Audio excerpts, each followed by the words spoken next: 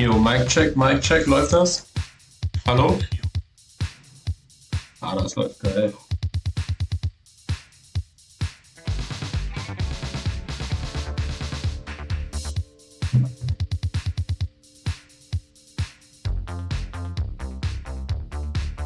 guys, hello. What's good? How are we feeling on this wonderful day? We are here for episode 15 of Jedi Survivor. As you guys know, we have finished the game. No worries, we finished the game. But we have some reviews that we still need to do. And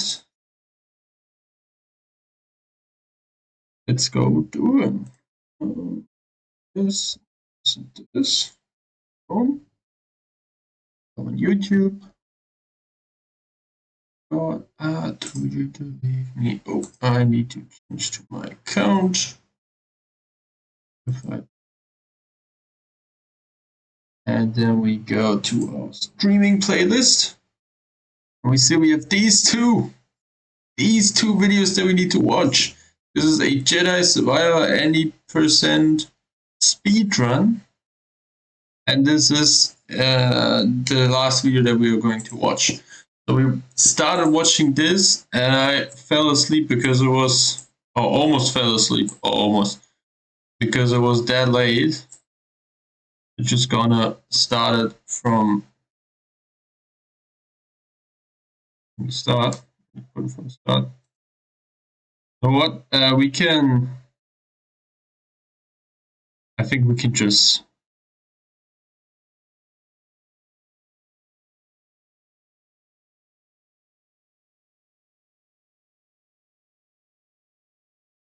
we're just gonna start from here.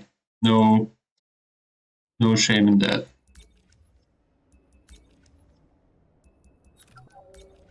We're gonna watch that. I must have some drinks. I got some chips. All set up for a fun streaming session. Oh yeah, there's one thing that I can do, actually. So, where's the handoff? Dux, this kind of deal is best done in the shadows. Sure. But what's to stop the Senator from taking our prisoner and shoving him Oh, yeah. into the sky lane? That makes sense. That's right. Sidestepping Inquisitors, one-upping Vader? The guy's playing a dangerous game. So are we. Whatever like that. Is that looking fine? This way. We're taking a detour. I think, yeah. These streets are now closed by order of Senator Sajan. Leave immediately, or you will Like Alright, rats this- in a maze. Loud enough. Like it. Stick with the plan. As long as I get paid. I have rights, you know. Leave on your own, or we take I think that is an okay sound volume. citizens. That is an okay sound volume. That is okay. Six has seen better days. War's expensive. Someone's got to pay for it. I am Senator Darho Sajan. I Hard enough represent to make ends meet in this galaxy. Not according to the propaganda. and security. Pipe down, prisoner. These are the bedrocks of the Empire. I'm about to be a senator. These days he rarely shows his face in public. Good thing he's making an exception for us. Well, we've got something that'll bring him favor with the Emperor. Dissidents and insurgents I see him. is our enemy. There he stands out at the front point. Easy officer. The senator's just making sure everything's on the level. And we're off.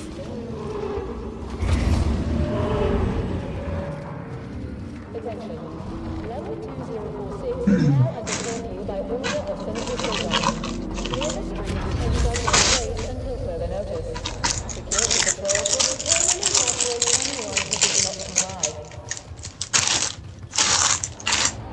Anyways, what I feel like is very interesting to see That wasn't the deal. is the fact that we spent like 13 episodes playing this, and we had what, like, not only 13 episodes playing this, but we had also like 65 hours playing time to complete it. And I think we were at least I want to say 40 hours when we finish more or less the main storyline.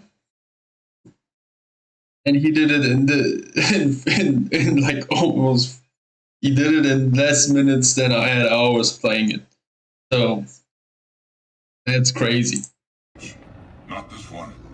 I come along. So I really want to see how he does it. I mean, we saw some of it already, and I know that there's some really huge glitches that you can do, and stuff. And we also watched the video before, but I just find it so amazing.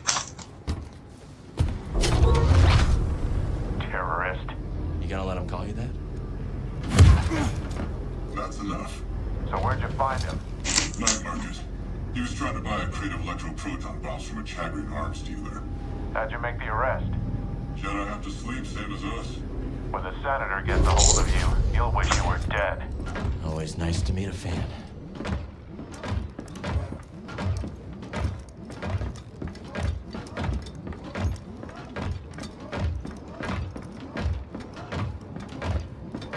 This way, Jedi.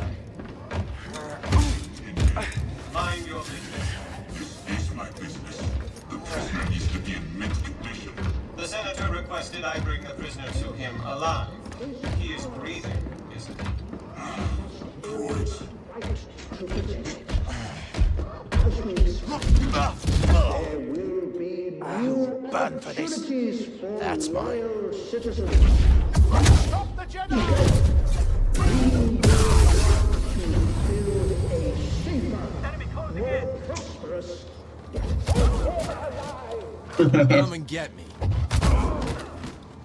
Dead or alive, just checking! That all you got, Senator? Look, guys, look at how much force power gets done. Look at this. You would think you can do like at least four, 5, 6. I would say 5 force attacks. Look how fast that shit goes. 1, Come and get me. 2, and there's nothing left almost. That Gone. all you got, Senator? Come on out. We'll talk.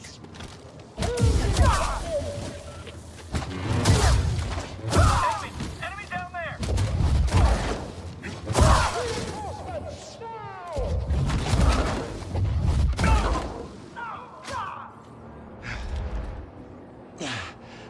We gotta get to that yacht. I love it. That was a close one, buddy. It's not your fault. Catch up with the yacht.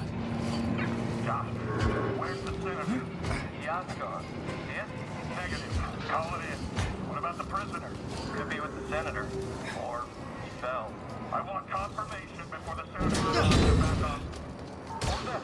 We gotta go, BD. There he is! Take him out!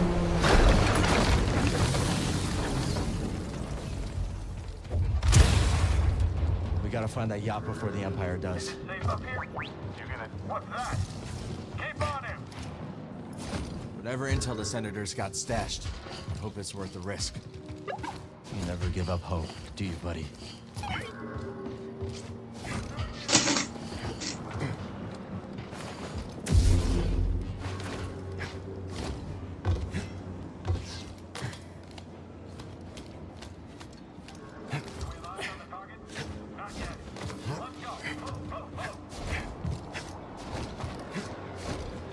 What are we looking for?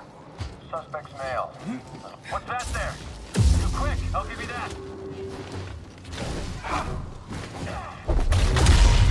We will pursue you.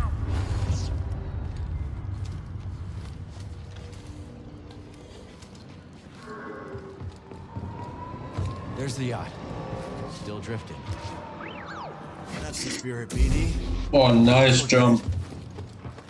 You're solid. I see him. I can't. Eyes over there.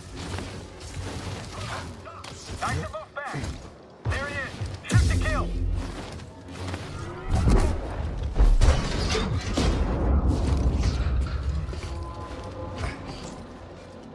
Getting closer. Hanging in there, BD? Don't look down.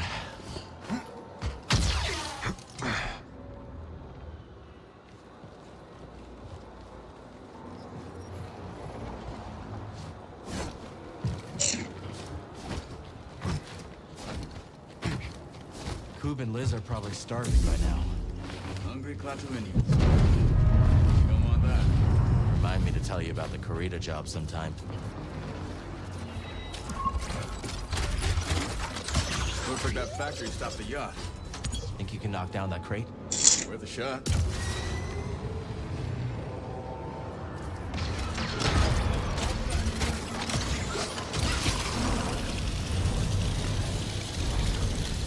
That jetpack's handy. Remind me to tell you how I got it sometime. Who taught you to move like that? My master.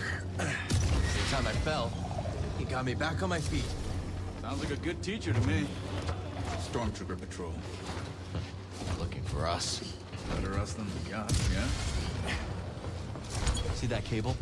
On it, Kestis.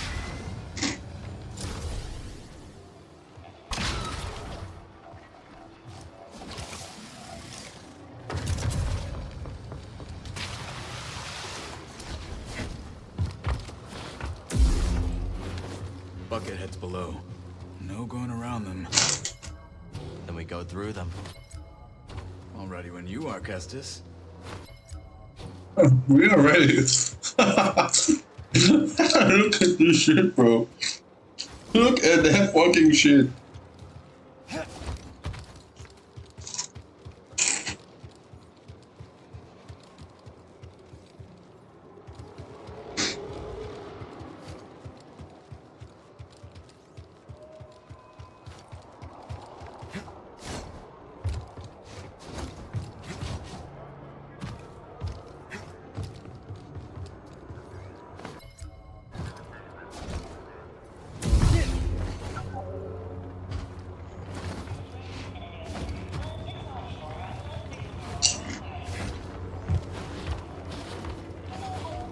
This is a ghost town.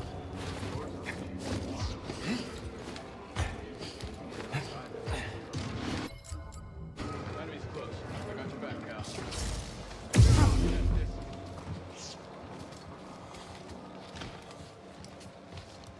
There you are.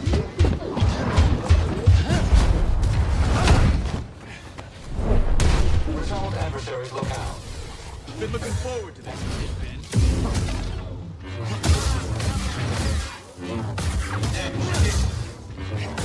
Scattered failure. That guy really didn't like me. Don't think he was a fan of you either. Aren't we all?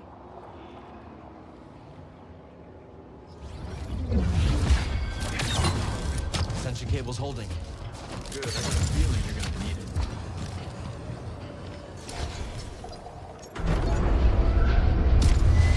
So hard. Hope the crew's doing all right.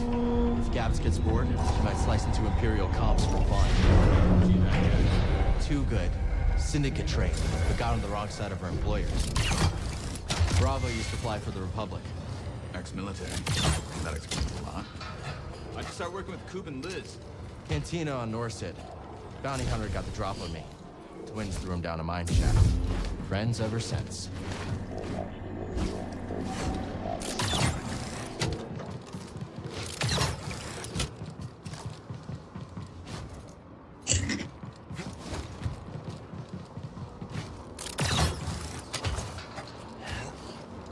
Cal, good to see you.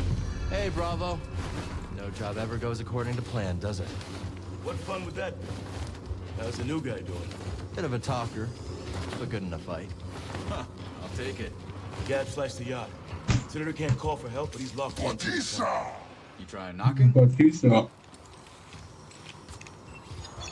Twins, get Cal across that gap. What do you do?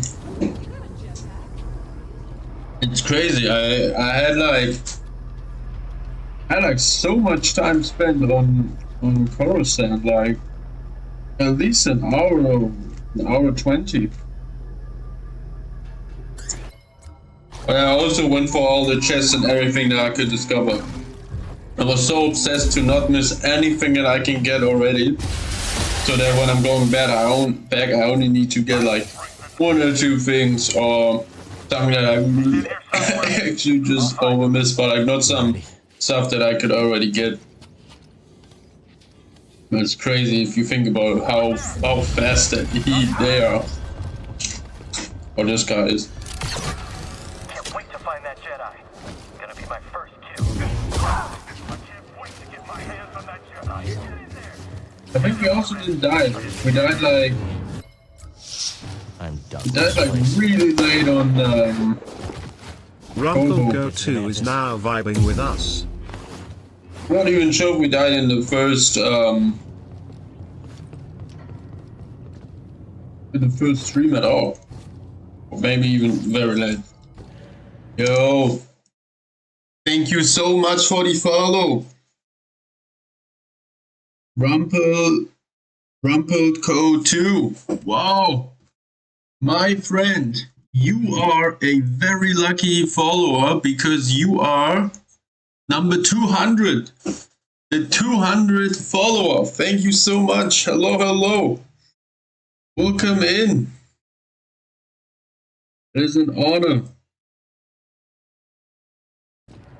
Wow. Hope you're having a nice evening. Or at least a nice day. Wow, wow, wow.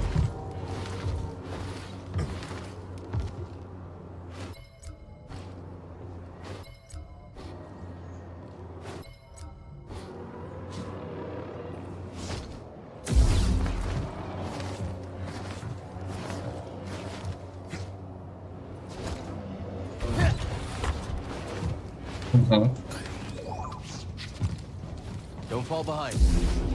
Don't fall behind.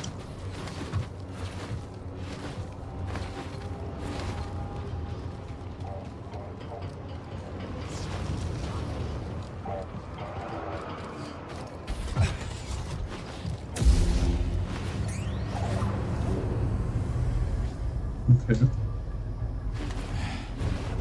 Not today. Boat, Bravo. Are you there? Let's get back to the Manton. Get him. Killing everyone.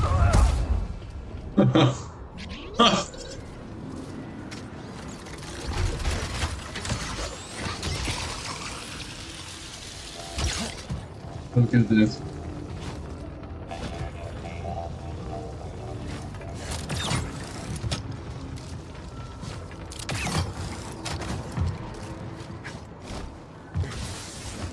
Incoming threat.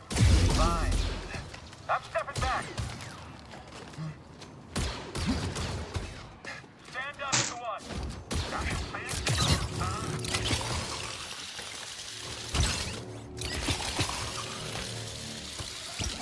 Hangar's close.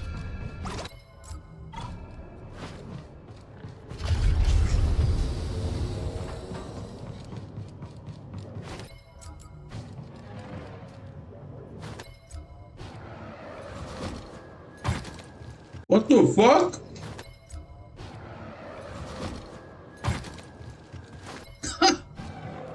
Look at him, he's not even...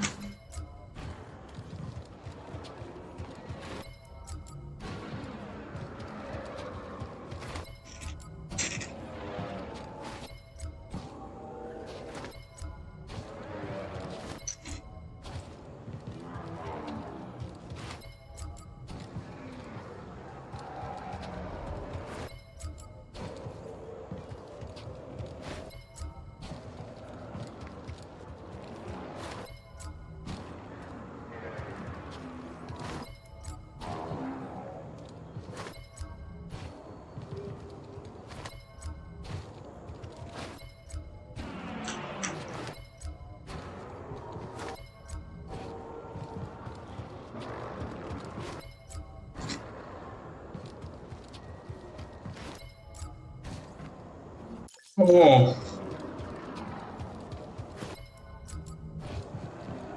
Damn.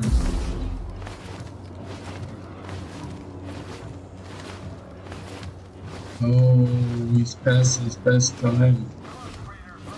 Anyway. Good. Tracking target. You won't get far. Watch your feet.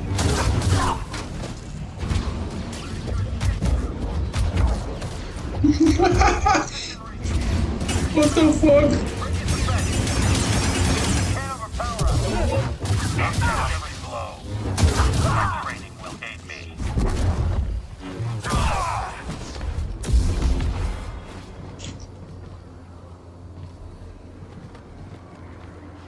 Not bad, Bode. Not bad yourself. Where'd you learn to shoot like that?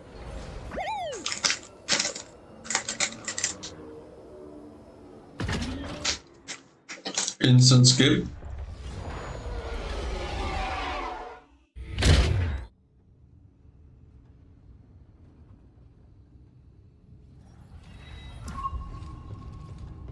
We should tidy up before we visit Grease. You know how he is about mess.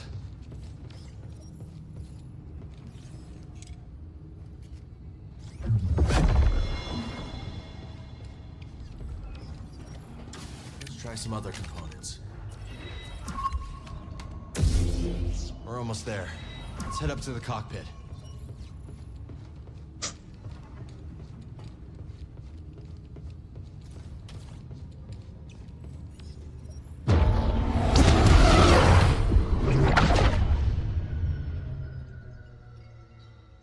So far, so good.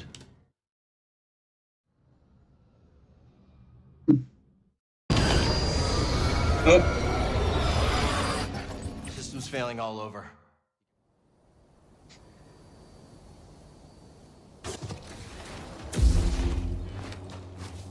It's so calm. Bravo would have liked this. Come on, buddy. Long way to go. he thinks it's calm. Wait.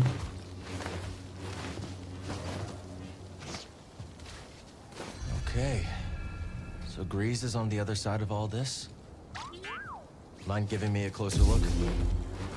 No. Huh. No closer look for you. Last time I saw me? Lucre Hulk was Braca. Long time ago. Wait, when did he see a Lucre Hulk? Ah, look at me. There it Last time I is. saw Lucre Hulk was Braca. Holy shit, am I blind? What would you say now? Come on. Mantis won't repair itself. Just hope Grease has Very, very sleepy. Do not have seen that. Homeland sind die besten Chips, ey.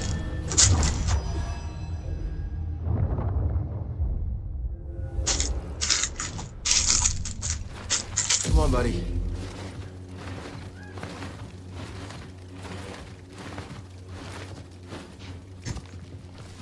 Yeah, I'm gonna have chocolate as well, bro. I'm getting so fat here.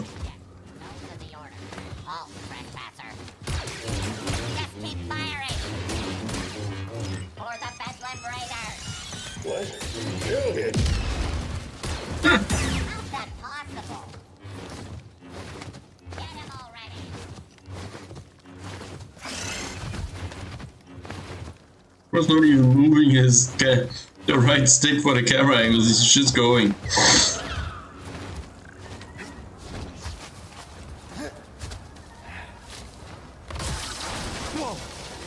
a look at that view. Is that a giant I forgot how much they talk.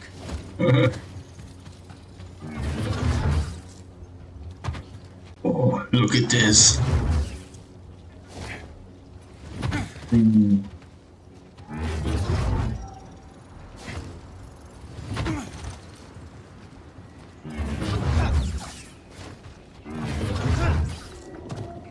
Damn, you got it right the first 3 times? Ah. Yeah, we don't need that. Whoa. Boy. Boy, Memo.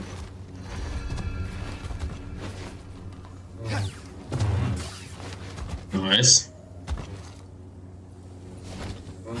Enemy is misdirected. Taking the shot. Whatever is needed. We just need to find a way through here. Yeah. Grease is gonna be surprised to see Literally. us now. Oh.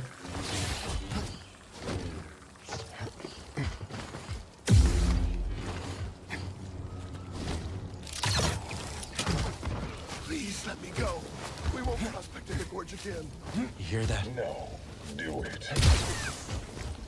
Enemy inbound. Sinking. Yeah. Gotta move.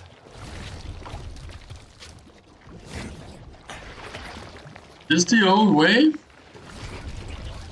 No, he's skewing that. What's over here?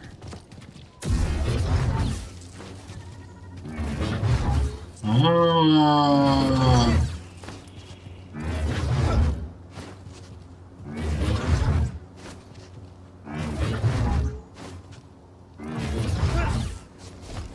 Yeah, he's not getting them. Whoa.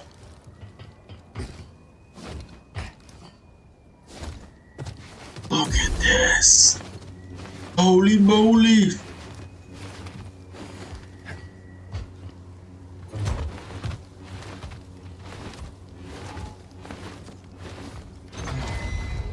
Okay, interesting. So, Breath of the Wild, the best is 547 and his personal best is 680. But he has missed a lot of the jumps. A lot of the jumps, actually. Look at him. Let's get him. Damn, how is he making that up? It was a world record that he still did. What did he must have done so much right in that time. Insane.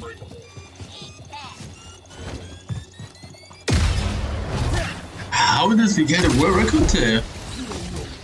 Oh, insane movement. Yo, Jägermeister, how are you? Welcome in. Do that, BD? Hello, hello. Good to see you.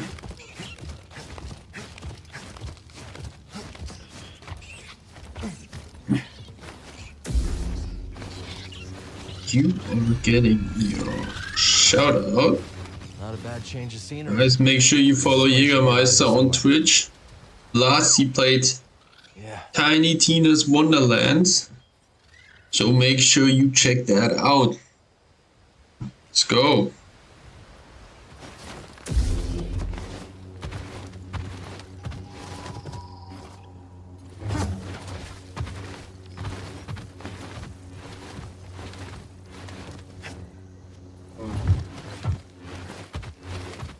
Wildlife is thriving here. Prey, predators. Guys, that's not my monitor. That's actually existing without the interference. the recording of him that is so bright. Yeah, holy shit, is it bright? Damn, he's just going through it, huh?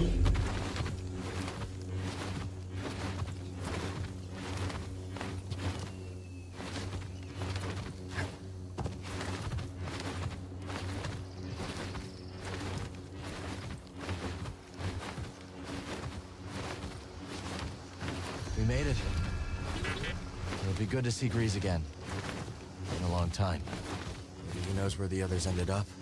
Seer stuck in the past. Marin wandering. Ancient history. Not even going to Pylon Saloon. Wait, does he have to? No, right? Dagon Gara free.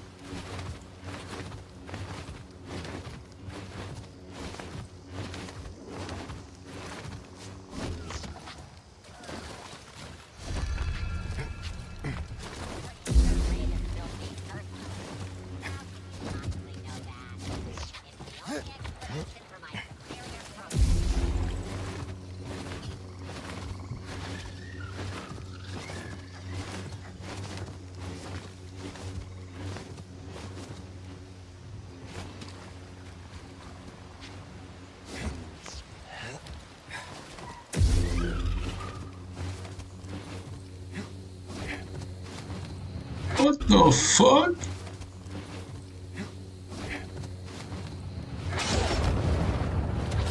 Fancy moves. You're afraid? Oh lol, he got there. The array should be out here somewhere. The only way forward is to cut through. You catch that too, BD? You're not alone up here. Uh-huh.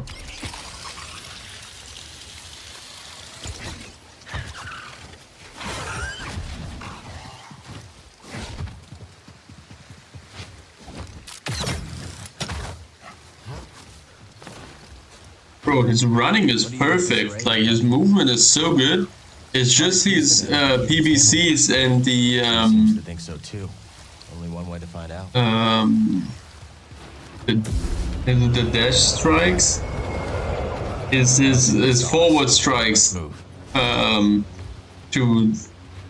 boost himself up. Those are kind of missing. He's fucking those up a lot.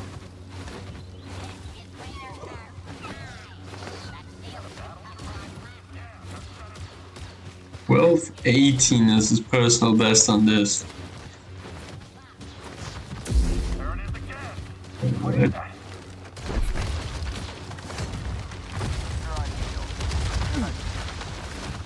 Catch what they were shooting at? A spy droid. Someone else has eyes out here. Maybe the Raiders?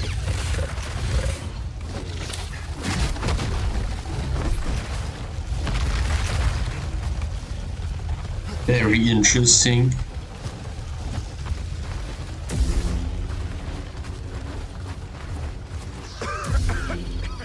It's hard to breathe.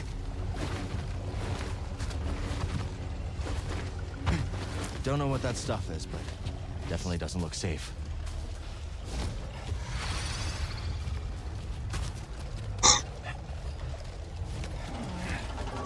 These kind of things, I always mess them up somehow. I don't know why.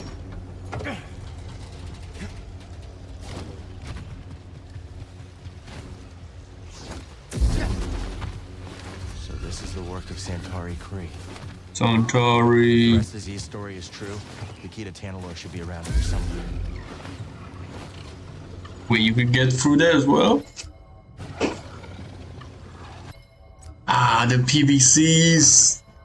Oh, stinker performance on the PVCs this stream, man.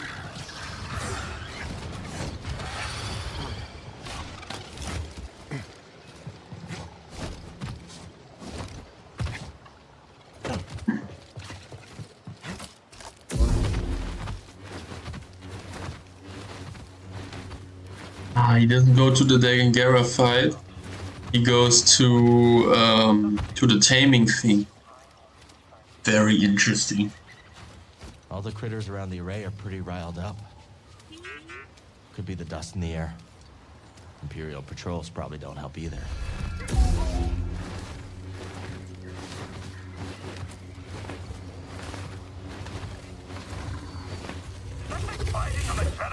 Or is he... No, he's not skipping it at all. He needs the taming thing.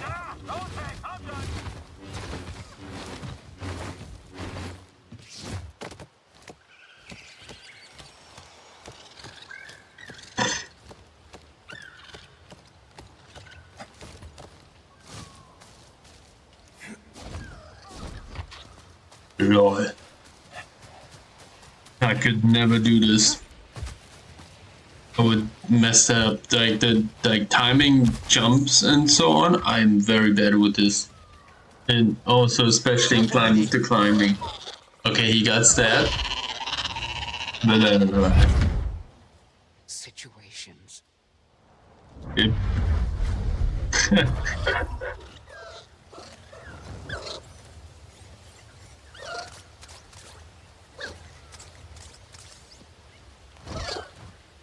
This isn't the time to fight.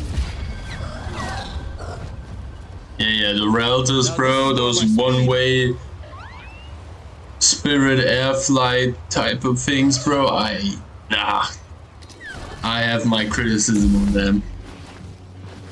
It is so bad, so much you cannot do with them, it's actually so annoying.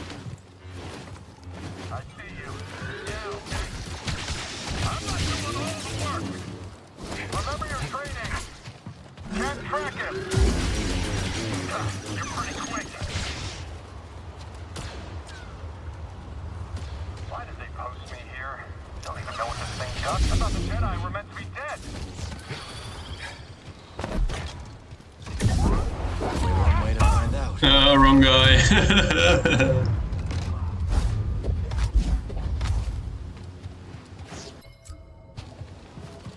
PVC.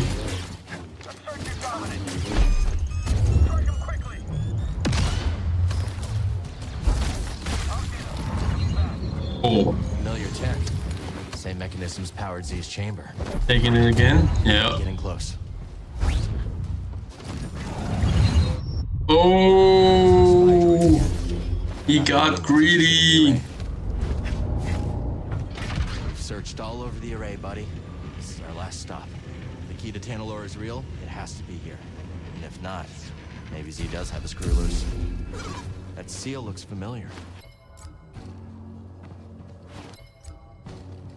He's PVCing through it to not have the cutscene activated, right? Does he? Sounds like the array is powering up. There's some answers. Shit, no.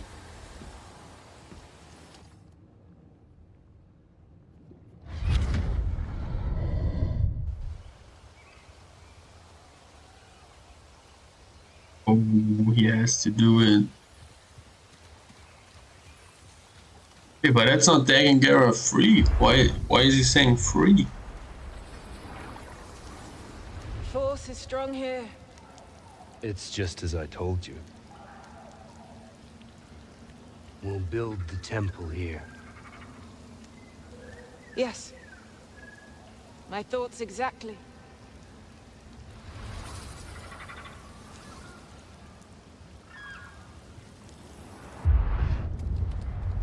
Oh.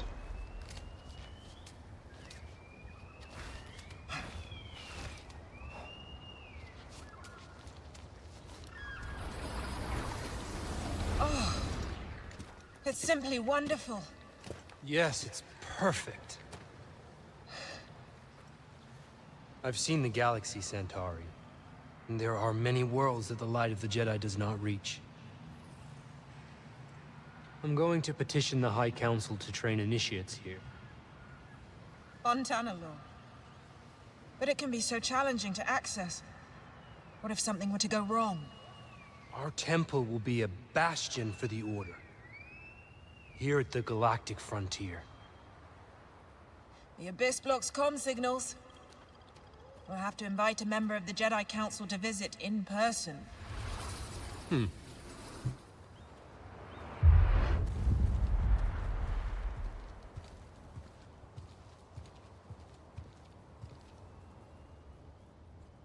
Release me. Release me, please.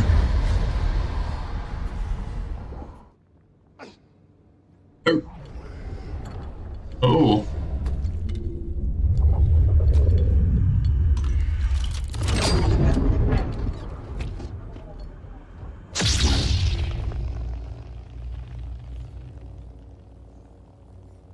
I am superior. Trivial. Coward. Curious. That wretched Order will rue the day they betrayed me and forsook Tanalorr.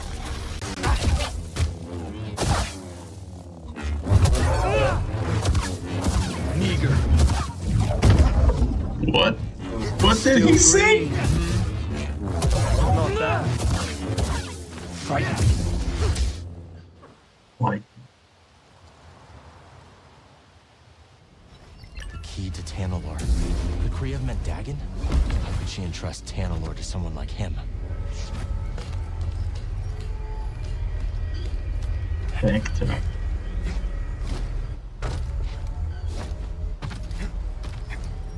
Whoa.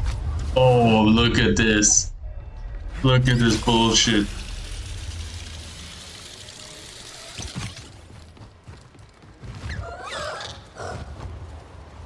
And how much did he take for it? 1135. Oh, he saved Tanalorr. Could Kriya have meant Dagan? How could she entrust Tanalorr to someone like him? Huh?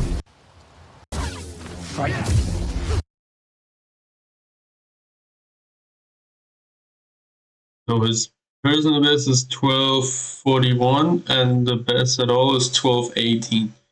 And he has done it at 11:36. I would think is very good.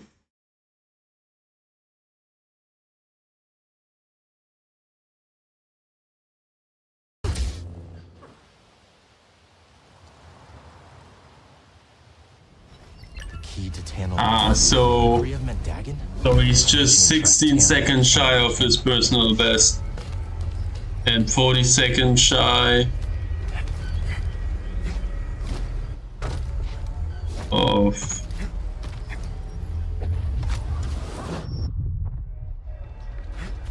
the world record, I think.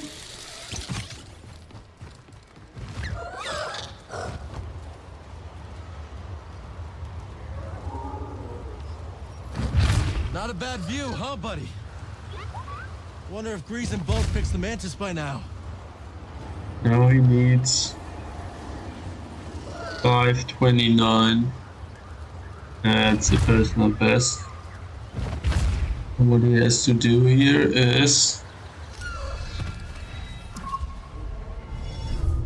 Oh wait, he has to go to Tantalor, right?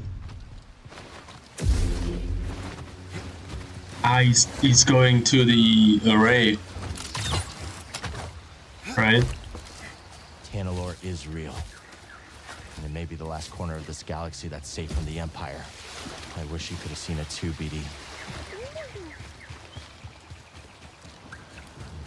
I think we just found your ticket out of here.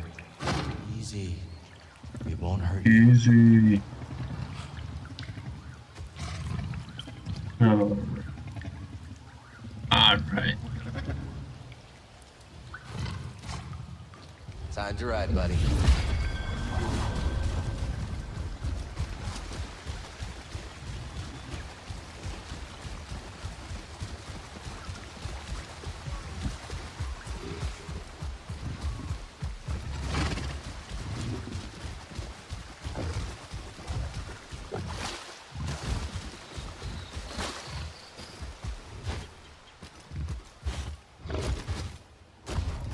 I bet we can clear that gate with a little boost from our new friend. These jumps, bro, insane. Look what he's about to do. Oh, he just... Shit.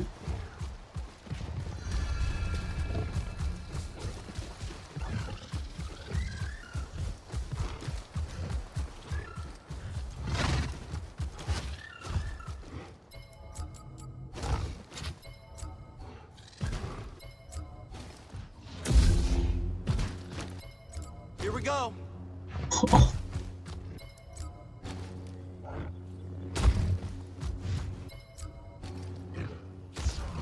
God.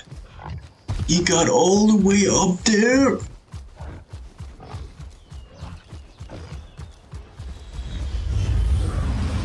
like the Mantis. There's the Mantis. Come on, BD. He never saw Grease.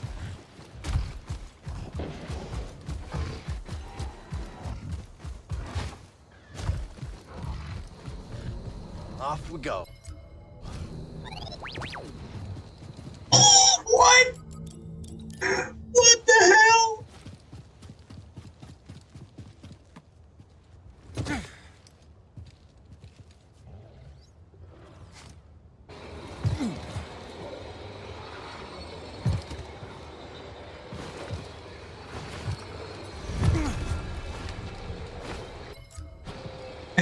BBC's. What?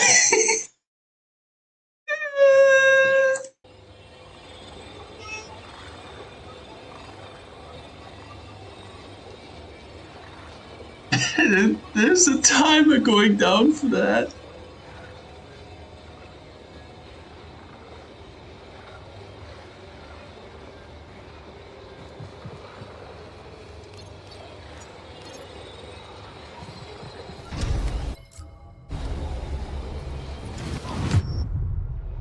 He said he's just PVCing out of this.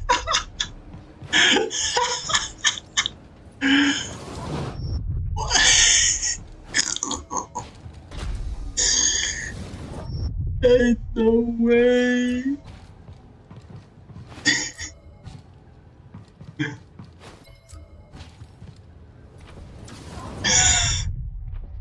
He has to die again.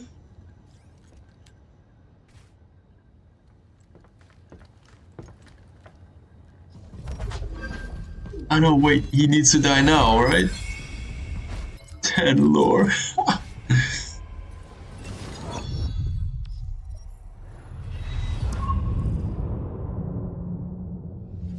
Oh, now he's exactly on time.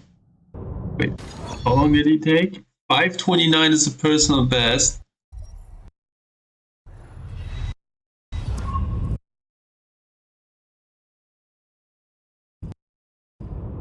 $5:13. Crazy. And his personal best here is 6:57, and the best overall is 5:33. What comes now? Focus.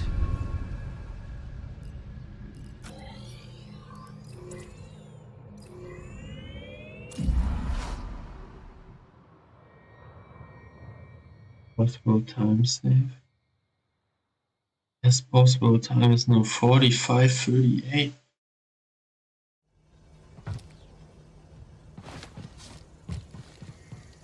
And now he went from 1 minute 18 seconds behind to just shy of a second. Holy moly. Holy crap. Look at this here. Holy fucking things are just getting unlocked constantly. Holy shit.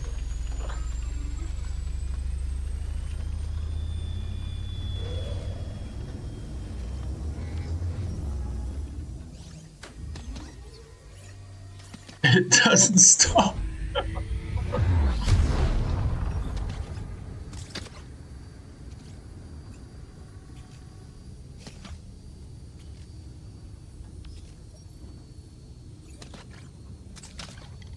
Hope Grease is ready for a bumpy ride. Greasy. Lol. Weird ass cutscene.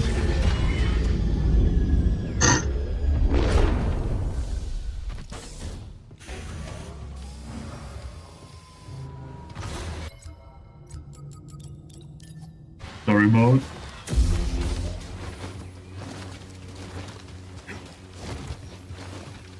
So this is Tanalorr. Not what you were expecting? I don't know what I was expecting. So much has changed since I first heard its name. The temple's this way. Dragon and Centauri Kree plan their future here. And look where it got them. Look where it got them. Yo.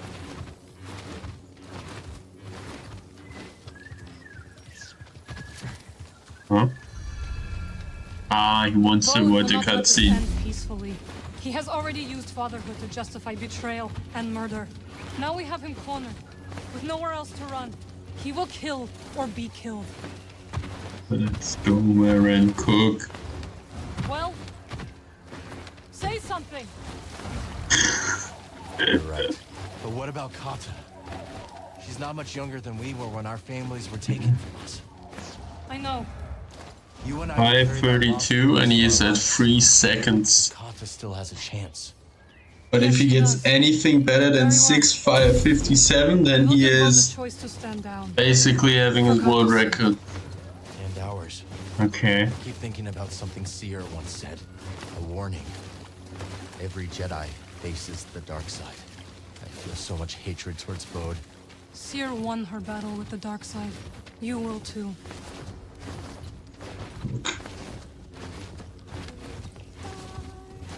Do you hear that? Kata.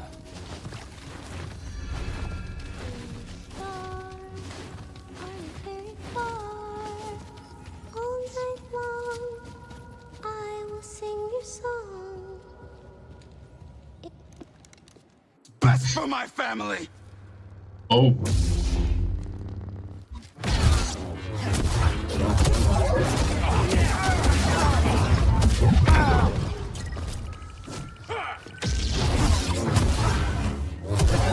Distract him!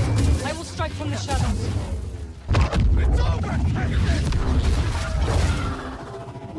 Oh, that was fast. He has a minute and 20 seconds to do it.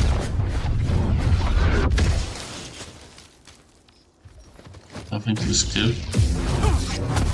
Let's do this.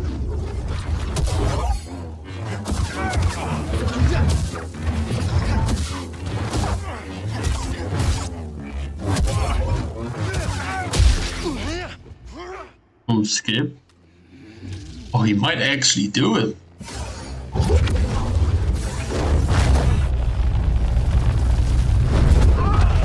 Or he's still unlocking stuff in the boss fight.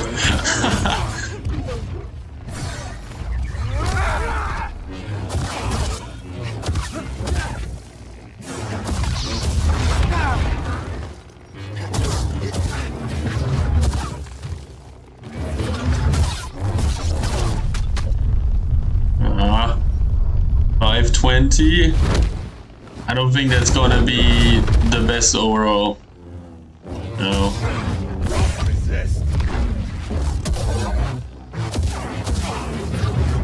Close.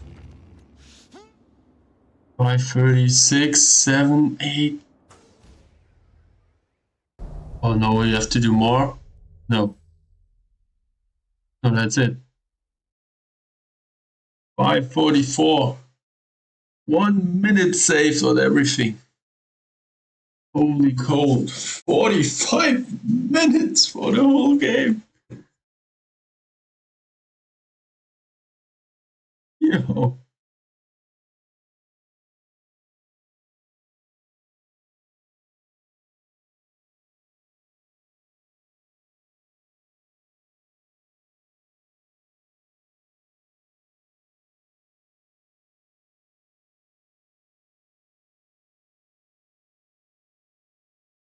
Hello, this video is going to function.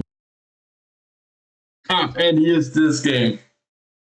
Here's this as video my that we spoiler needed review. to If you'd like to hear my thoughts watch. without diving into spoilers, go to this video, which will be linked both in the description and at the end of this video.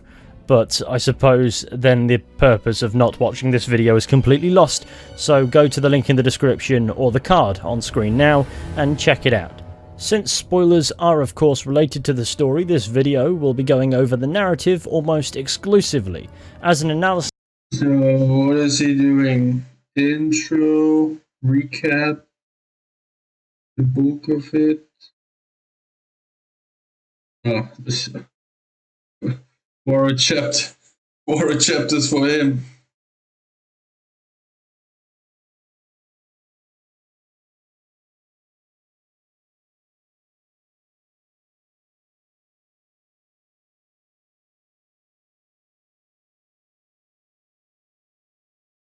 Slash critique. If that's something you're interested in, a breakdown of certain moments, what they mean, and exploring how Star Wars Jedi interested in a breakdown of certain moments, what they mean, and exploring how Star Wars Jedi Survivor's story explores its themes, you're in the right place. I'd like to begin by saying Star Wars Jedi Survivor is an absolutely great time. Obviously, the gameplay is fun and engaging, and when you get past the prospect of the game being fundamentally broken for many players, there's a gripping, entertaining story to be had too. My other video is titled Star Wars Jedi Survivor is almost a masterpiece. It seems many people completely missed the almost in all caps in the title. It comes close in my mind, but it's not exactly a masterpiece in my opinion.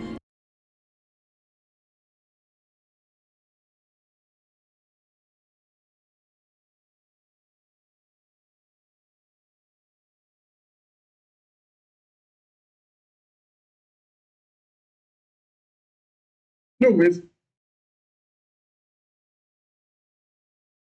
what a critique for 2 hours.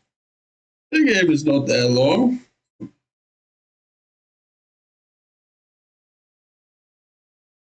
Wait, I feel like I have watched it. Let's have a look.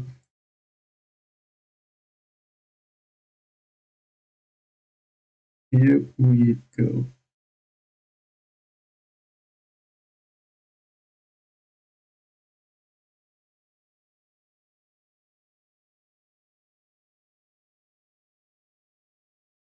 Yeah. Why Jedi Survivor is not the end. And secrets. How to make Star Wars good. Star Wars Jedi Fallen Order. Fallen Order. Best mission ever. Huh? Where's your other video?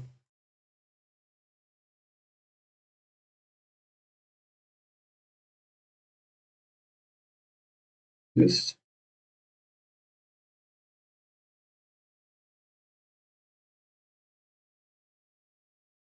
Dude. Where is this video?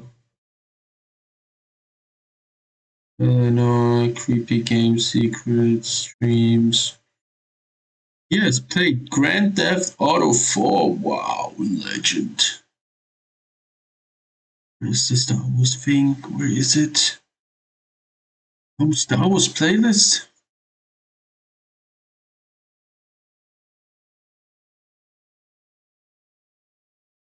Star Wars Jedi Fallen Order.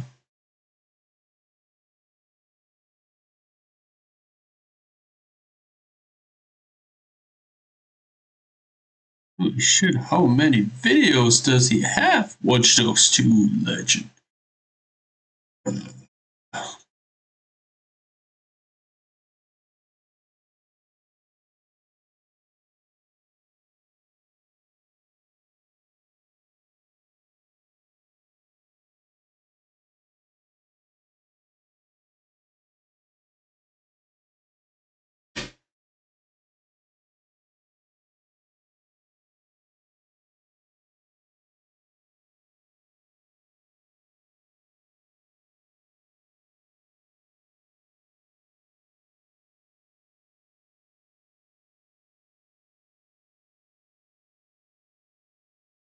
We have not watched it. Star Wars Jedi Survivor is absolutely the Star Wars game that I have been craving for years. Set 5 years after the events of Star Wars Jedi Fallen Order, we get to experience the Star Wars universe from the perspective of Cal Kestis once more, except now he's a battle-hardened Jedi Knight. This game takes Star Wars Jedi Fallen Order and improves upon it in most aspects 1,000-fold. Is it without issue? No, it has got plenty of those, granted, but I came away from my playthrough of Star Wars Jedi Survivor feeling incredibly positive. Before we get going, I'd like to slap a potential spoiler warning on this video. Whilst I don't plan on diving into major story details regarding Jedi Survivor in this video, the footage shown may let some info out. Also, I played with subtitles on, so there's a possibility that some details will slip through, but hopefully I can evade them to the best of my abilities. Also, you're on YouTube, and there are people out here with quite a following who simply post raw gameplay with their watermark on it, and spoilers in the title. And thumbnail, of course, so it's entirely possible that a video might be suggested to you that spoils the entire experience. So if spoilers are something that bother you and they're something you'd wish to avoid, understandably so, of course, then I'd play the game and stay off YouTube until you do. Regardless, if that's not you, or you've played through the game and finished the game, then ideal, we're gonna have a good time. If you're willing to risk it, you're of course more than welcome. I can't dictate who does or doesn't watch the content, just as I have no say what might get suggested to you by YouTube's recommended section. But regardless, we're going to crack on because I don't necessarily want to spend the entire video talking about the prospect of getting spoiled. But before we do that, this video is sponsored by the Doubting Ridge wallet. Titanium for Stenta. You can test drive it for 99 days. If you don't love the wallet, simply send them again. The wallet can outlive you. Therefore, the elephant in the room. This game is plagued with bugs and performance issues. I heard it's certainly worse on PC, but I preempted this and chose to play on PS5, hoping that I would avoid the vast majority of the problems. It's not... Everybody played it on PS5! Every fucking guy played it on PS5.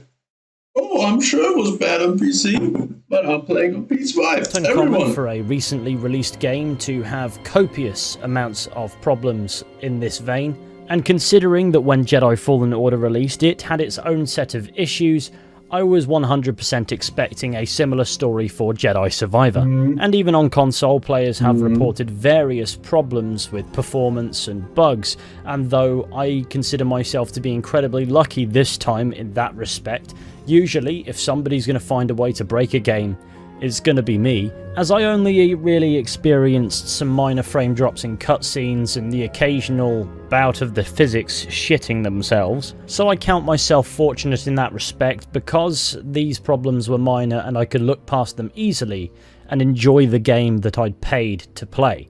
But I also understand why some players may not necessarily be as willing to look past it when their experience has been completely tanked by a game performing like a dodgy colonoscopy. It's weird that the standard is a release to the public has become another tier of troubleshooting for the games industry. People pay to play a game that at least functions properly, and not delivering on your intended release date, to me, is just not acceptable. On a technical level, it's impossible for a product such as this to be 100% perfect, so by that logic, you can certainly break any game on the market at the moment, if you try hard enough anyway.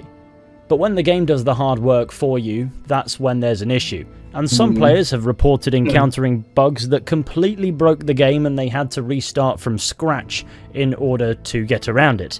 It's good that Respawn is planning to fix up Jedi Survivor as best they can, and patches are certainly just a part of life in modern gaming now, but in my opinion the best time to ensure the game doesn't lemon out on people is before you release it to the public. But that's the big issue, and like I said, I can't speak to that one from first-hand experience very much, as for the most part Jedi Survivor functioned agreeably for me, and I only got some minor problems that I could certainly laugh off.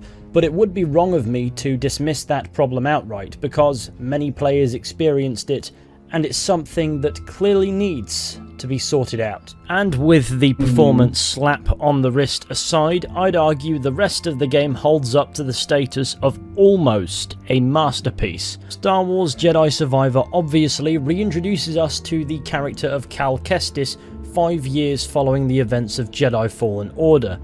The once young Padawan who was knighted in the field is now a seasoned Jedi Knight, one who is fighting the Empire because, in his mind, that's all that he's able to do. I'll save explaining most of the narrative for perhaps a story explanation / story analysis video that I might do separately. I'm not decided yet on whether or not I can be bothered, but you get the point. Cal retains the abilities that we unlocked over the course of Jedi Fallen Order, aside from the health upgrades and health stims and force upgrades.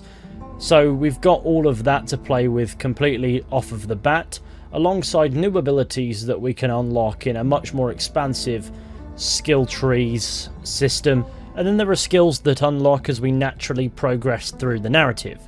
We are overloaded with mechanics progressively here, granting Cal an expansive repertoire of abilities that will aid us in navigating the world spaces and fighting the various different archetypes of foes along the way. The biggest difference to gameplay you'll notice occurs in combat, and that will be the stances. Compared to Jedi Fallen Order, where you had 2 different stances, the single blade and the double blade, you now have 5 different stances, of which at any given moment you can have 2 equipped. The stances are single blade, dual blade, lightsaber and blaster, and dual wielding. Then there's also the crossguard. Think of it as like a greatsword. To change which stances you have equipped, you need to visit a meditation point, and you can only equip 2 at a time. They all deal damage differently, they have different speeds, and they have different defensive ratings, but considering you have everything you need to use this in open combat without visiting a meditation point, but you just have to anyway, to me the idea of it demonstrating the versatility of Cal's fighting style is a little bit lost by this slight mechanic, because the game is simply crammed with perhaps too many to allow for you to seamlessly switch between all 4 stances, say in a single fight. Ghost of Tsushima is the other example with fighting stances, specifically 4 of them, and we can change between those at any time in the middle of a fight through a simple button combination. Then we can use that to fit certain enemy archetypes. I believe that game handles stances far better than Jedi Survivor does, with it restricting you to having to visit a meditation point if you want to use a different stance to the 2 you've got equipped. As I don't necessarily understand why at any point in Universe Cal would need to actually visit a random place and meditate for a bit before he can pull his blaster out of his pocket. I understand that the concept of stances in Jedi Survivor are fundamentally different to the concept of stances in Ghost of Tsushima. As in Jedi Survivor, the stances are a means for the player to play to their strengths and find stances that suit their playstyle, rather than to face certain enemy archetypes, engaging vastly different foes in a fluid motion. But game mechanics that don't actually make immersive sense do get my goat quite a fair bit. The end result is you wind up using the 2 stances that you find to be most effective, and then you just forget that the other 3 exist. Because in this setup... That's fair, because I had a similar experience, because when I think about it now, I was using the crossguard a lot, and I was using the dual wield mostly. I sometimes did use the double-bladed lightsaber, but that was at the very beginning, before we had crossguard. At the very end, when I was like, yeah, well, I might need to change something. I 2 or 3 times tried out the blaster thing, but mostly only when I was on the Neko, and then it's the only one that you have. And I kind of didn't use the single lightsaber at all, so he's right. They may as well just not. Regardless, the combat in this game is very fun and incredibly enjoyable, because you're a Jedi, you're a space wizard, you've got a laser sword, and you're swinging it, and there's mutilation, and it's sick. And the challenge is there to force you to use all the tools you've been granted in combat to your advantage. To be fair, in Fallen Order, lightsaber combat was more fun than it is in Jedi Survivor. I would say in Jedi Survivor, fighting with the Force abilities is also more fun than with the lightsabers. Not that I will ever master them, because I suck at games, but it's still good. That being said, I have played around with all 4 of the stances that this game offers, and none of them are bad. It's just a shame that you can't seamlessly utilise the lot. Another difference in combat that you may notice is the wider variety of enemy archetypes. They should have a setting like in GTA 5, where you can just pull up like with a mouse wheel, or you have a wheel at all where you just select it. You just hold down one button, maybe on the D-pad, and then you get all 5 shown up and you can just switch between them. That would be the best thing. As you progress through the game, the cannon fodder stormtrooper becomes far less common, and there are entirely different factions of foes to go along with them as well. So you'll have battle droids, courtesy of the Bedlam Raiders, and they come out with some really funny things at times, but the main thing is battle droids are just entertaining, even if they aren't necessarily that challenging in themselves. And then they have tiers within, say, the factions, so there are different types of droids that fight incredibly differently, and these different types of droids may fight differently to their Imperial equivalents. The game's combat as a result is arguably far more diverse than Jedi Fallen Order's, as there's a larger variety of enemies with different attack patterns and weaknesses. Moving on from that, there's also a wide range of accessibility when it comes to the game difficulty. So you can go from piece of piss difficulty all the way up to this game is going to raise your stress levels through the roof and give you a heart problem. So you can give yourself as much or as little challenge as you want. There's also a buddy AI system where in certain scenarios or certain world spaces you'll have an ally with you fighting by your side, and this ally is actually useful and not just another obstruction. Right. I want to show you one clip. I'm not disagreeing in it But there are some moments where I wanted to disagree.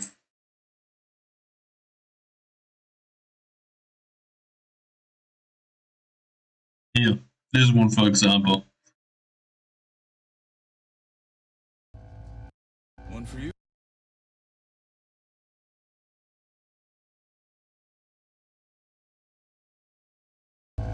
One for you. And why is this shit not loading?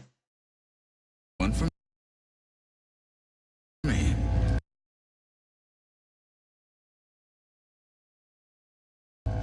One for you, one for me. Kind of you to share.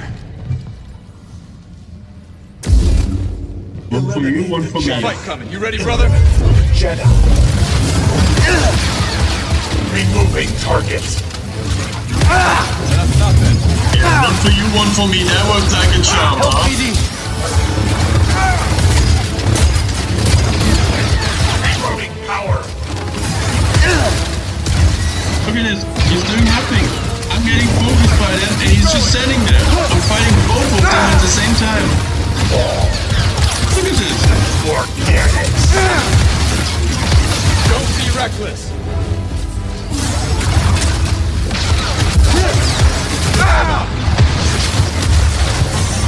Yeah, one for you, one for me, bro. I like this guy. Okay. One for you, one for me, guys.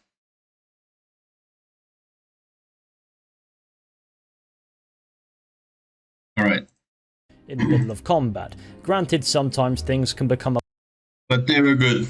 Baron was a bit of a stat pad killer, because there were many times when I fought some enemy really long, and then in the end she just takes him.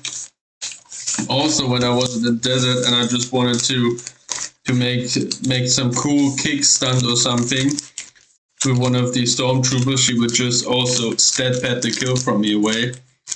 And I would like the main thing is, first of all, it's greedy from the AI, and also I would not get any XP from it, which would also piss me off, besides the fact that it would just ruin my idea of something cool. But in theory, like, they were cool. Like, a little bit of a clusterfuck, but for the most part, it's fine. And even at points, can be quite refreshing.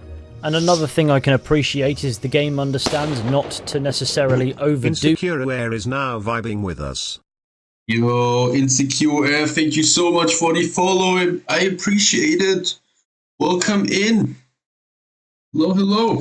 Because whilst it's great to have some aid in certain combat situations, it's also incredibly rewarding to firm a challenging set of foes on your own. In main story scenarios where this AI system makes sense to be implemented, they come and go as and when they're needed / not needed, and it fits within the story being told, so in that respect, it's the best of both worlds. Moving on from the combat, because I fundamentally suck at it, the game's traversal has also been vastly improved from Jedi Fallen Order. World spaces are more than just windy corridors, and there's fast travel at meditation points. We also have mounts now, and though the game doesn't tell you this, you can indeed pet them. Or you could just not do that and show zero compassion to the animal you just hypnotized into domestication. But the main quality here is there's more to explore in a world where there's more to it than a windy path, and Jedi Survivor is certainly an improvement over Fallen Order in that regard. Due to the larger world space... One thing, but it goes for both games, for Survivor and Fallen Order, is sometimes there is like stations or monuments or like the bases, and it's like, this is a base or a location where normal people or normal stormtroopers or non-Jedi work or have to be, or have to move around, or like have certain paths that they need to patrol through. And these paths have like the video game like leveling, which means we walk a path and we get on the street, and then we jump onto some platforms, we wall run, and we have a rope that we use, and then we get there, And the thing is, there's no other way. And I'm always asking myself, how would a regular stormtrooper get there? They can't wall run. They can't jump 15 meters into an abyss and then grab a rope. How the fuck do they get there where they are? There's nowhere to go else. The only way we got there is through a crack in the wall. And then they have to make inhuman jumps to get there. Like, how are they going anywhere? I mean, you know, that sometimes doesn't make sense, but in a real life way.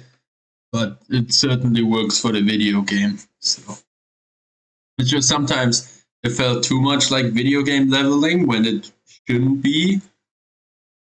Like also on the scattered moon, some of the things, the way we got there, how would a regular droid get there that was working there? How do the Bedlam Raiders get there? Like, they need to walk. No, they are not autistic. How are they getting there? There is side content to be had in the form of rumors. You can pick these up by interacting with NPCs who both may... The rumors, I first thought, what the fuck are these rumors? But I've got to say, the rumors, I really like the rumors. That was very well done, and it was like a good amount of it. Because it was also cool. We had to pick up the prospectors, and in Pylon Saloon we would talk to them, and then we would then get a rumor to check out, or even early, and then met them back.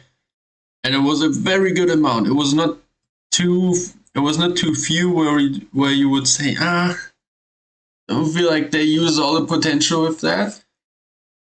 And it wasn't too much. We visited this 3 times and we fought the same fucking beast 5 times on 3 different planets. No, it was just good because we got to see almost all the areas of the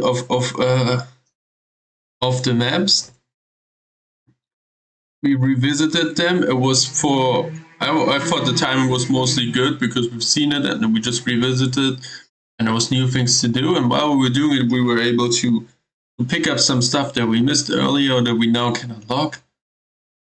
And it felt very natural. And that was also very much complemented by the bounties. These were also very cool. So, or may not be relevant to the main story. And whilst this side content is typically far from complex, it can be enjoyable and rewarding just the same.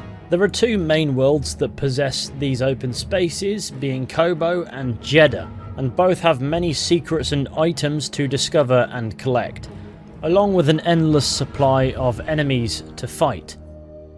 There are plenty of points where you feel as if you can take off and explore the world and have it feel natural for the story progression, and that's something that I can appreciate as well. As good and as gripping as the story is, it's nice that it has these moments where you feel as if you can just go and take in the world a little bit here or there and do some side content and interact with characters that you find in the world space. It's also pleasant to have hub areas aside from the Mantis, with Pyloon Saloon on Koboh and a full-on sanctuary on Jedha, where we can interact with various characters and just relax and take in some scenery in a more expansive way than the Mantis allowed us to do so, whilst also feeling safe. But you get the idea, it's a nice improvement from Jedi Fallen Order. It's nice to have something to explore and also participate in downtime. And then of course, on top of all of that, the Mantis still exists as you need it to travel between worlds. So Jedi Survivor hasn't lost the magic of in-transit Grease dialogue. So that's going to be a staple, I suppose. It's a shame you can't customize the Mantis though, but more on that shortly. I don't know why that wasn't possible. As far as the world spaces go, Jedi Survivor takes Jedi Fallen Order's approach and opens it up to give you that more open approach on Jedha and Koboh at least, so you can go off and explore and spend time just doing whatever you fancy. Chasing rumours, fighting enemies, interacting with NPCs, giving yourself either 5 minutes or 2 hours simply immersing yourself in what the Star Wars universe has to offer in this game. This is an improvement because it's something that Jedi Fallen Order didn't necessarily do. I mean, it's hardly existed in a vacuum, but I'm talking about interacting casually with the pre-existing world building. And that is where Jedi Survivor's world spaces thrive just a touch more than Fallen Order's. Another huge positive in Jedi Survivor's corner is the customization has been improved.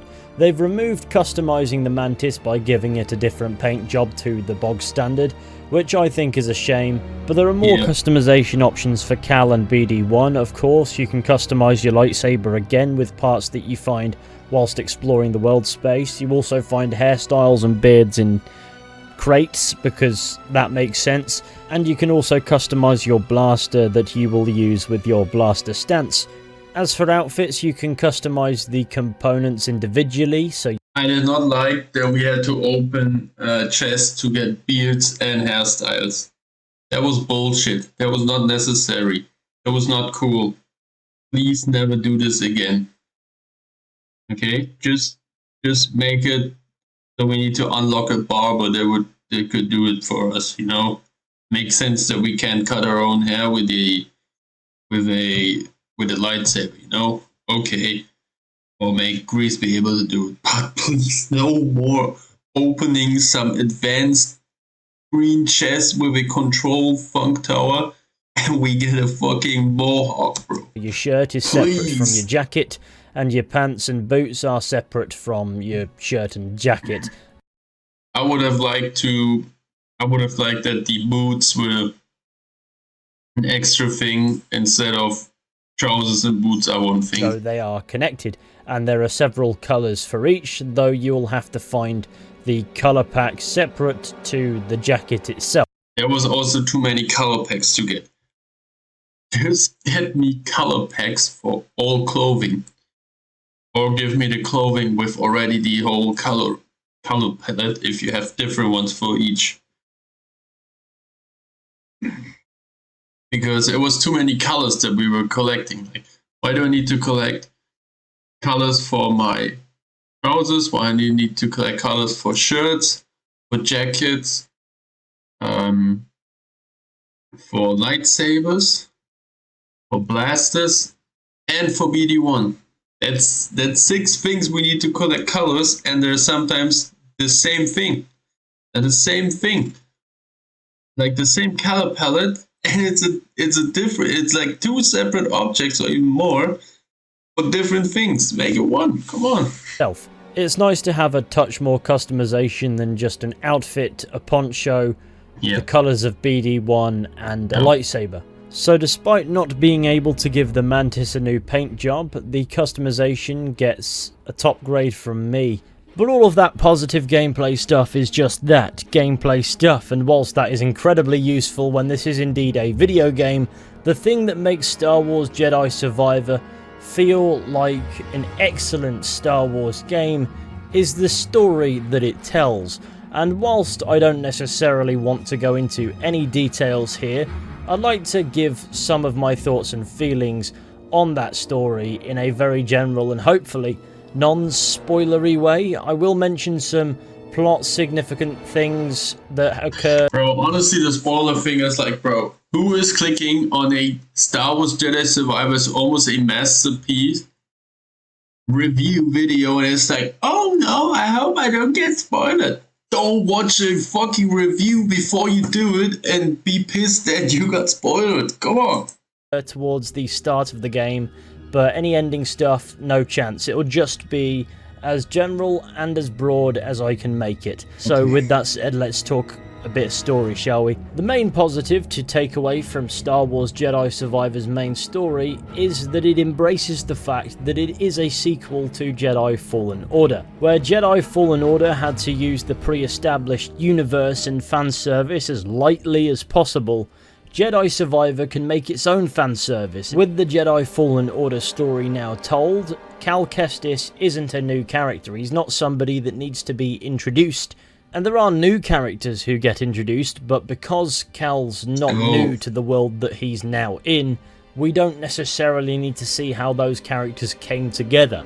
Jedi Fallen Order was the beginning of Cal's journey, and any new characters in Jedi Survivor can be introduced naturally and developed at their own pace, or just, yeah, that works too. But with Jedi Fallen Order functioning as the foothold into this story, into Cal's journey, now things can move ahead and we can see how he's coping with this lifestyle several years after that game. We get to experience what aspects of the character has changed, and we also get to see what's the same. We see a more confident Jedi Knight Cal Kestis in contrast to the less confident Padawan Cal Kestis, and we also see the impact of fighting the Empire for years. This grants the game agency to explore darker themes within Cal, and how that in turn then affects the story being told, whilst simultaneously sticking to the fundamental principles of what makes Cal Kestis compelling as a protagonist. Jedi Fallen Order went over the MacGuffin chase of a holocron with a list of names of Force-sensitive children across the galaxy. Cal's no longer necessarily interested in leading the charge in rebuilding the Jedi Order, nor is it about making a big stand against the Empire. However, as time's gone on, Cal's noticed the Empire has only gotten stronger and the galaxy has plunged further into darkness and fear. Cal's goal, as revealed to him during the story and to us the audience in the trailers, is instead to find somewhere that could be a potential safe haven from the Empire, somewhere they couldn't reach them. This Pilaf leads us down an absolute treasure trove of Star Wars lore. Again, it chiefly focuses on things that tells its own story rather than events that may impact the broader Star Wars canon, and like Jedi Fallen Order before it, Star Wars Jedi Survivor benefits massively from not straying too close to the original Star Wars movie, which then gives us the opportunity to learn a bucket load of world building information that's more relevant to Cal's journey than anybody else's. We get to see the development of bonds between characters that were introduced in Jedi Fallen Order, and the development of bonds with newer characters that were introduced for this game. And I am fully aware that I will not be able to do this explanation justice until, say, a story analysis video, so maybe I'm convincing myself to do it here. But to summarise it as best as I can, the narrative is an emotional journey, one that is absolutely rich, filled to the brim with lore and world building and characters that are both likeable and a couple that aren't, and the story functions amazingly as a self-contained narrative, focusing on the significance of characters over massive events. Whilst I do have a couple of gripes, I cannot even count the amount of times this narrative smacked a stupid grin on my face. And maybe that's the best way to measure a Star Wars story. How many times does it give you a stupid grin? If the answer is many, provided the storytelling is rich and thoughtful, then job's a good one. And that is exactly the experience that Jedi Survivor provides. In my opinion, the story is almost a masterpiece, and no excellent plot would be complete without an amazing soundtrack to cap it off, and Jedi Survivor almost certainly has that. So to conclude me mashing my thoughts into an inconcise, convoluted video, Star Wars Jedi Survivor is phenomenal. It sports massive gameplay improvements over Jedi Fallen Order. It's not perfect in that respect, but for the most part, it's certainly a step up, or a million steps up in some instances. The game thrives in its lightsaber combat, which is what you want when you're playing as a Jedi in a video game, and the world spaces have an exceptional attention to detail, with much more focus being on the world building around the characters and the story being told. The environments look gorgeous, the Easter eggs and references are plentiful, and there's so much lore to be consumed that upon completing the game I immediately started a New Game Plus playthrough, which is another feature that's been massively improved over Jedi Fallen Order. From a narrative standpoint, the story is gripping and it feels right for a seasoned Jedi Knight Cal Kestis. The cast of actors smash it out the park and there's a nice soundtrack to boot, so it's a damn shame that a lot of players are experiencing technical problems with the game, because underneath that there's something truly special here. Once that problem's been resolved to an agreeable degree, I will not be able to recommend this game enough, because it's my opinion that Star Wars Jedi Survivor besides the bugs and the glitches and the performance problems, is incredibly close to being an absolute masterpiece. And that brings us nicely to the end of today's Alphabet Pasta. Thank you all for watching. I really hope that you've enjoyed. Be sure to go ahead. Right. Now In today's video, I think we'll be able to highlight the story aspect to that thought process. My takeaway from playing through the game twice is a positive one. I enjoyed the plot of this game immensely, and I would even go as far as saying I loved it, and then some. It mirrors Jedi Fallen Order, explores its own themes, and expands on the themes of Cal Kestis' journey. It introduces us to new characters and reintroduces us to characters from the first game, and it tells a story that is intense yet doesn't stray close, again, to tampering with the original trilogy of movies as its source material. It's a great narrative. It's hardly without its flaws. Every piece of art can be critiqued from almost any angle. Jedi Survivor is far from an exception to that rule, but it's certainly the most engaged with the game that I have personally been so far in 2023. In today's video, you can expect to witness me praising the qualities of the story that I liked, explaining how they fit and what this means for the character, and also going over certain aspects that I wasn't too fond of necessarily as well. Jedi Survivor has a couple of weak areas that I feel could have been done better, and I will explain how I believe that could have been done as well. And there are also times where I felt conflicted, as there are certainly positives and negatives to take away from particular story beats. Whilst this video will no doubt be mostly positive, there will be times where I feel the need to constructively address something that wasn't as good as it perhaps could have been, so please expect that. I'd also like to reiterate the spoiler warning that I just gave. You can't really talk. That is also me. Like, I was having a lot of positive feedback, and the positives definitely outweigh everything. But there is just some things where I feel like I'm saying often the word overcooked. It could have been done better. Story without addressing spoilers, so please, if you haven't yet played through the game for yourself, please do so, and then watch this video at a later date, as it's not going anywhere, unless you really don't want to. And if you don't care, or you have finished the story, then of course you are more than welcome to stay. For everybody else, don't come crying to me if this video spoils the plot for you. You've been adequately warned. There's always going to be someone in my experience, so just so you know what you're in for. With all of that rambling dealt with, we can begin. Please be mindful that critiques aren't necessarily my strong suit, but I thought it was a good idea to do one for this particular game. I don't know what... Not, bro! You're not gonna tell me that you have made 2 hours and 44 minutes of critique and you tell me, oh, I'm not good. ...possessed me to do it, but simply put, something has. Anyway, I hope you enjoy a narrative critique of Star Wars Jedi Survivor. Even if it turns out to not be very good. Okay. Bro, I swear to God, if you don't cook here... The Empire's only growing stronger.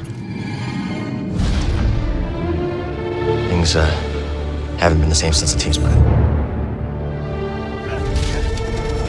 The walking away isn't an option for me.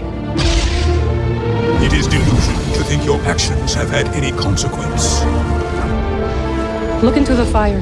Left unchecked, it will consume everything in its path. Until there is only ash. Master Tapal would be proud of the Jedi you become.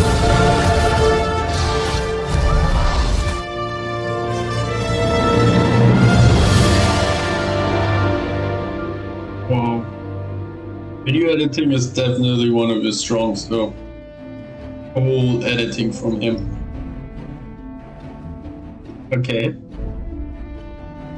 To begin, let's recap this game's predecessor, Star Wars Jedi Fallen Order. Cal Kestis was a Jedi Padawan who survived Order 66, escaping to the effective landfill site planet Bracca, where he lived as a scrapper for 5 years. Haunted by the death of his master and believing he failed to save him, Cal has spent half a decade in hiding. Events unfold rather quickly, forcing Cal to reveal his Force abilities, leading to the Inquisitorius rocking up. Being rescued by former Jedi Seer Junda and pilot Grease Dritus, he embarks on a mission to restore the Jedi Order, courtesy of finding a holocron hidden by Jedi Eno Cordova, containing documentation on the whereabouts of known Force-sensitive children across the galaxy. However, Cal's journey leads him to reconnect with the Force, come to terms with the death of his master, and make peace with the fact that he was a child at the time, and that all he can do is move forward. Cal comes to learn what it means to be a Jedi, winning over the Night Sister Merrin, who believed the Jedi to be evil thanks to the tricks of a fallen Jedi whom Cal and Merrin dispatched together. And as a result of this personal journey is knighted by Seer Junda, whose Padawan Trilla is the second sister, one of the Inquisitors hunting Cal. The core themes of this game are to accept the past, move on, and overcome fear. This is personified when Darth Vader enters the frame, Fear himself, leaving our heroes to scramble away after retrieving the holocron that had come into the possession of the Empire thanks to the now deceased Trilla. Realising the best course of action was to not train a new generation of Jedi, Cal decides to destroy the holocron because the MacGuffin wasn't important. However, the journey was. Jedi Fallen Order's narrative strengths came from its ability to tell such a story without straying into the path of events that might hinder the original trilogy, which was produced decades prior, and direct Cal as a Jedi survivor living during the reign of the Galactic Empire, down a different path that is satisfying and meaningful without disrespecting pre-existing canon. It was a rare gem in my eyes as far as recent Star Wars media goes, because it has themes, the characters represent morals, and it actually makes sense. On top of that, fan service is used as lightly as possible, only being applied if it fits and has a meaningful impact on the story being told. Star Wars Jedi Fallen Order was loved by many, so of course, with everything said, a sequel was always going to be highly anticipated. Fast forward the best part of 4 years, and now we have Star Wars Jedi Survivor. The story of this game continues the journey of Cal Kestis, set 5 years after the plot of Jedi Fallen Order. Cal, now a seasoned, perhaps hardened Jedi Knight, is ready for a darker and more dramatic escapade. And that brings us to our first chapter of the bulk of it. I've broken this down into 3 parts in the timestamps so that this likely long video can be easily consumed in bite-sized chunks, or at least in half-decent length chunks. I'm not that far ahead yet, all I know is it's going to be fucking long. They aren't really chapters, let's just call it ease of access. The game begins with us on Coruscant. It's massively different to the outer world of Bracca from the beginning of Jedi Fallen Order. However, the opening shots do a spot of mirroring. Rather than a probe droid flying over a wasteland, we have a troop transport flying over the Jedi Temple. Aboard this transport appear to be some Coruscant security officers and their prisoner, Jedi Knight Cal Kestis. The idea is, whatever Cal is up to here, it's going to definitely be ballsy. It only takes a couple of shots of Cal sitting silently whilst looking at the Jedi Temple from the air to know this man has seen some shit. He's now got a beard, symbolising that he finally hit puberty. From his serious, quiet demeanour, we can see this character is not the same as the Cal Kestis we saw in Jedi Fallen Order. He's now far more experienced and perhaps even wiser, if I dare say it.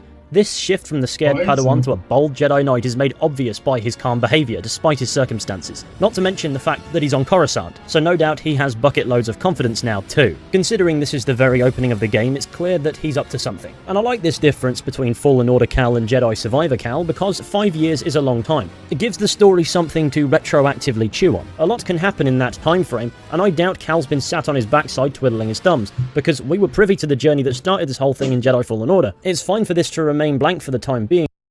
It's 1 moment. Let me...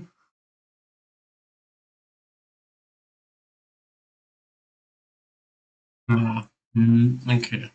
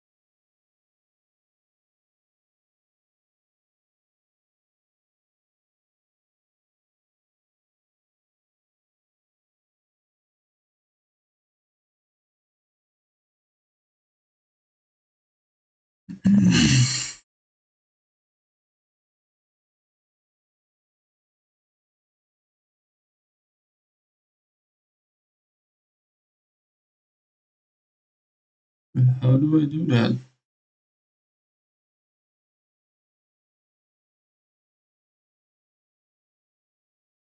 What?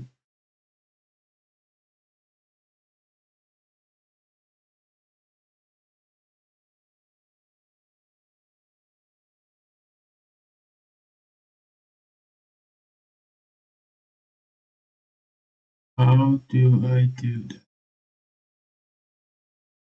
Right. No.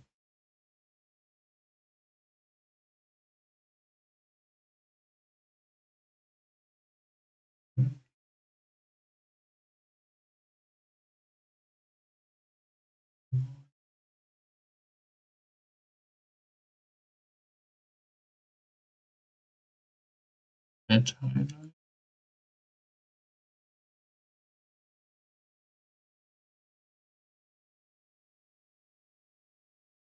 Oh.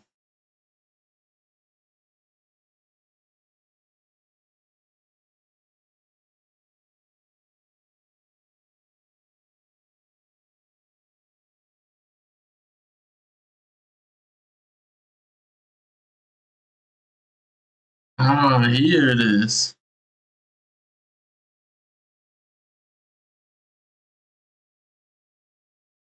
Oh, that wasn't so hard.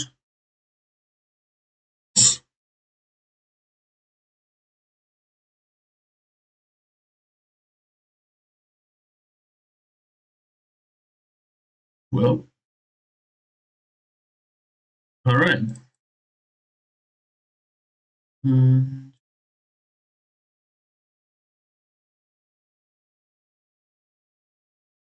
Property.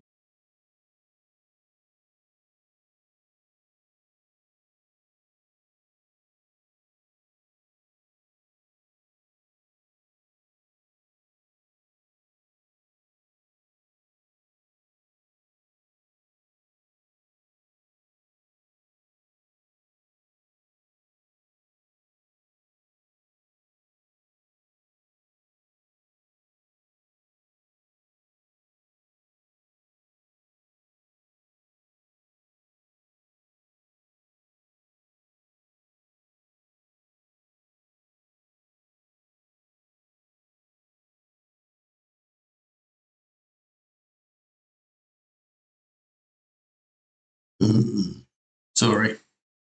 I think that is good. You can try that. Yeah, that works for me.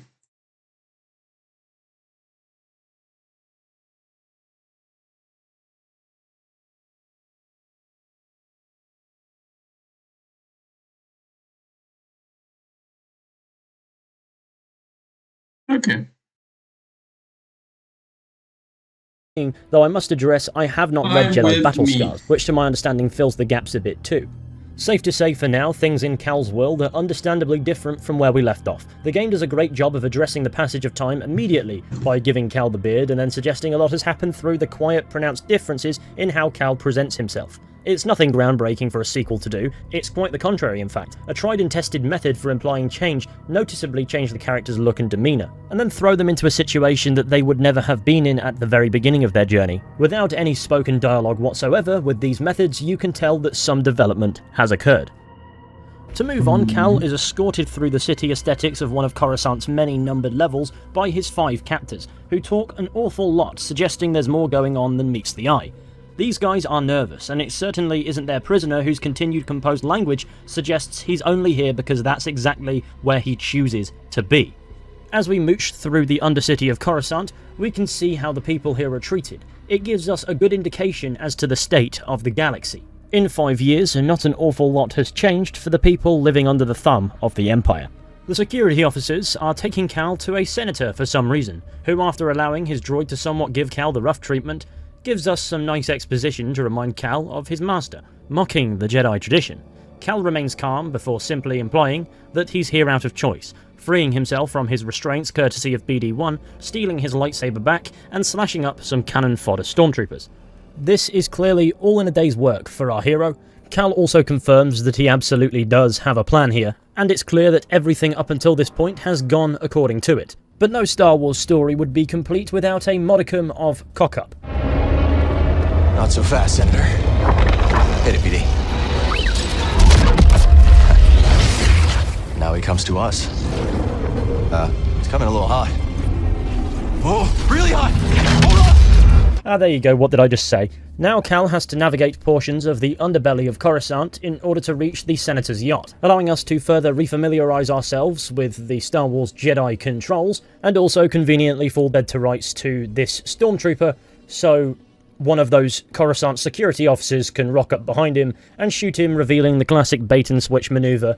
It's actually one of Cal's allies, Bode Akuna. This revelation was highly predictable, of course. I believe it's by design, as I don't think the introduction is designed to give us any uncertainties about Cal's immediate circumstances, but now we get to begin openly exploring Cal's dynamic with a new character. Though I will say this story does have a knack for predictable plot points and devices, but in hindsight, if it was completely unpredictable, it would have come across as random. Sometimes you've got to subvert things a bit, but other times you need to allow the story to be somewhat predictable. My point being, predictability is hardly a negative thing when used correctly.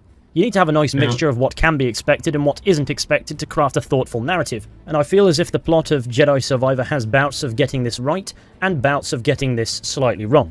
But we'll get to those as we come to them. Anyway, Bode Akuna is the newcomer to Cal's new crew. The other four are the other characters who escorted Cal earlier, however were yet to be formally introduced as the consumer of the story.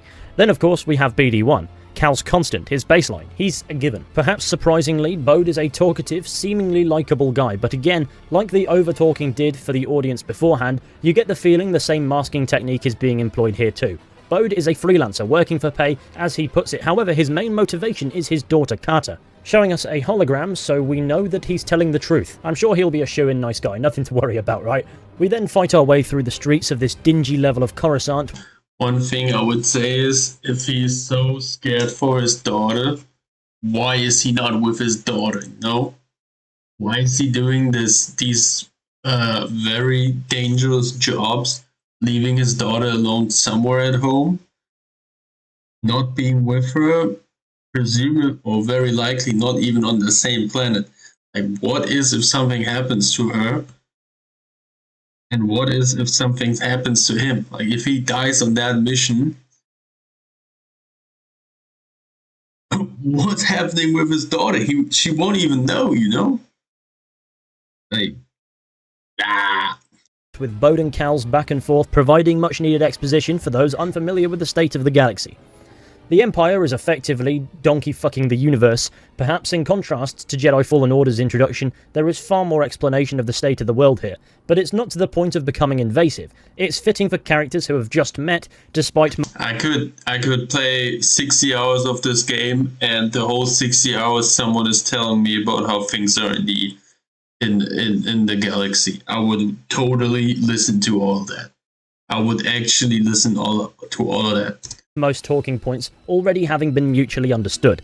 Eventually we link up with the rest of the crew, Bravo, Gabs, and the twins, whose names escape me, but everybody refers to them as twins, and all they say is Gabs is fond of BD-1 and likes technology, so good for her, I guess. As for Bravo, this is his character. But we're led to believe this crew and Cal, with the exception of Bode, have been together for some time, and there's definitely chemistry there. This then hits home as they work together like a well-oiled machine to bring down the Senator's yacht, boarding and storming it together. Using a Jedi mind trick, we convince the Senator to grant us access to the terminal. Prior to this, all we knew was the Senator had sensitive Imperial intel on his yacht, but all that's actually seen on his console is a map of Imperial-occupied worlds. A gripe I have is a really minor one, but what is the secret intel that Saw Gerrera needs here? It's a map of Imperial worlds that anybody with a touch of know-how and enough spare time could charter without committing acts of domestic terrorism, no doubt. But Cal in this moment realizes that he and his friends haven't even made a dent in the Empire's galaxy-wide conquest. They are stronger than ever, and the Senator asks him, why fight when you can't win? Though clearly demoralized, a nice scene ensues where Cal demonstrates one of the qualities he lacked at the dawn of Jedi Fallen Order: hope. No, Senator.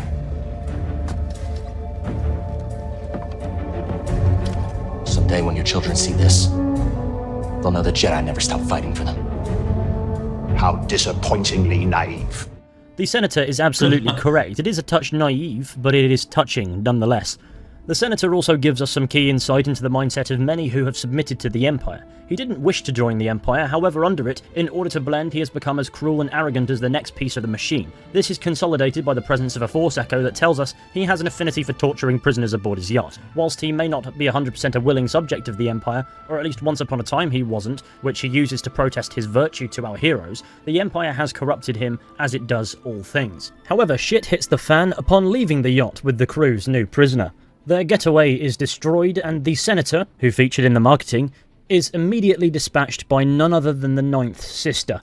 Of course, she was going to be alive. We didn't actually see her die in Jedi Fallen Order. She was just force-pushed through. Of course, she was going to be alive. We didn't actually immediately dispatch.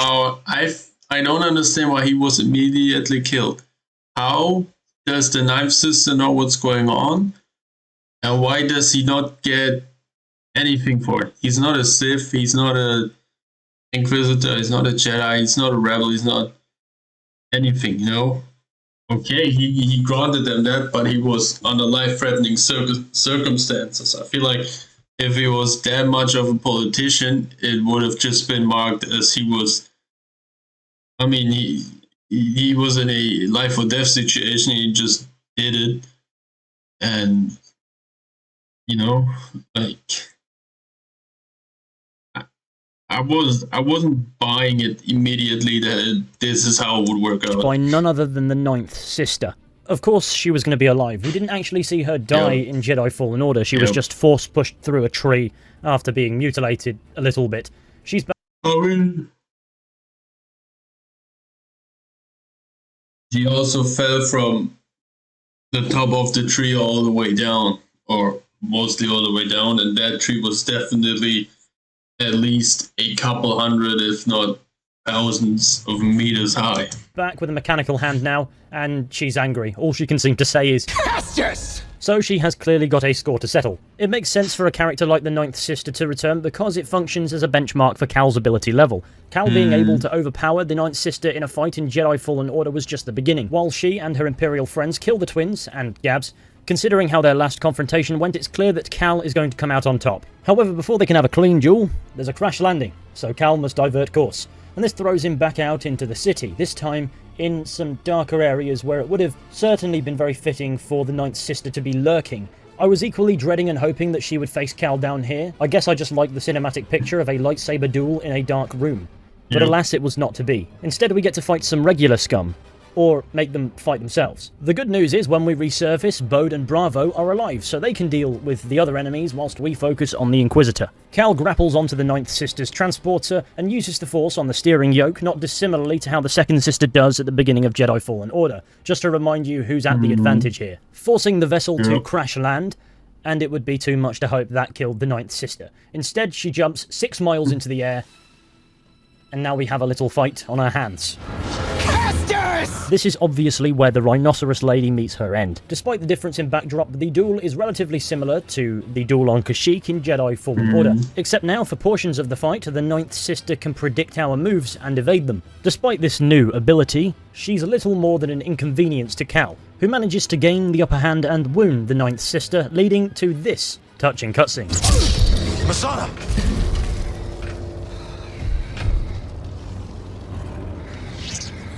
You were a Jedi Knight before you betrayed our order.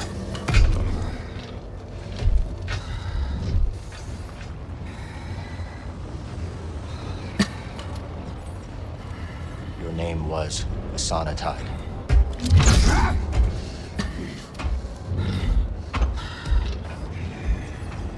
Chicken. It's time to set you free.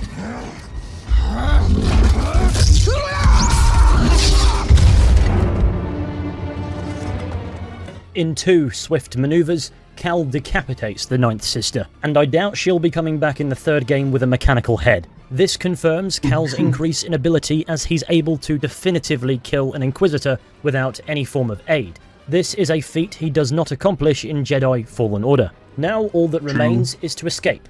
Oh, hello Gonk Droid, how are you? Cal regroups with Bode and Bravo, and together they fight their way down to where the Mantis is parked, is that the correct word? Bode and Bravo board fighters, and Cal and BD hop into the Mantis, and then together they fly up to the surface. This little dogfight cutscene is rather classically Star Wars, and I dig it an awful lot. Bode peels off during the dogfight, and Bravo is blown up, so by the time Cal has escaped Coruscant, his entire crew is dead.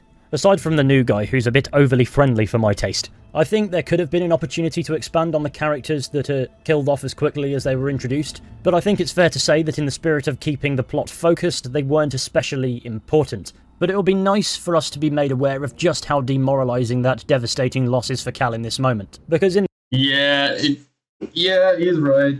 He's right. Because we even have this photo, and to be fair, we could have had 1 or 2 missions where we have stuff with them, and then shit goes hitting the fan, you know? I think that would have been good, because we would have seen how well they can all work together and make a mission successfully. Like 1 or 2, and then we would have it not work. So we would have been either surprised, or we would totally expect that every mission would be with these guys. And then at some point it just literally doesn't. And we could have had the chance to meet Saw Gerrera a bit more, because that fell very flat. Could have been done. In this moment, I get why it matters to Cal, but it doesn't really matter to me. But one way or another, these characters needed to be out of the way to push Cal back into the arms of his old crew, Grease Dritus, Seer Junda, and Knight. But I feel like this would have only benefited that as well, because we would have seen he has a cool crew and a new crew, actually. And he works with them, and it works so good. And then when he loses them, not only do we actually emphasize for him and feel bad for him losing his crew, but also for him losing another crew, and how he's missed having a crew like Seer and Grease and Marin, and he thought he had that with his current crew, but now both are gone, and half of them are dead. Sister Merrin. As the projections show us, Cal and his crew grew as close as family. The fact that as far as we're aware these characters are alive at this moment is all the comfort we and Cal really need. And with the ship damaged due to being shot at, that much rewarding family reunion is perhaps much closer than initially anticipated. Cal quickly decides that his best bet would be to take the Mantis to Grease for repairs, who has since set up a cantina on the planet Kobo. So without delay, that's exactly where he goes. So after another happy landing, we must now navigate the wilds of Kobo to reach the settlement where Grease lives. For some reason, there are battle droids on this planet, and that will make sense later. But they appear to be on the side of a new faction of enemies known as the Bedlam Raiders. Knowing Grease, they are certainly not friends of his. And of course, on top of that, every Star Wars planet has aggressive, deadly fauna. However, it doesn't take us too long to reach Rambler's Reach, the town where Grease lives, where we meet a character named Mosey who points us in the right direction. Finally, a friendly face. But before we can walk into Pyloon's saloon, a frog gets thrown out the door at us, followed by a rather angry-looking man who has no problem putting the hurt on the frog creature. Cal, as a Jedi, is bound to not stand by, so he intervenes. Oh, Cal is a cowboy. He's definitely only for an cowboy even in bigger this scene. and angrier man to walk out from Pyloon's saloon. His mere step kicks up dust, so you know he means business. This is Ravis, the leader of the Bedlam Raiders. Respectfully, he explains to Cal why he cannot leave the frog alone, as the frog sold him a fake version of the key he's been searching for. The frog begs for his life, but Ravis orders his man to kill him. Cal responds by using the Force to physically intervene, destroying the droids immediately, and then igniting his lightsaber. Ravis is taken aback that he's happened upon a Jedi, despite their kind supposedly being dead. And then Cal and Ravis's lackey have a fight, which is relatively easy for Cal as it's a few hits and he's sorted. As opposed to being irritated or angered at his man's defeat, Ravis is impressed above all else, and respectfully asks if Cal lowers his weapon, he will withdraw in peace. Whilst it's clear they are not friends, there is a mutual respect between the protagonist and one of the many antagonists of this game. And I like when a big foe has more to them than simply being an antagonist for the sake of it. This is a character who believes himself to be honourable. So in that respect, this particular antagonist and Cal have common. Yeah, I like that a lot. I feel like that is missing in a lot of recent Star Wars movies, and at all. Like, honor is like something we rarely see in media, and I'm especially talking about Star Wars media. Like, it's such a great feat. Not everyone can pull it off, nor should everyone, because that would not be realistic too. Why we need those. And I especially love it if the bad guys have it, because it makes him so much better. It makes him actually, like, you know, the way he is, it makes so much sense why the Bedlam Raider are how they are, and why they function so good and work so good. Because he is a leading example. And although they have strange ways, you can respect those ways and you see how they work, you know? It's not like there's not some stupid stuff. It's actually really well thought out.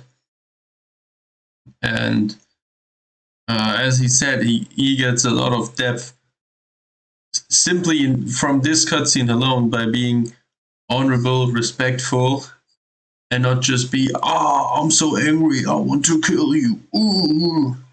No, he's actually like, you know, he has a grand vision.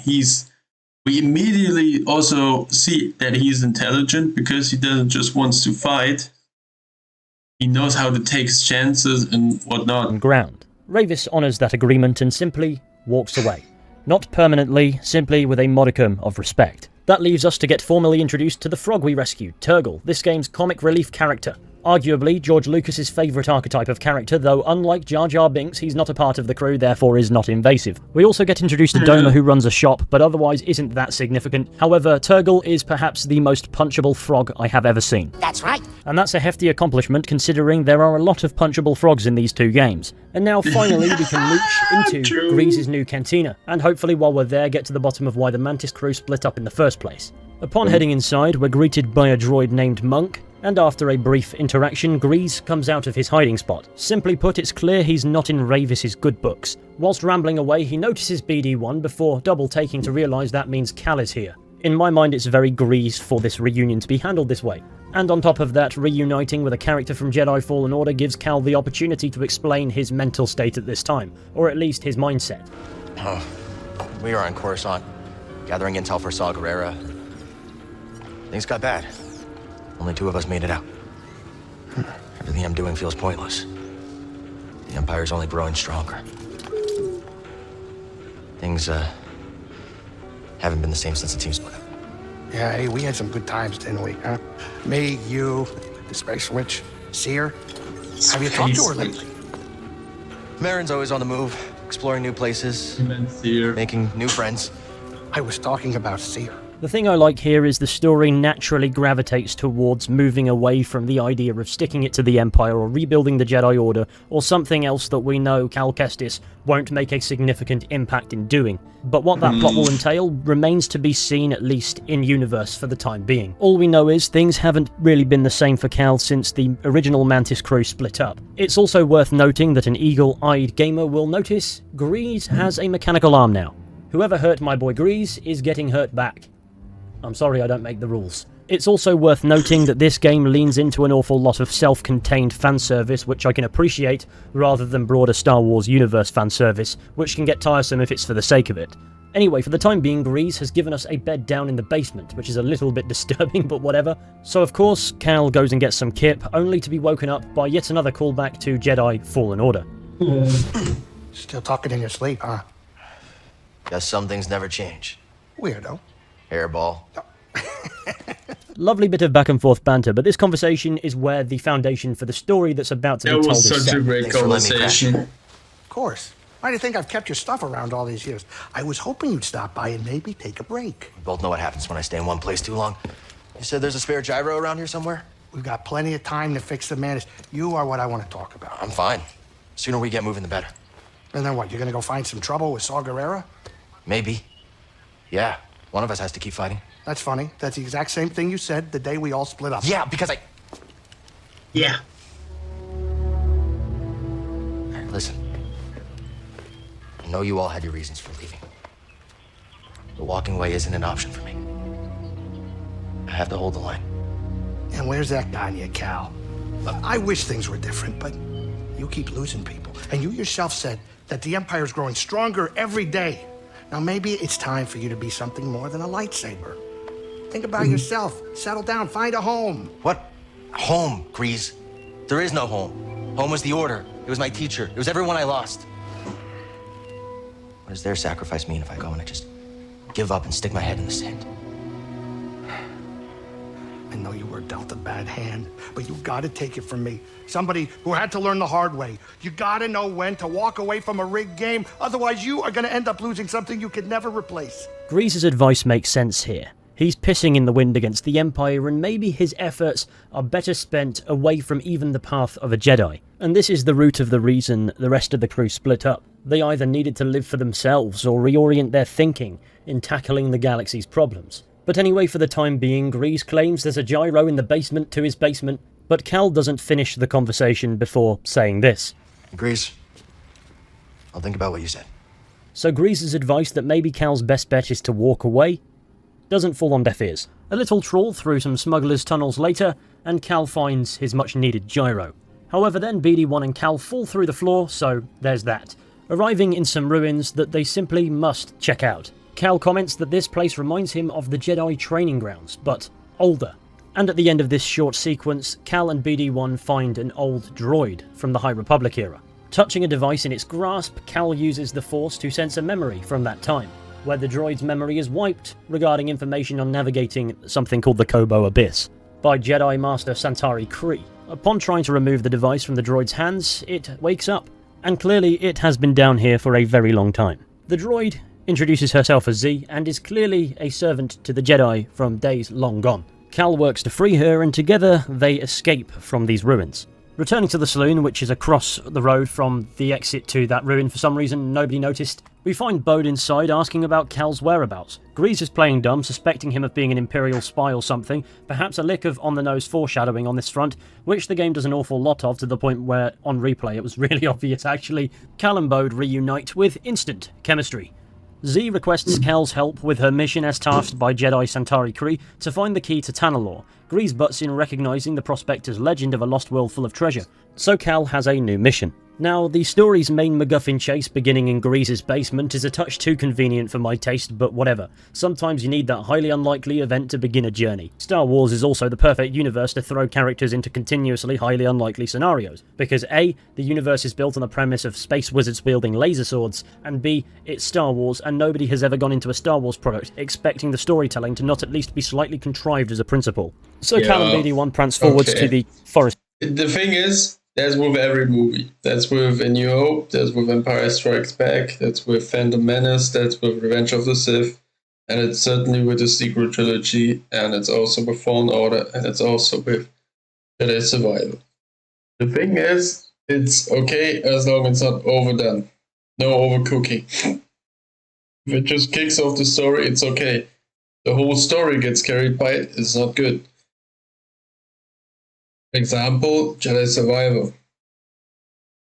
It fits with the story kicking off with Cal finding Z in the basement of the basement while falling through a hole, finding out about Tanalorr and how to get there. But he has only the droid and the idea of it. He just knows about it. Therefore, he goes on a journey, and he just gets everywhere, he takes everything, and there's not, I want to say nothing, but probably little to no more overly convenient things that happen. They furthermore just throw in more problems for us into it. Stuff like the Rise of Skywalker is like, we need to have this happen, so therefore this happens. We need to have this happen, therefore this happens. We are looking for this, so we find this person. We then find out about 3 new force powers so you can do, so we can also find out all about it. Then we get into problems, but the problems actually just lead us forward in our problems. And then we get there, and we get there, and then we find it, and then there's a 1 in a million chance thing that should not be happening at all, but we can just see this fucking thing, and then we get there, and then we get there, and we find this, and then the bad guys are about to win, and they're already halfway through, but the other half is just so impossible to do, and this is our chance. And you get it. Too much. Here, not. And it fits. Mr. Ray with the Kobo tuna, contending with nature, Bedlam Raiders, and the Empire, and that of course includes a stormtrooper having an existential crisis. With some hefty puzzle business, we finally arrive at the Forest Array. This place is clearly from a different time, and I feel it's fitting to say here I certainly enjoy the High Republic lore that we get in this game, but it's here where Cal makes a massive discovery. There appears to be somebody preserved in Bacta. Using his special force psychometry ability, Cal is sort of transported to Tanalorr, where he witnesses the memories of Jedi Dagan Gera, confirming that Tanalorr is indeed a real place. We learn Dagan intended to construct a Jedi temple on the planet. However, at one point it was attacked. Oh, a yellow lightsaber, that's very nice. Anyway, Dagan notices Cal and asks him to free him. So of course, no questions asked whatsoever, that's exactly what Cal does. After all, what could possibly go wrong? I honestly don't know what possesses Cal to not weigh up the options here. All he knows is Dagan is a Jedi, and perhaps that's enough to convince Cal to release the High Republic Jedi. At the same time, most of the Jedi Cal has encountered post-Order 66 have fallen to the dark side one way or another, be it as Inquisitors, like the Second and Ninth Sisters, or as fallen Jedi as seen with Taron Malachus. Even Seer has battled with the dark side, almost fully embracing it herself. It's my opinion that Cal is perhaps a touch too intelligent to pull off the dumb shit he literally just does in freeing Dagan Gera, but whatever, it's desperate times and a Jedi ally to fight the Empire with is something Cal would never pass up in equal measure, so that's my thought process. Perhaps in this moment Cal is clinging to his belief that he can save the galaxy that compels him to drain the tank and release the one-armed man. Upon doing so, Cal fills Dagan in on the state of the galaxy, asking Dagan what happened. As Dagan ponders over his crystal, his explanation for the betrayal he felt before being placed in the tank clearly speaks to a feeling of anger and hate. He bleeds his lightsaber's awesome yellow kyber crystal right in front of us, turning it red, and then attacks Cal. Note to self, never trust a droid you find in Grease's basement, I guess. Anyway, after a fairly brief fight, Ravis rocks up. It's clear the two are in cahoots. This is like one of the things I don't get why Z didn't follow along.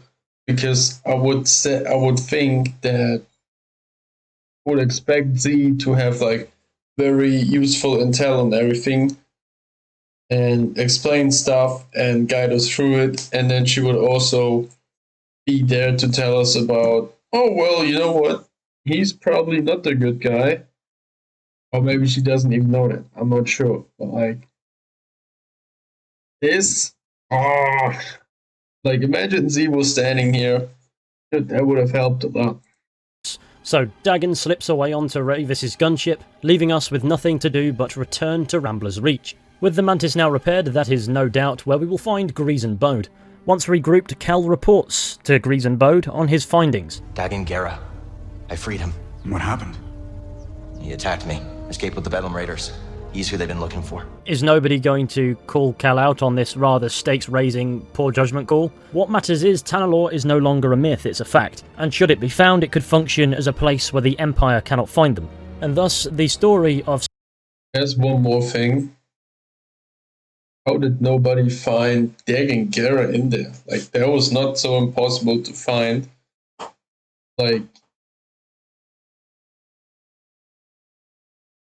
Like Ravis knew instantly where he has to pick up Dagan Gera. So why didn't he just do it? Star Wars Jedi Survivor is revealed.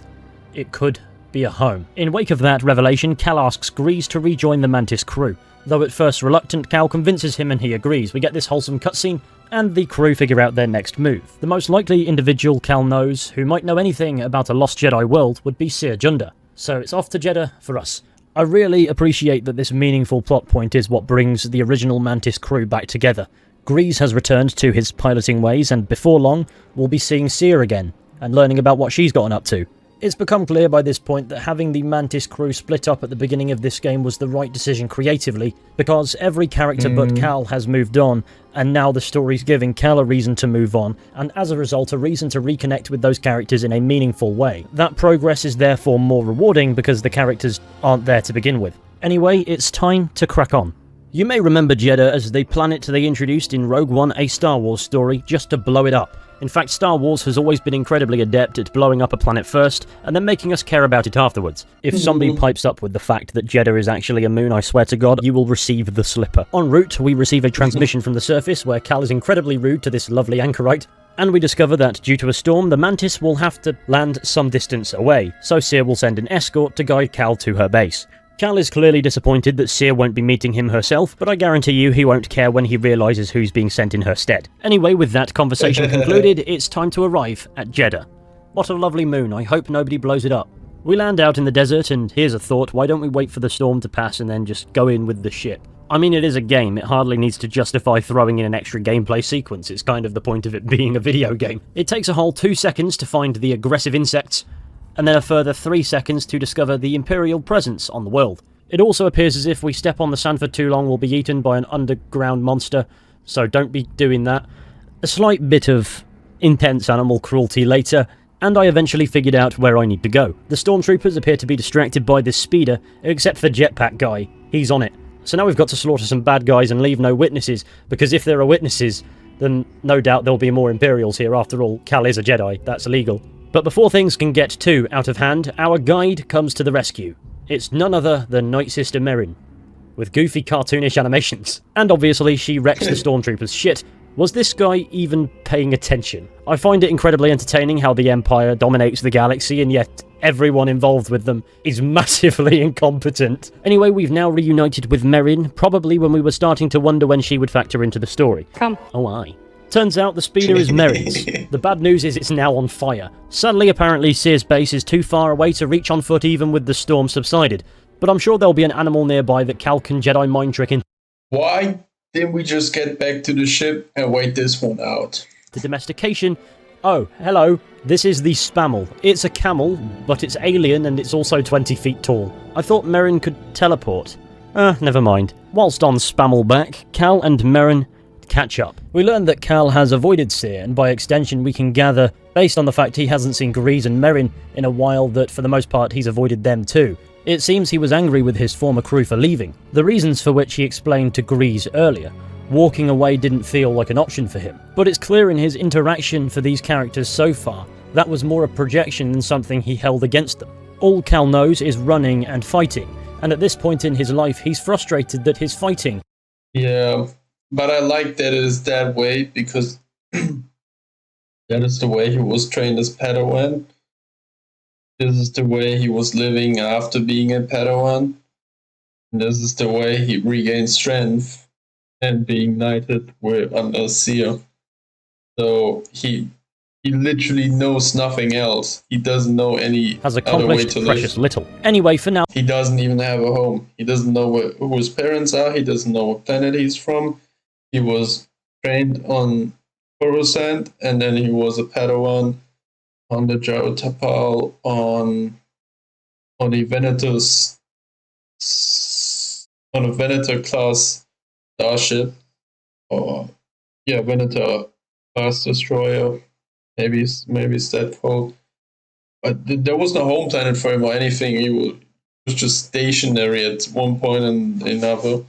And Coruscant obviously it's not a possible home for him anymore. Now let's move on. As Cal, BD and Merrin ride through the desert, the storm begins to pick back up. The visibility quickly decreases as the horizon is enveloped in dust and sand. And upon being startled, the Spammel flings Cal and Merrin from its back, scattering them in the middle of the storm. Their best bet now is to regroup and find some shelter, quickly accomplishing the first bit. However, they have to fight some Imperials before they can reach any form of shelter. And that what are the stupid ass Imperials doing with the storm? Includes going sicko mode on an ATST.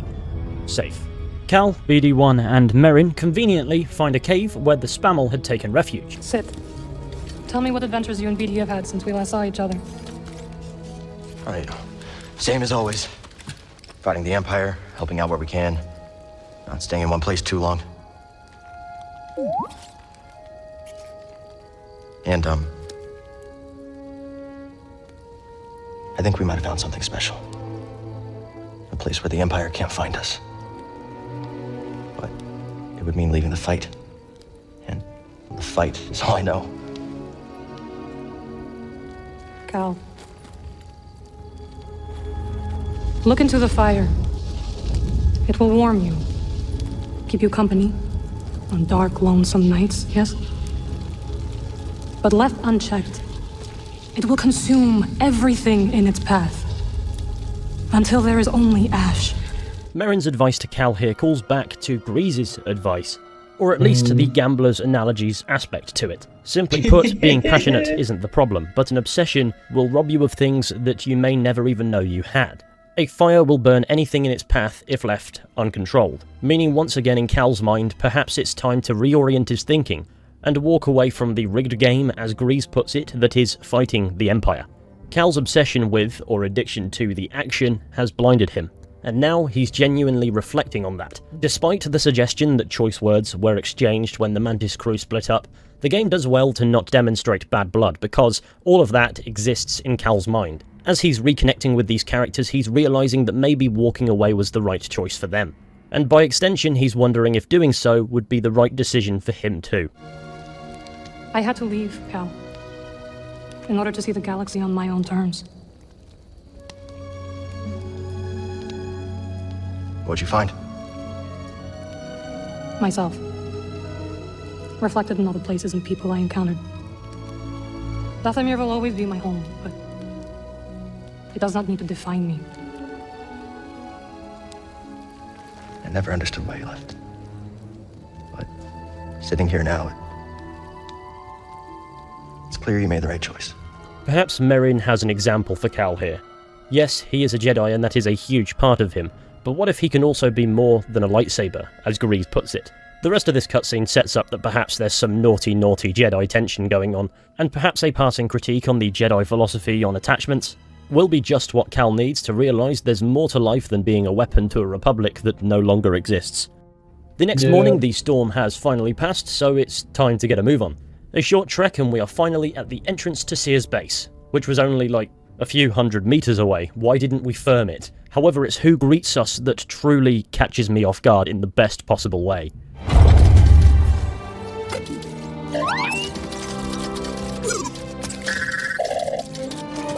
Hello, my friend. It's so very good to see you again.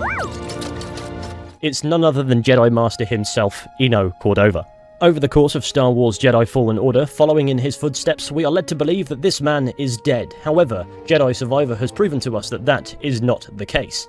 In hindsight, Jedi Fallen Order only alludes to a potential fate, but never suggests anything concrete as far as Cordova's concerned, so him rocking up alive and well on Jedha here makes sense. If anything, this interaction is rewarding across the entirety of Cal's journey in both games so far, and as I suggested before, demonstrates how this game is excellent at self-setting up and then executing fanservice the right way. It no longer needs to draw from the broader universe to come up with exciting moments and draw smiles from those who experience it, using...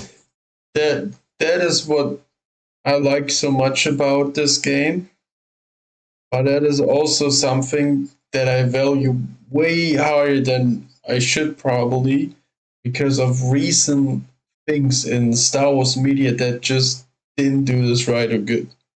Like, take The Mandalorian. They give us Luke, they give us Baby Yoda, they give us Bo-Katan, they give us Ahsoka, they give us this, that, everything. Like, Boba Fett. I mean, Boba Fett made sense to a certain degree. But, like, all these guys, and then we have Obi-Wan Kenobi, where we have Leia, and we have Vader, and we have the Inquisitor, and this and that. Like, oh, come on.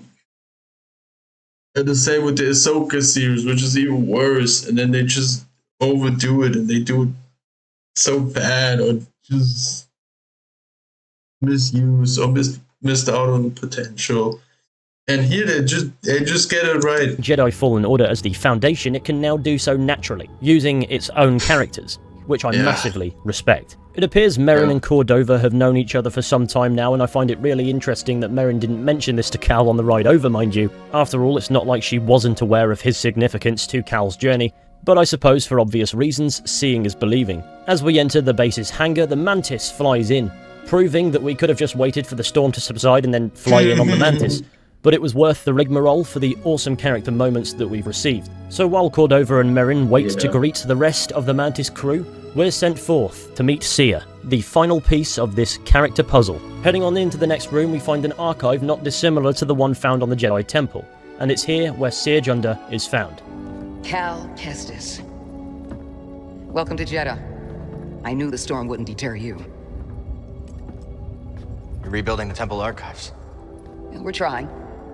As long as this knowledge remains, the legacy of the Jedi survives. It's incredible. But something tells me there's more to this than just holobooks. Cere explains that she's part of an underground network known as the Hidden Path. This underground network shelters Jedi and other Force sensitives from the Empire. You may recognize this organization from its appearance in the Obi-Wan Kenobi show, and if you don't, I don't blame you. But as an interesting bit of trivia, the Obi-Wan Kenobi show and this game take place within the same year. It's unclear if it takes place before, after, or concurrently, but it doesn't really matter. I just find that light correlation to be half-decent world-building. I've taken to approximating that these two stories are taking place rather concurrently, because I find the idea of the Hidden Path just having a really bad week entertaining as fuck. Cal explains to Cere that he feels his fight with the Empire has proven pointless or fruitless, to which Cere explains to him that whilst the Empire was training its sights on him, they were able to set up the Hidden Path and actually do some good. So Cal, aware of it or not, has contributed to bettering the galaxy, and in this moment that's exactly what he needs to hear. Left. You're just giving up. I was wrong. Cal, you were just a child when they sent you off to war. You know, there was a time when I remember that the Jedi were more than just weapons. But we both have our roles to play in this struggle. Before Cal can get down to business, the rest of the crew rock up, and we get a lovely reunion. Will you get a load of this? Hey, Cere, you can't say it ain't short of personality, but kind of creepy, though. Well, it's good to see you too, Breeze.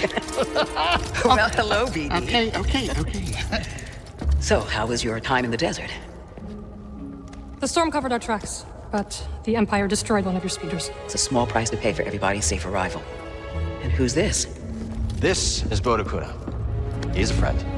He's a Jedi, and while we have 1, 2, 3 Jedi and someone who's also strong with using magic tricks, we have a big dark side user here who nobody can sense. In hindsight, how did we not get that? Remember, in Fallen Order, what have I done? In Fallen Order, we were just getting exposed by saving Prof and using one Force trick, and the whole Inquisitors turned up. And that was very, very bad, but somehow she caught wind from it, no matter how, and got in time there to get us off-world and therefore save us with Grease, who was somewhere there. How do we not sense him being such a dark side user here? It's so nice to finally meet you. Because on Coruscant, let's not forget, on Coruscant it's fair enough that Cal doesn't get it. Because on Coruscant, there's a lot of dark side laying around. Because you fly past the old Jedi Council building, and this is actually Palpatine's own home now. And Palpatine himself has a very dark presence all over it, and then there's also that Sith shrine, which is hidden somewhere around the Jedi Council, which clouds the whole planet in dark side, diminishes the light side of the Force on this planet. So it would make sense that we couldn't sense both dark side energy. And here, There's hunk of trouble. Hey, we're all together. Okay. With the crew now reassembled, it's time to reorient and focus on the main focal point of the plotline. And that, of course, is finding Tanalorr.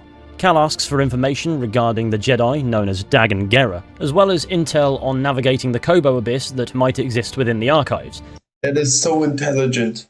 That just makes sense that somebody who has any IQ above 12 would be like, yeah, give me some infos on that Jedi that I just freed. Give me intel on that planet, because there's some Jedi stuff, and now we have somebody with the Jedi archive. We have new masters, and we have a very old master who was also studying a lot. So it would make sense that we could find some intel on that. Why not get it now? I love it, it's so methodical. Leaving Eno Cordova with the difficult task of Googling. Of course, the concept of a Jedi temple on Tanalorr that the Empire can't reach is enticing to Cere, and it doesn't take long for Cordova to find something. Whilst there was no information regarding the Koboh Abyss, Dagan Gera had a retreat on Koboh and a laboratory on its moon. And just like that, we now have a lead to follow. Just as quickly as we arrived, it's almost time to depart. We can choose where to go from here. We can research Tanalorr on the Shattered Moon, or head to Dagan's retreat on Koboh to do the same. This can be done in either order, but regardless, you need to do both. Sadly, none of the characters we've reconnected with on Jedha are going to be joining us. It'll just be Greez and Bode. Speaking of Bode, before we leave, he hands us a blaster. To which, of course, Cal says this. My master always frowned upon using blasters. So uncivilized. I find it a bit strange that Obi-Wan Kenobi's personal opinion on blasters is now being applied to other Jedi, but whatever. No doubt it wasn't an uncommon opinion among... I mean, why would it be? Like, I don't know of any Jedi that use blasters if they had literally no other way of doing so. It's Jedi, but it was hardly doctrine for a Jedi to not use a blaster. In fact, many do. We've seen loads of Jedi pick up a blaster, including Obi-Wan himself. But I actually... Yeah, but he only did that when his lightsaber was not there. Like, it was a, oh shit, I need some weapon thing, because I'm in a fight, and it's going to be life or death. But not like, oh, I have this lightsaber, but you know what? It would be so much cooler if I had a blaster, like... Nobody was like that. I like what this represents when it comes to the Jedi prior to their fall during the fall of the Republic. They grew complacent, perhaps even arrogant. They were far too involved in a conflict, whilst also preaching peace. Cal picking up a blaster, even if it's just for gameplay purposes, goes to show that he doesn't have that same problem. He's not dismissive of the weapon as a potential useful tool in his arsenal, so he accepts the gift. It's not that deep, it's just an excuse for us to be able to use a blaster in gameplay if we so wish to do so, but you could certainly argue a meaning there as well. But as Merrin reminds Cal, it's not the lightsaber that makes the Jedi, but something tells me this isn't entirely what Greez meant when he said maybe it's time to be more than just a lightsaber. But anyway, let's head out. The Shattered Moon is very shattered for High Republic lore reasons, and there isn't really an awful lot to this place, at least not yet. For the most part, you're navigating a facility fighting Bedlam raiders with minimal story interruptions, and that includes a room full of battle droids just waiting to be activated that you'll do well to simply use the Force on and throw them into one another before they get a chance to wake up. The reason being otherwise you are going to get a bit battered. We also get to fight a Magna Guard, which are the bodyguard droids that General Grievous uses in Revenge of the Sith, the ones that if you decapitate them they don't necessarily die. After a touch more trawling through the space, we also happen upon a Bedlam raider armed with a lightsaber, discover the shitty Kylo Ren crossguard, and kill the bastard. And then we can apply that crossguard design to our own lightsaber, and as a result we've unlocked a rather fancy stance. It's quite slow, but it deals heavy attacks that do massive damage. I just personally dislike it because I think the crossguard element takes away from the elegance of the lightsaber's design. However, we've acquired what we came for, a mysterious High Republic device. And that's kind of it for the Shattered Moon, for now. Back on Koboh, we must navigate the wilds once again to reach Dagan's retreat. However, whilst on our way there, we are tracked down and attacked by a bounty hunter from the Haxian Brood. The Haxian Brood clearly have an unfriendly past with Greez that Cal was on the receiving end of the bad side of in Jedi Fallen Order, and now they're back because we need to fight some bounty hunters. They're interesting bosses, but upon defeating our new bounty hunter friend, we're introduced to a character named Cage. Also a bounty hunter, she claims she'll reward us for every bounty hunter we take down. Why? Because apparently she wants peace and quiet, which is very obviously a lie. This character isn't likeable remotely, and whilst I understand the ultimate reward for doing these bounty hunts is quite something, I'm not doing this. No, just no. There's plenty of side content in Star Wars Jedi Survivor, and if I'm being honest, I didn't feel especially compelled to do most of it. Anyway, after some lovely platforming... Hey, no way, we're having 2 hours 44, and he did not the Boba Fett part. Fighting and puzzles, we finally arrive at Dagan's retreat, where we have to fight yet another Bedlam raider with a lightsaber. Rather easy in the grand scheme of boss fights, so nothing to worry about there. And now we're free to examine Dagon's Koboh retreat, where we discover another broken, strange device, and thanks to Cal's force psychometry ability, we can discover it was damaged by a lightsaber to ensure that Dagon didn't get it, resulting in Dagon killing these two Jedi instead. So it turns out the geezer we freed from the tank has been a naughty boy for quite some time. It's clear that for whatever reason, Dagon's obsession with Tanalorr has blinded him, by consequence forsaking the ways of the Jedi long before we ever met him. This is why you don't free strange men from stasis, Cal. Now all that's left is to return to Jedha and give the strange devices to Eno Cordova and see what he makes of them. A strange device. This one seems to be a duplicate. Both have been damaged by lightsabers. Wasn't me. This time. Perish the thought, You think you can fix it? I don't know, but I will certainly try. Master Junda, the Empire's nearing Pilgrim Sanctuary. Is it a strike force? No, an excavation team. Good. They don't know about the safe house. Yet. Safe house? Hidden in the ruins. Have we begun evacuations? They're already underway, but Brother Armias isn't responding. Armias has the communication codes. If they capture him, they could put the entire hidden path at risk. I know the ruins. I will go.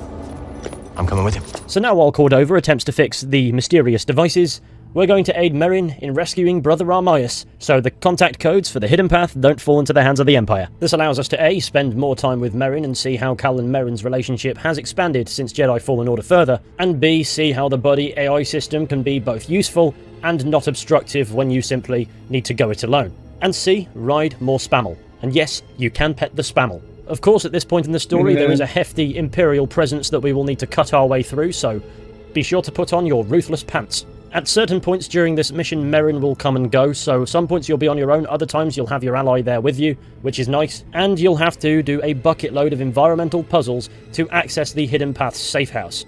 And then there's a fight with a big scorpion who clearly is left-handed. It's certainly a long-winded section of the game, but it is worth it in my opinion. Yeah. Oh, bugger. Any excuse to make this portion of the game longer was certainly taken. That's all I'm saying. I actually quite liked how it's handled, but I can understand why people might say it's a bit tedious at this point, because I can certainly see that too. We also meet a gigantic character named Pissy who likes gardening. So after this interaction, she'll somehow relocate to Koboh. Yeah, this segment is still nowhere near done. Thanks to heavy winds that managed to push Cal across massive gaps, there's only one real place for Cal to go. However, sadly, due to the heavy winds, that appears to be a dead end until we receive this flashback. Welcome back. Hey. The Imperial labor camp on Maza. The garrison's half empty. We can strike before reinforcements arrive. Sounds promising, but Merrin and Grease haven't made it back to the ship yet. As soon as they do, I'll scout ahead and they can rest on the Mantis. You know they'll never allow themselves to rest if you're in danger.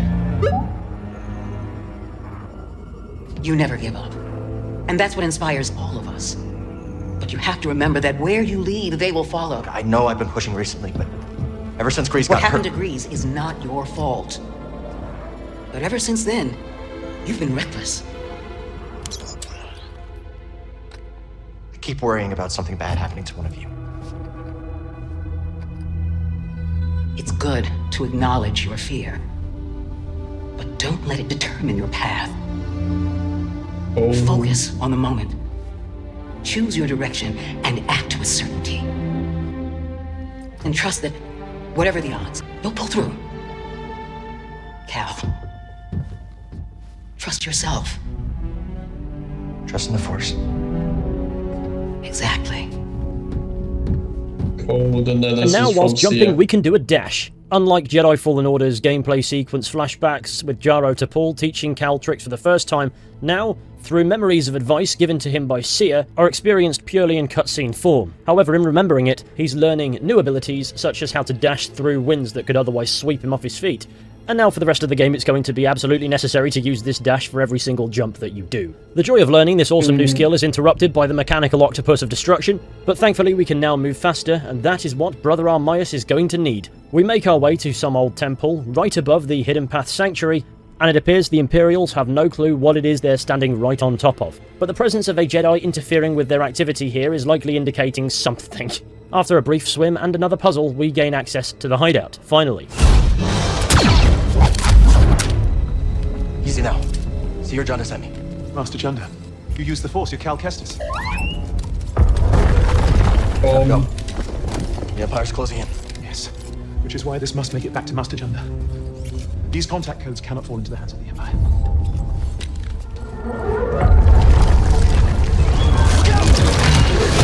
After all that, are you fucking serious? Anyway, Merrin's here to Yeah. stop us from getting crushed, My and gives us a reaction as charm well. that allows us to pass through these shield things.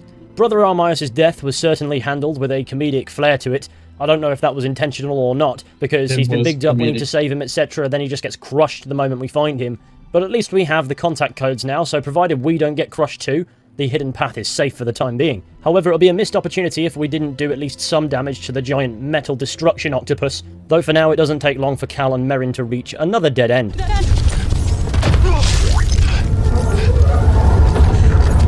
We make a stand?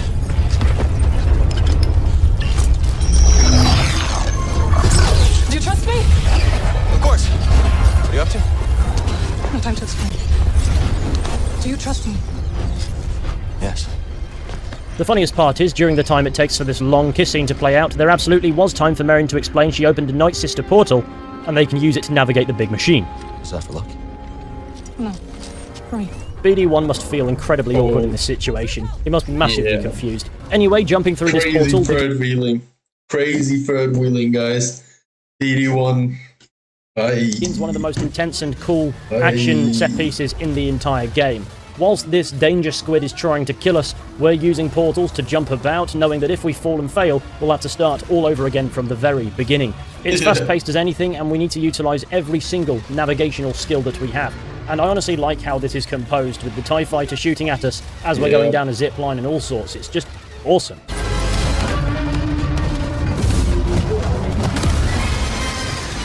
Eventually, Cal and Merrin's portal prancing brings them to this plateau, where their combined powers and pent-up sexual tension destroy the big machine, the name of which escapes me. I'm sure it has one somewhere. And what a brilliant action sequence it certainly was. With the contact code secured and Brother Armias a pancake, all that remains is to return to Seer's base. I'm sure she'll want to hear the news of the death of her ally. Couldn't save Armias. He gave his life for this. I'm sorry. I know you did your best, Cal. And the Empire? They did not track us. Hey, Scrapper. Glad you made it back in one piece. Master Cordova, did you find a way across the abyss? No. But you may have, Cal.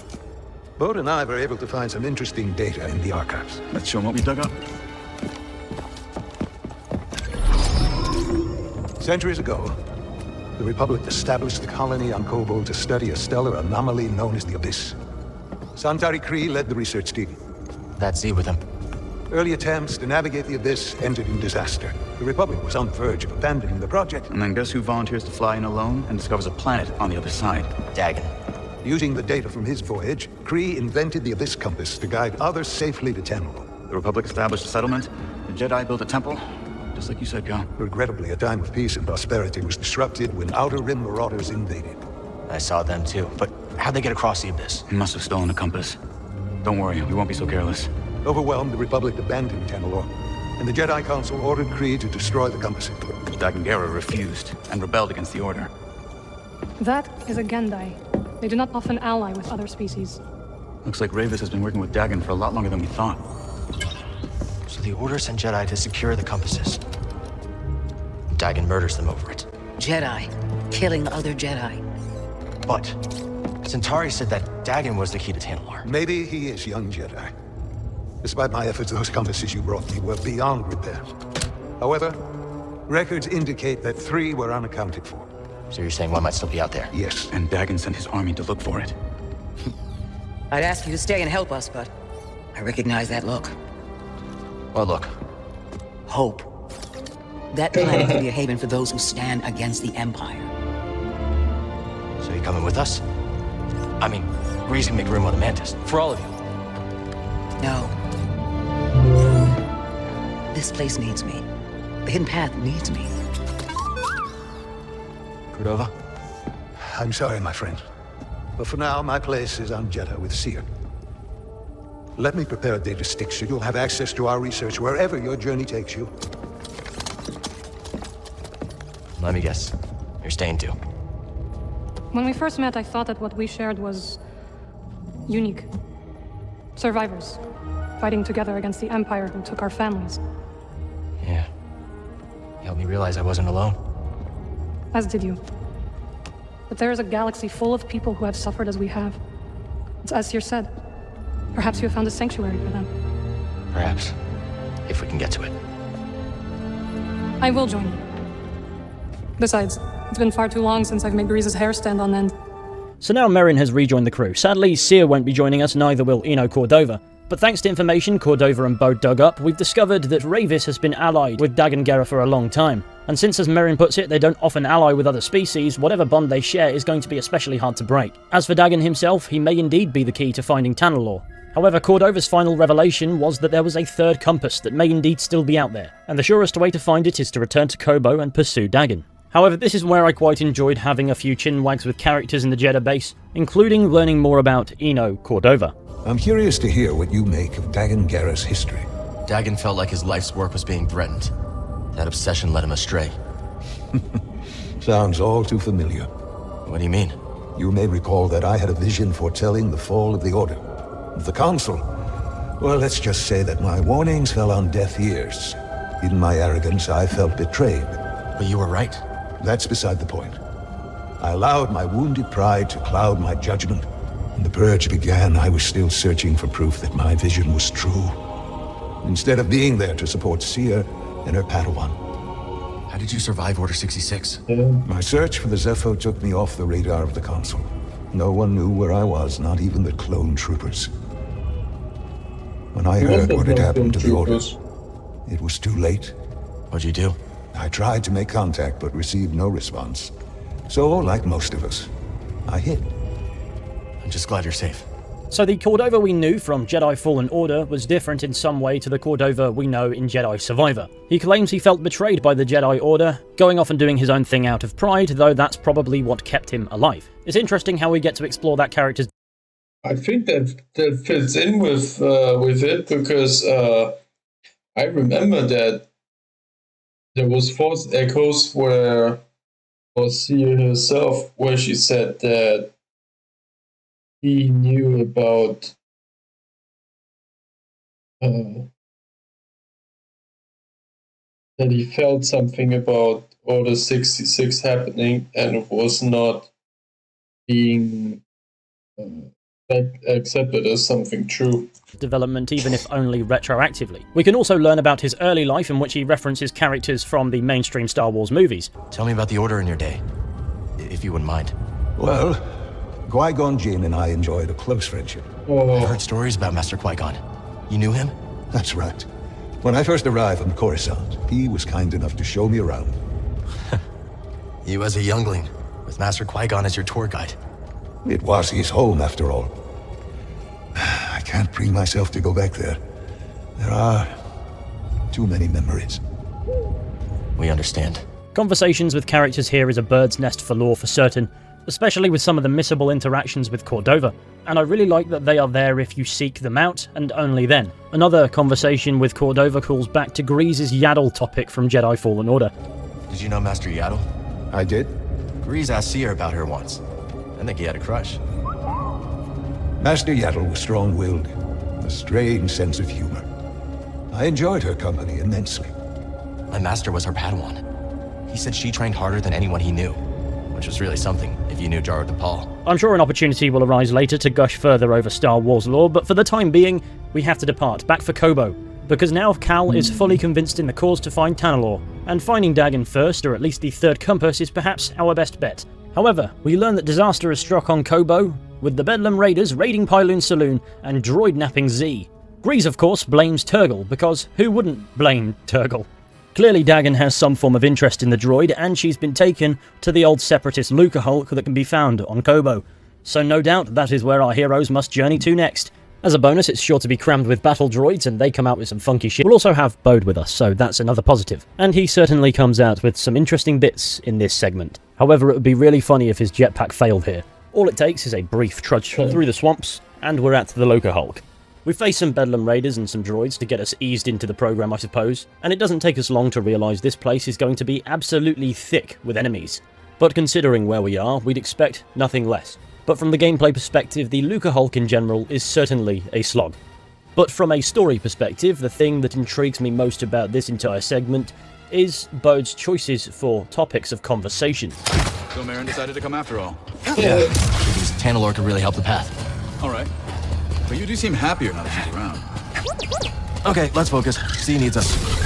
Something about Bode pointing out Cal's feelings struck me as weird. It wouldn't raise eyebrows coming from a character like Grease, who's known Cal and Merrin for some time and can therefore pick up on subtlety easier. My thought process playing this through for the first time was either Bode is suspiciously perceptive, or he has some kind of undisclosed agenda. And he doesn't just mention this once in a throwaway comment. During this mission, he repeats it almost incessantly. So, you know she didn't just join to find Tanalorr, right?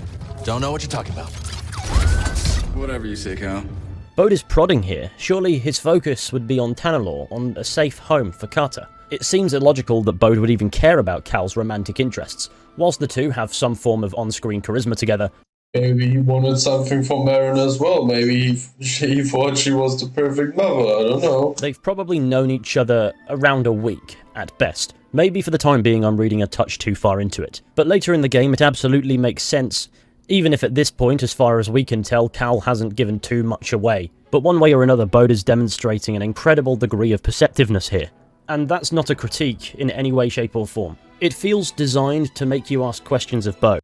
In the second playthrough, like, if we play it again, it makes sense because he's a Jedi and he can sense that. And I think that is a payoff for a second or third playthrough or whatever. How has he come to that conclusion so quickly? Even if it is a little bit obvious, which, to be fair, when it comes to Jedi, it isn't. Unless, of course, and then be confident in that assumption to openly make suggestions. Had Merrin been around the crew for longer than 5 minutes in this game by this point, it would certainly be far less improbable, and whilst it's not impossible for Bode to come to the conclusions that he clearly has so quickly here, why would he bring it up? It makes also hardly any sense because he, like Bode, didn't see us having any big moments with Merrin. We did that, so he could only sense it, or you know, he shouldn't be knowing about it. Unless he had his own reasons for doing so. And considering this is Star Wars, I highly doubt he wants a threesome. I feel as if this aspect is designed to make us question Bode a bit, even if only innocently. Though Cal's dismissal of the topic every time it comes up does kind of give it away to Bode as is. Bode still initially raised the topic seemingly out of nowhere, and based on a minimal amount of evidence. Later on, as we've explored more of the Lucahulk, he gives more advice regarding this information. I'm just taking it day by day. Maybe figure something out with Merrin? She's got her path, I've got mine. Yeah, I've heard. Cal is shutting it all down, not because he is so in love with her, but because he's a Jedi and it's not the Jedi way to form such attachments. He's avoiding this topic because he, in his mind, can't have this topic until he decides to have this topic in his mind. But he, as a Jedi, and especially if he gets called out for it, won't be like, you know what, I'm just gonna throw away my Jedi ways. Won't be doing that. Jedi avoid attachment. That's right. Just don't forget who you really are. What's that supposed to mean? It means trust your heart. Things are only getting worse out there. Life is precious. And so is happiness. I wish it were that simple. It is that simple. If you see a future with Merrin, embrace it. I don't understand. I can't just... Of course, the conversation is interrupted by a ray shield. Bode brings up that he heard Jedi avoid attachment, and maybe Cal should instead embrace a future in which he's happy. For the time being, it sounds like friendly advice, and even later on in the game it still comes across that way. But perhaps it also says something about Bode, and that will make sense later, and if it doesn't, I'm terrible at explaining things. However, for the time being, due to being split up, Cal and Bode must go their separate ways, leading Cal into some dark rooms and narrow passageways. What could possibly go wrong down here?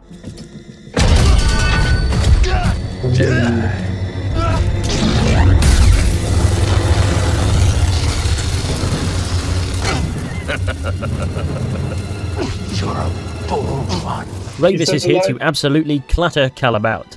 He's a seasoned warrior with centuries worth of experience. It makes sense that he knew Cal was there. He's also quite a large antagonist, so confronting him in an enclosed space is a good way to play on how terrifying that might be. Rayvis wants to kill Cal for above all else the enjoyment and honour that comes from it. However, BD1 to the rescue. This was a true taster of Rayvis's might, and we will certainly have to face him again before the game is up. As for now, there is no way to go but down, where Cal encounters these turrets, and it reminds him of something that Cere once told him. They're on to us. We have to get out of here now.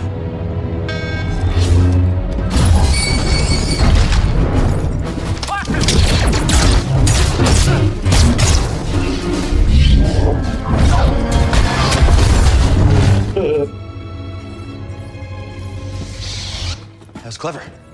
Sometimes the solution to a problem lies in how it's framed. Always consider the situation from multiple angles. Very cold from Seer. Always giving me a new perspective, eh, Seer? With this newly learned ability, it doesn't take Cal long to get back on track. Still, this is a shit force to learn. I've said it time over time. It makes no sense that we learn this power 2/3 into the second game of a Jedi. You know, like there's barely any difference to force pull and force push into that force ability. Like. After a fight with some more droids and Bedlam Raiders, he eventually makes his way back to where Rayvis is, this time being able to avoid detection. This time he also finds Dagan, allowing him to eavesdrop on their conversation. Centauri, your work is unparalleled. But sending a droid instead of facing me yourself, such cowardice. A small price to pay for her sparing your life. Tell me, did the Jedi's death satisfy you? He escaped. All those years of incarceration dull your edge. Sharp enough to see the Jedi might be your equal. Say it again and I'll cut out your tongue. It'll grow back. Yeah. Dagan, listen. The Jedi is a threat. Not now that we have this. I already duplicated the device's frequencies. We can now access any site she sealed. Well done, Rayvis. You, activate the Forest Array. Go to the Shattered Moon. I know where Centauri hid the last compass. Dagan.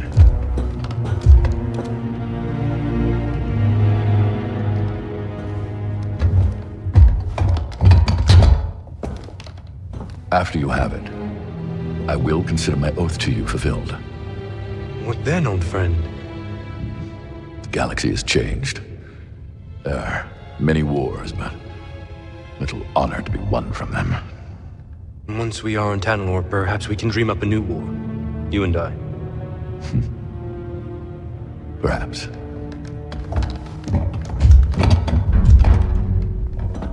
Before I go, do you want me to scrap the droid? No. Centauri must have purged the droid's memory bank. Has no knowledge of the compass. I will tear it down to the bolts and reprogram it to serve me as it once served her.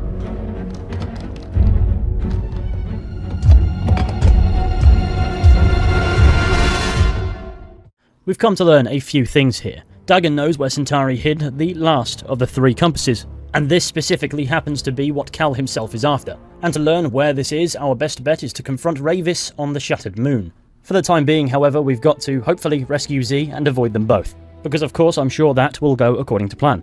We find Z rather easily, but sadly Dagan Gera finds us. That droid is mine. I suppose I'll rescue myself. So you survived Rayvis. How? The usual. You murdered your fellow Jedi. I struck down those who stood against me. Leave us or share their fate? Even if you believe the Council betrayed you, they were still your family. How arrogant. That you would presume to know what drives me? What I can see is your obsession with Tanalorr has blinded you. Whatever happened, you can't change the past. Trust me on that one. Perhaps you're right. The past is a chain. I must sever it completely. This cutscene proves one thing to Cal. It's impossible to reason with Dagan. He is too far gone. His obsession has led him so far astray that it's all that exists, it's all that matters in his mind. And any words wasted on trying to reason with this man will result in those words being used against Cal. In this fight, despite having only the one arm, Dagan demonstrates his immense force abilities. Cal recovers the Kobo tuner, but it doesn't matter because Rayvis has made copies of its frequencies. And now we've got to fight Dagan again, though he's slightly... No, it matters because we still need them. We still need our TV remote for the remaining chambers. So we can get all the force upgrades and force tiers and the perks. He's stronger than the first time, though of course we will not be able to defeat him here. Even with assistance from Bode, he manages to get away. And with Dagan's escape, we must now absolutely certainly track down Rayvis in order to figure out where he's going. Though without Bode's intervention, I'm led to believe it's certain that Cal would have probably been killed. For now, all that remains to do is to collect Z and abscond. And of course, the quickest way out of the Lucahulk would be via the escape pods. Of course, Bode and Z don't mind, however for Cal, his master died in an escape pod. That same escape pod condemned him to 5 years in a scrap heap on Baraka. So in that sense, his ability to remain composed with such a plan suggests how far his character has come. I hate these things.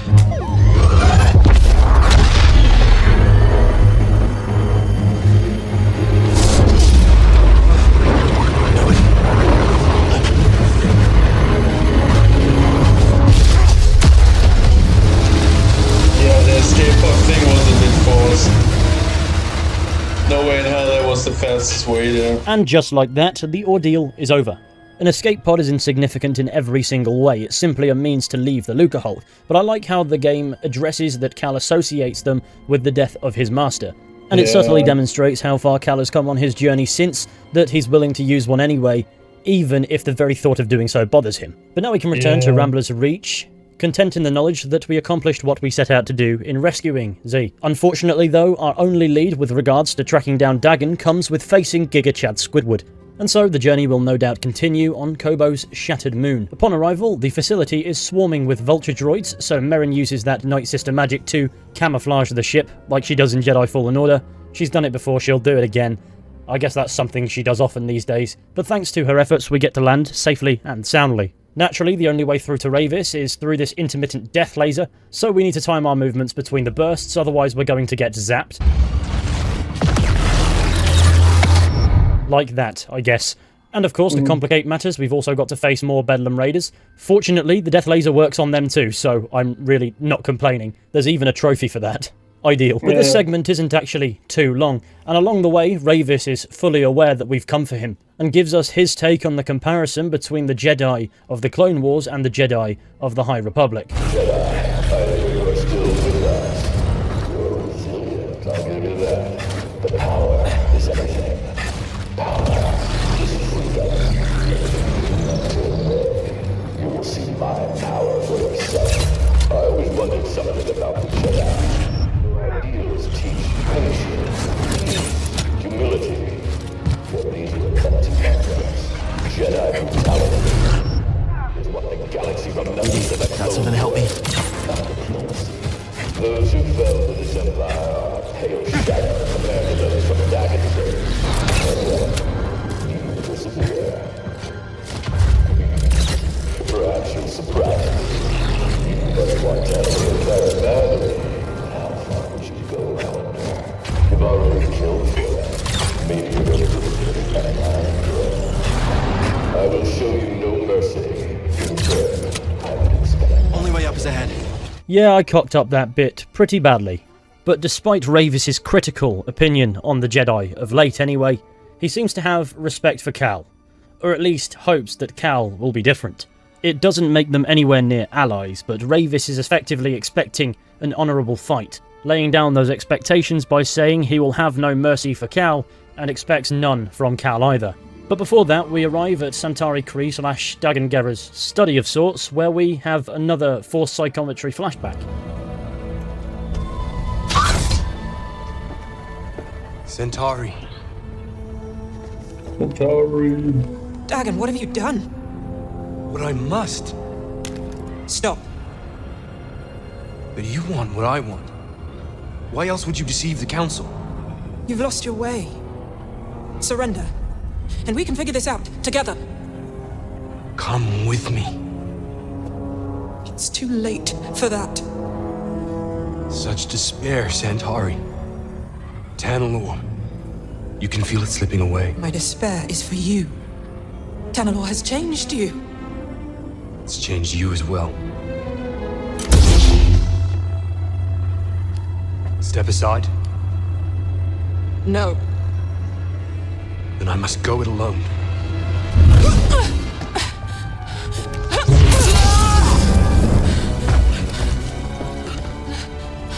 Santari. Get a medical droid in here and prepare a Bacta tank. So that explains how Dagan lost his arm, and it also explains how he wound up in a Bacta tank. As for right now, Cal discovers an upgrade for his grapple that allows him to reach Ravis. Jedi. Why did you activate the array? It's been many years since I last took the life of a Jedi. Why did you activate the... I heard you. Long So ago, cold. Dagan bested me in combat. Earned my loyalty.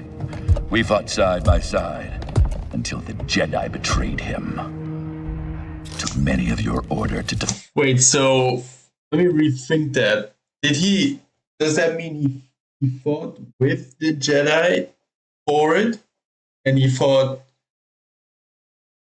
like some. I think so. I think he was an ally to the Republic and the Jedi of the High Republic era, not only Dagan Gera, but especially Dagan Gera because he was bested by him in combat.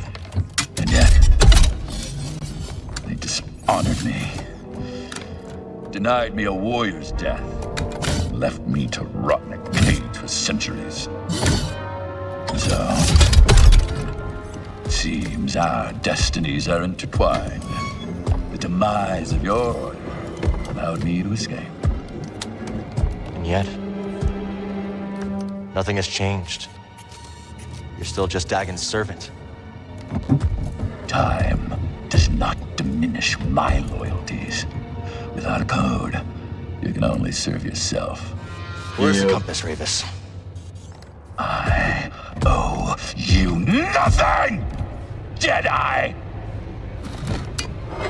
If you want that knowledge from me, you're gonna have to fight for it. Above all else, this is what Ravis is after. The honour of battle or the honour of facing a warrior's death. He may not be an ally, but he has a code. He has a set of beliefs that he clings to, and should we best him in combat, he will reveal everything we want to know about Dagan. His loyalties to him aren't diminished.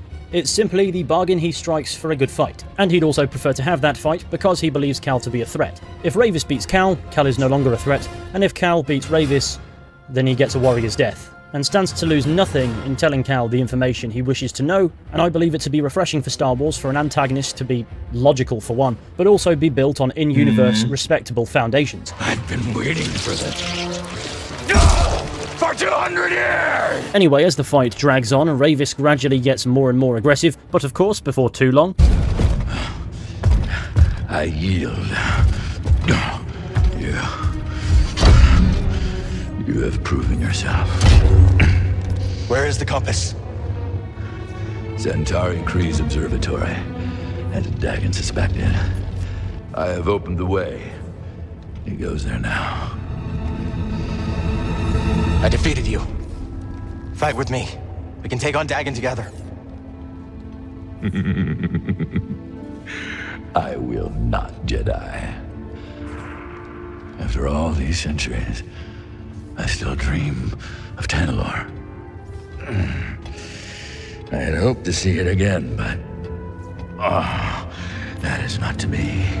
This Dagan Gera stands in your way. You don't have to do this. Only one of you will reach Tanalorr. Jedi, give me my warrior's death. Now!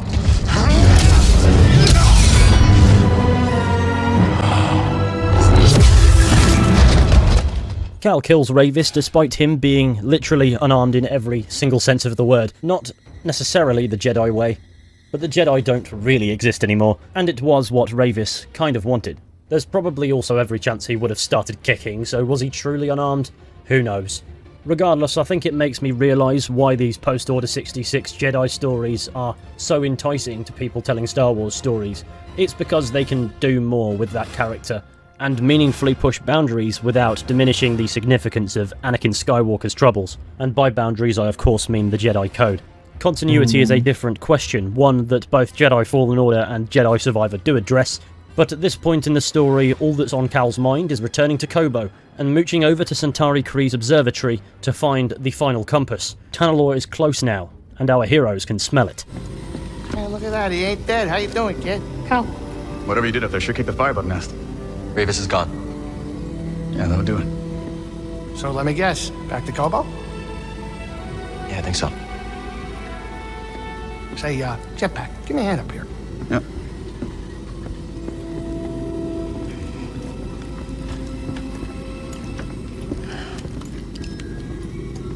Returning to Kobo, the objective is clear. Cal must fight his way through nature, Bedlam Raiders, Imperials, and Rick, the door technician.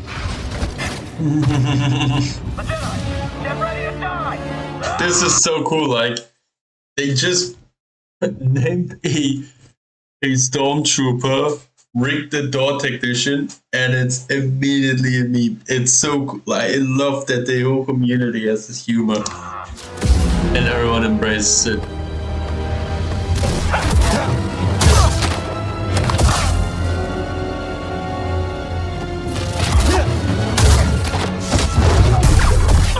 This is absolutely the best boss fight in the game, and that is all simply on the way to Santari Khri's observatory. What I don't understand is why Cal always has to slog through the thick of it when Bode can just fly in with his jetpack. Surely the Mantis can drop them both off closer. But this aspect of the story is where things come to a head for Dagan Gera.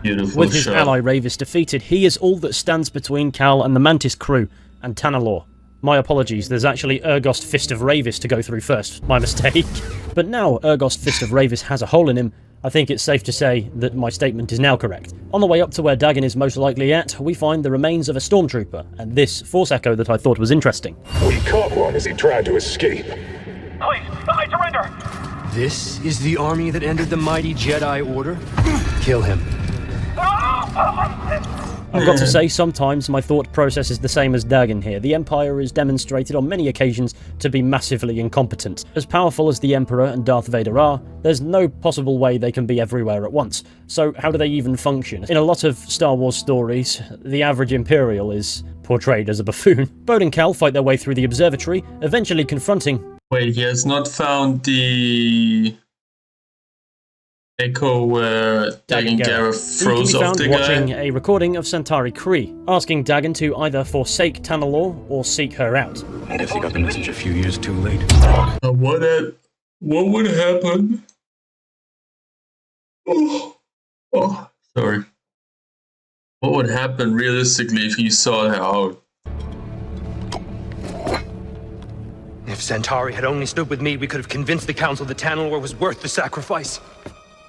Now she's gone. Ravis is gone. The Order is gone. And I am free. Oh, I love it.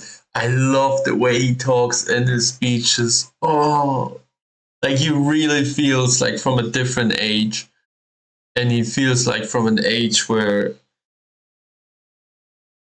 Like, it feels like exactly how I would have expected High Republic. The way High Republic sounds and what you would connect to it. This is exactly what it is. You're not free, Dagan. You're alone. At this point, Dagan's obsession with Tanalorr has cost him absolutely everything. Claiming that has freed him is only him making himself feel more powerful. Why are you here when your true enemy is out there? How could you let the galaxy fall to this unworthy machine of an empire? You think yourself a survivor, but you are a failure! And he's true, he's right. They haven't beaten us. Not yet. Now who is blinded by the past? Within the abyss, the Empire cannot reach us. I will forge these raiders into... Here is one thing that I also don't understand. Why did they not just both go? The whole planet, they can literally just share the planet. Like, there is nothing stopping them from sharing the planet. To an elite army led by disciples trained in the Force in my temple. Because he could also say he knows 2 other Jedi who have a whole Jedi archive to study and train from, which would help him and themselves. And they have the hidden path, which would help bring more Force-sensitive people and Jedi to there, and also help them rebuild the Order in his way or another way, or 2 orders or whatever, and they could just both live because they both have a common enemy, which is the Empire, because Cal wants to defeat the Empire, and he, Dagan Gera, also wants to defeat the Empire. Then when the time is right, I will strike out and cleanse this galaxy with fire. We've already got an Emperor. Give us the compass. And why would I do that? Because I'm a father who's running out of options. Something about this line from Bode makes it feel a bit forced. I know he is desperate to find a safe haven for his daughter, But why would Dagon, a Force user who has fallen to the dark side and could never even hope to understand that, give one modicum of a flying fuck? And Bode is incredibly perceptive, he knows that. And that raises a rather interesting question. Who is this performance for? And you're standing in the way of a better life for my little girl. You hand it over, or I will put you down. What small dreams you cling to? Enough! Tanalor beckons. And now we have another duel on our hands. With Bode here to assist us this time, maybe this is the time we finally put Dagon to rest. His power is so great that he creates Force hallucinations, including manifesting his right arm, that of course has now been gone for 2 centuries. Bode is put out of commission rather quickly. He isn't killed, he's just no longer in the fight, leaving Cal alone to muddle through Dagon's hallucinations, and the fight very quickly seemingly makes its way to the ceiling. It's here where Dagon appears to manage to gravely wound Cal with a slash to the chest, where Dagon's words make Cal realise that he's simply creating a Force vision to prey on his fears, and precious little of what's actually going on is real, and that is something that Cal can turn against his foe.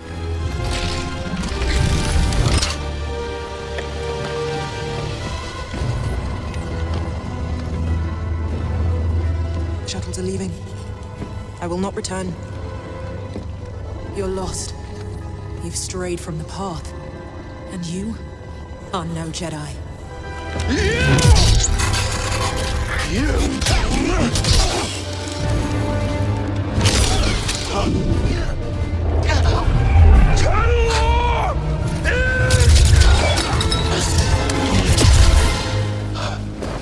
No cures.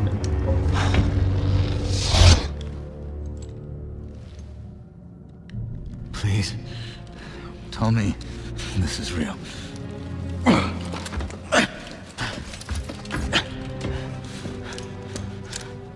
What happened? Some kind of Force hallucination. Fueled by fear. I use his against him.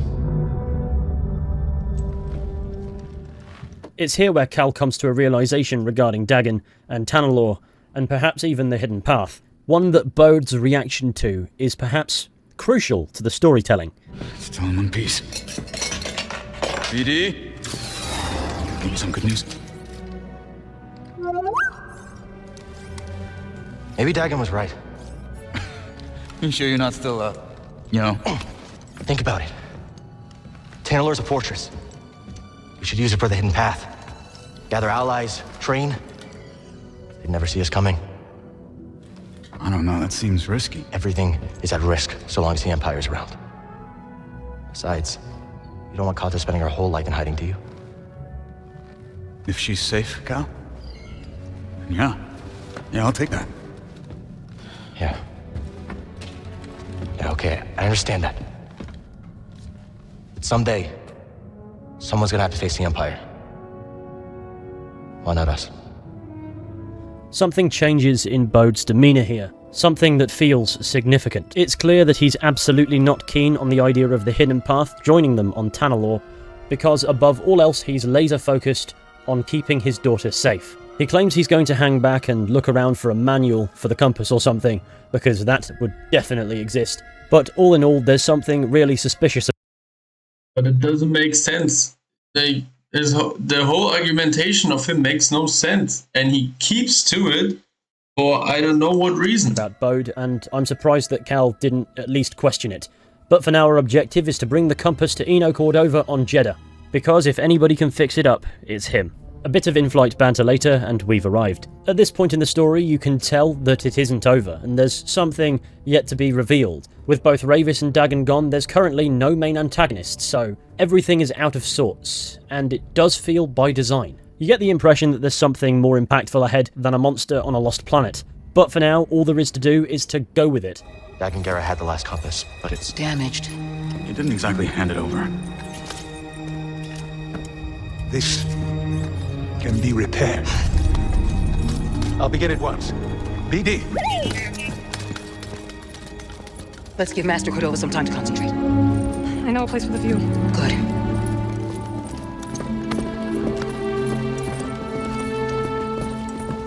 Whilst everything may seem fine and dandy, anyone with understanding of storytelling knows that's because it's facilitating an upcoming twist. Jedi Survivor's error here, I feel, is not having a pressing threat to serve as a constant in parallel to that threat. I mean, there's the Empire, but that's what the characters are running from, or at least hiding from. But there's no prospect of a triumph against the Empire in the sense of a head-on contact, so that feels like too much of a given for it to jump to the forefront now. That being said, we do get some good character moments here. Seer, why don't you join us on Tanalorr? There's no better home for the Archive or the Hidden Path. Look, whatever the future holds, we can face it together. Yes. It's a new path for all of us. Cal, Master DePaul would be proud of the Jedi you've become. I had a good teacher. Everyone, the Hidden Path has found a new home. To Tanalorr. To Tanalorr. Hey, wait a minute, Seer, does that mean you're coming? Yes, Grease. In fact, I'm going to go and prepare the Archive for relocation. Missing element or not, it's good that this is the point where Tanalorr truly becomes a combined objective of every character integral to the narrative. Seer has agreed to join the Mantis crew, and that very line of dialogue, if nothing else, feels rewarding and earned. As for Bode, something is still certainly amiss. We did it, Bode. Yeah. Compass is gonna be good as new. Something's bothering you. You know me too well, Scrapper. I'd just like to say that that statement was delivered in such a way that I feel as if it's absolutely false. And perhaps Bode cannot be trusted. Just thinking about Kata. And people looking after her, but it's always a bit tough when I come back. When she sees what you've done for her, she'll understand. I hope so. Yeah, why is he so pissed about what he's doing now? He's doing so good. I was thinking maybe we should go to Tanalorr first. Just make sure it's safe before the others join. The sooner we get the Hidden Path set up there, the better. Gotta stay one step ahead of the Empire, right? Yeah. Hey. Tomorrow we're gonna have a new home. Couldn't have done that without you, Bode. Thank you, brother. Yeah.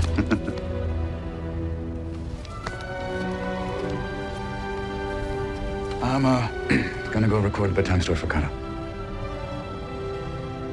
You have a good night.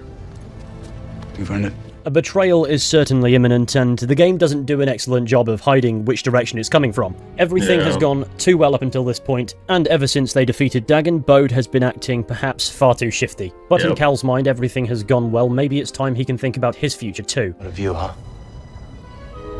Desert at night seems to stretch on forever. And there's beauty in emptiness. Now you sound like a Jedi. I got a few things right. Not everything. Look, the Order's gone. It's time to leave it behind. And I know what I want now. Took you long enough.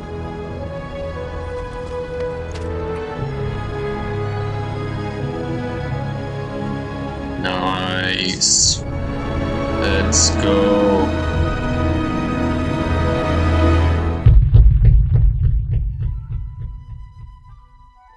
The following morning, all that remains is to check on Eno Cordova's progress. He's had all night, so in theory, him and BD1 have got it sorted by now. But I guess we'll see. Sure enough, it's sorted, but before any of the characters can rejoice, something terrible happens. Commotion from outside suggests the Empire has found Seer's base. I wonder how that happened. Oh, surprise, surprise. Bode. I'm really sorry about this. Oh. Son. Son, you don't have to do this. No!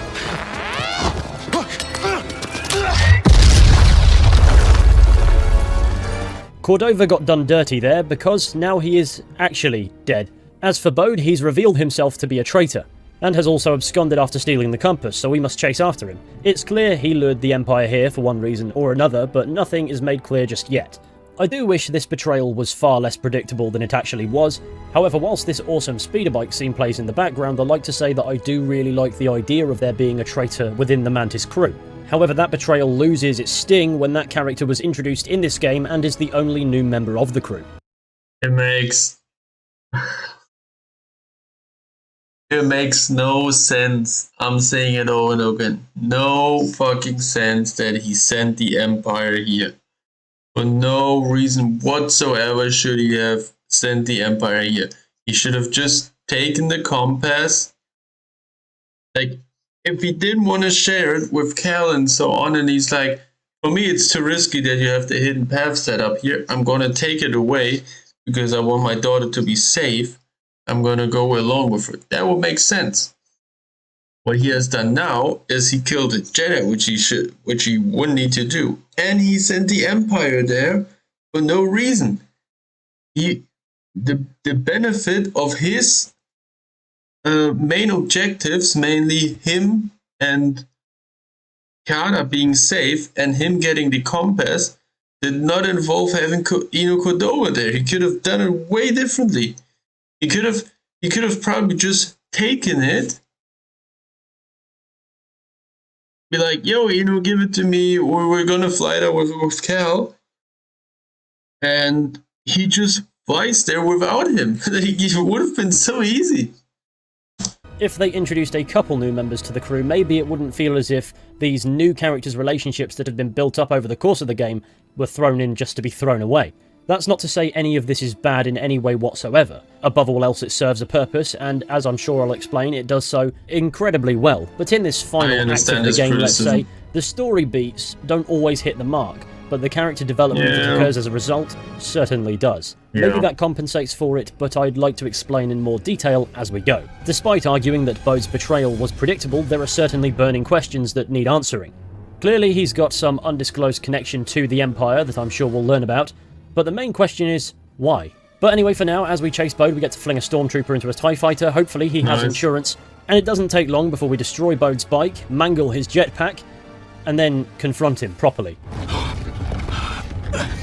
Why? Why, Bode? For this! We fought for that together, and you're just gonna hand it to the Empire? I'm not giving it to the Empire. Yeah, and why do you send the Empire here then? Killed Master Cordova. Cal, you don't have time for this fight. Something terrible is coming for that archive. Listen to your instincts. You know I'm right. What have you done? If you want to keep your family safe, you get them out of there. Right now. What have you done?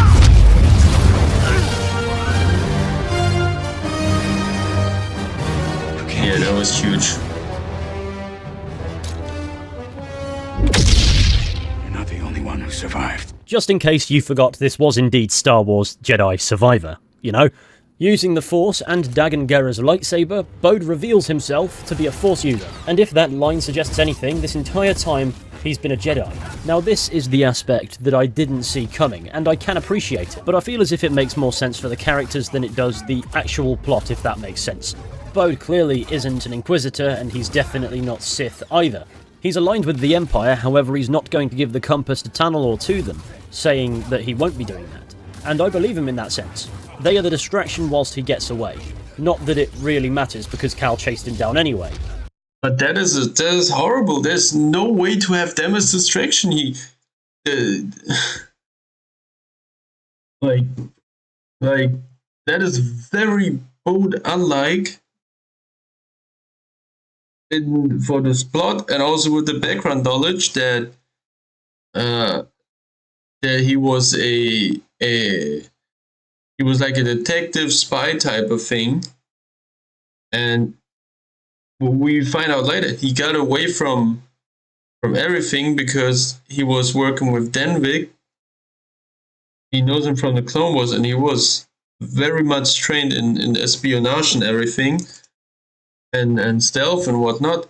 So he would be perfectly fitted, not only for spying us out, but actually also tricking his boss, Denvik, into making it seem like he's doing what he's supposed to do, but then at the end just not do it to turn it around for him. There would have been 2,000 ways to get the compass and get it away from Cal and Cere and Eno without killing Eno and sending the Empire, including Darth Vader here. They could have just flown to Kobo and be like, yeah, we can just sleep over it when we arrive, blah, blah, blah. But all her asleep, he just takes the compass, flies to his daughter, and then flies into the abyss.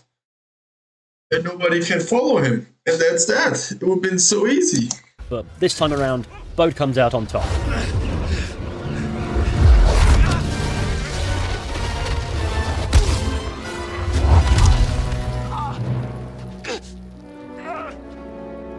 Sure.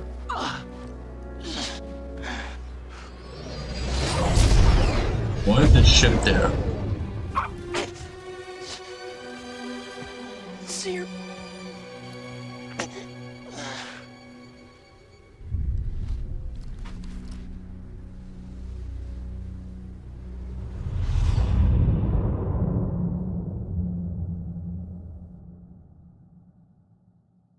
We're scripted to be defeated here, and yet the game tells us to respawn as if we've been killed. We return to a shot of Bode's ship, which just happens to be on whatever planet he's on, to suit plot, even if he travelled to that planet via the Mantis. And now we are no longer playing as Cal Kestis, but rather Cere Junda. As the Anchorites are either fighting or fleeing, we get the opportunity to play as Cere, and lay waste to as many Imperials as possible, because Cere is a little bit more powerful than Cal is, though I'd imagine that's entirely dependent on difficulty, and I was hardly playing on an especially hard setting. Unlike Cere as we knew her in Jedi Fallen Order, where she tapped into the Force and was almost consumed by darkness on a couple of occasions, here she seems calm, in control. If anything, she can channel her power positively without being consumed by it. And that's useful because with Cal out Kip in the desert somewhere, courtesy of Bode throwing him off a cliff, we're going to need her strength. I didn't expect to play as Cere, but in hindsight it feels like an overarching narrative payoff, and I'll explain why when we get to it. But let's just say that it's absolutely necessary for what happens next, and as a result I do kind of like it. Or at the very least I like what it means for the character, over anything plot related that's happening. So after dropping some big balls on AT-ATs and keeping the Empire at bay for a short bit, Cere and BD-1 return to the archive where she acquires the Hidden Path contact codes, giving them to BD before telling him to go. Why is she staying behind? Because simply put, everybody knows what's behind that door. Oh, I didn't know that.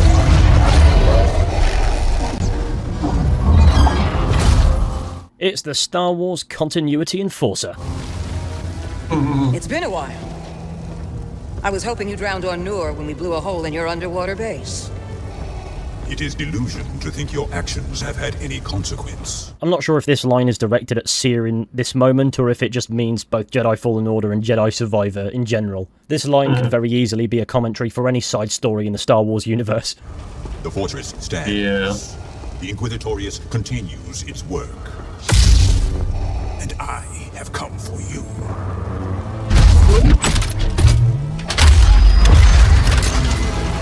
Bro's just standing there like, yeah.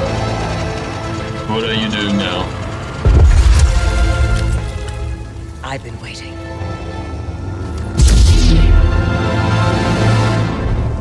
A one-on-one actual Darth Vader boss fight, no matter how it fits or how you look at it, is an exciting prospect. But I am conflicted with regards to Vader's presence in Jedi Survivor. Because when it comes to stories like this that have no overt bearing on the original trilogy of films, for example, Vader showing up is either a death sentence or you manage to escape, and it's going to be one of those two things.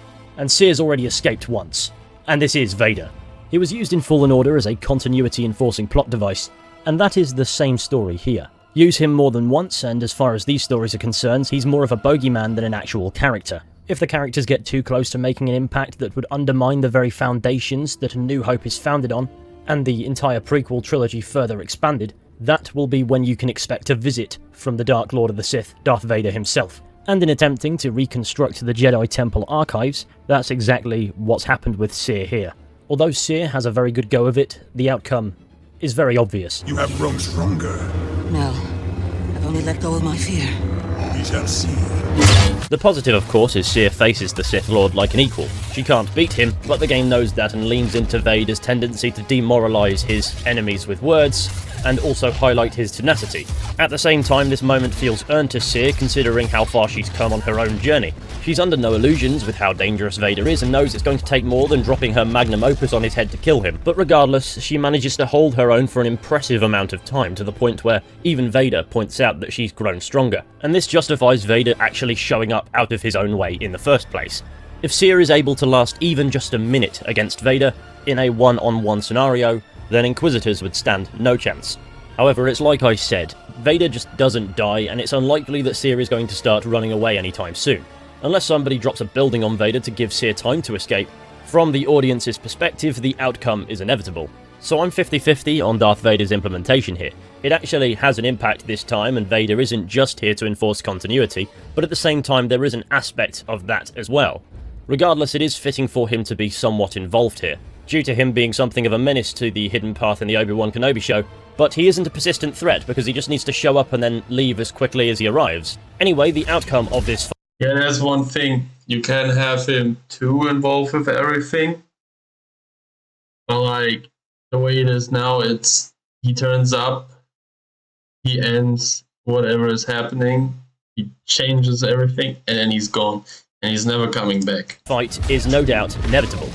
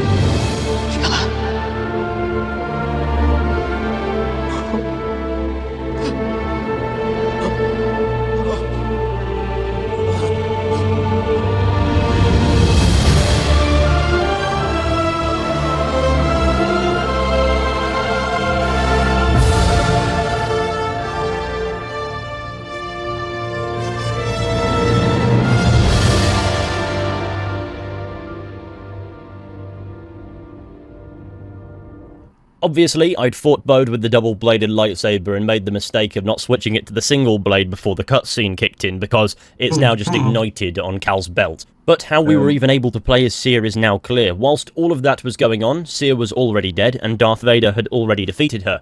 The fire has simply too much to eat to extinguish on its own that quickly, meaning Cal used his Force Psychometry ability to experience Cere's final moments. The little lightsaber blip aside, this is perhaps one of the best shots in the entire game, and it really hits home that this is a massively devastating loss for Cal. With both Eno Cordova and especially Cere Junda dead, Cal no longer has that guidance, that safety net that he's enjoyed in Jedi Fallen Order and this game. Of course, whether or not he actually needs that is irrelevant. This scene does an amazing job of demonstrating just how soul-crushing the loss is, and this certainly sets up a more dark and intense final couple of hours.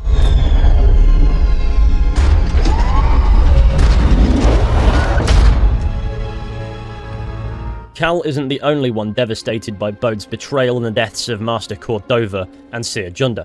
Obviously, BD-1, who runs up to Cal and gives him a droid hug, is devastated by the loss of Eno Cordova, just as much as Cal is devastated at the loss of Cere. As for Grease, with how he walks, you can see that he's deflated and speechless. He considered Cere a very close friend, and the loss has an impact on him as well. Cal Kestis certainly couldn't have learned to wield a lightsaber with his butt cheeks under worse circumstances, as these losses have devastated the entire Mantis crew. That being said, there's certainly enough composure here for something to come next. And if the music at this point when back in the Mantis is any indication, then something has certainly changed. Take care of that? Yeah. They're safe. We'll find the proper place to bury him soon. The remaining Anchorites have scattered. The Empire pursues them. They may return at any moment. Seer bought enough time for BD-1 to reach us with the contact codes for the hidden path. But this is all that remains of her archive.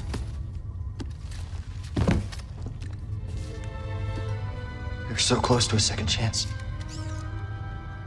Right and raw deal? Tell me, how could Bode be a Jedi and be an Imperial spy? He is not Jedi. Why couldn't we sense him? He deceived us all. No, I still should have been able to. Now that's enough! Cal. That's enough, okay? What Bode did, that is on him. That is so great. This scene of Grease, I would almost say that's even better than the death of Seer, because that is just so honest and raw and true. It's not on you. It's not on anyone. It's on him. We all know it's a rigged game, but we choose how to play. It's a shame that there's not a bounty on his head. We could have hunted him with a kill tracker.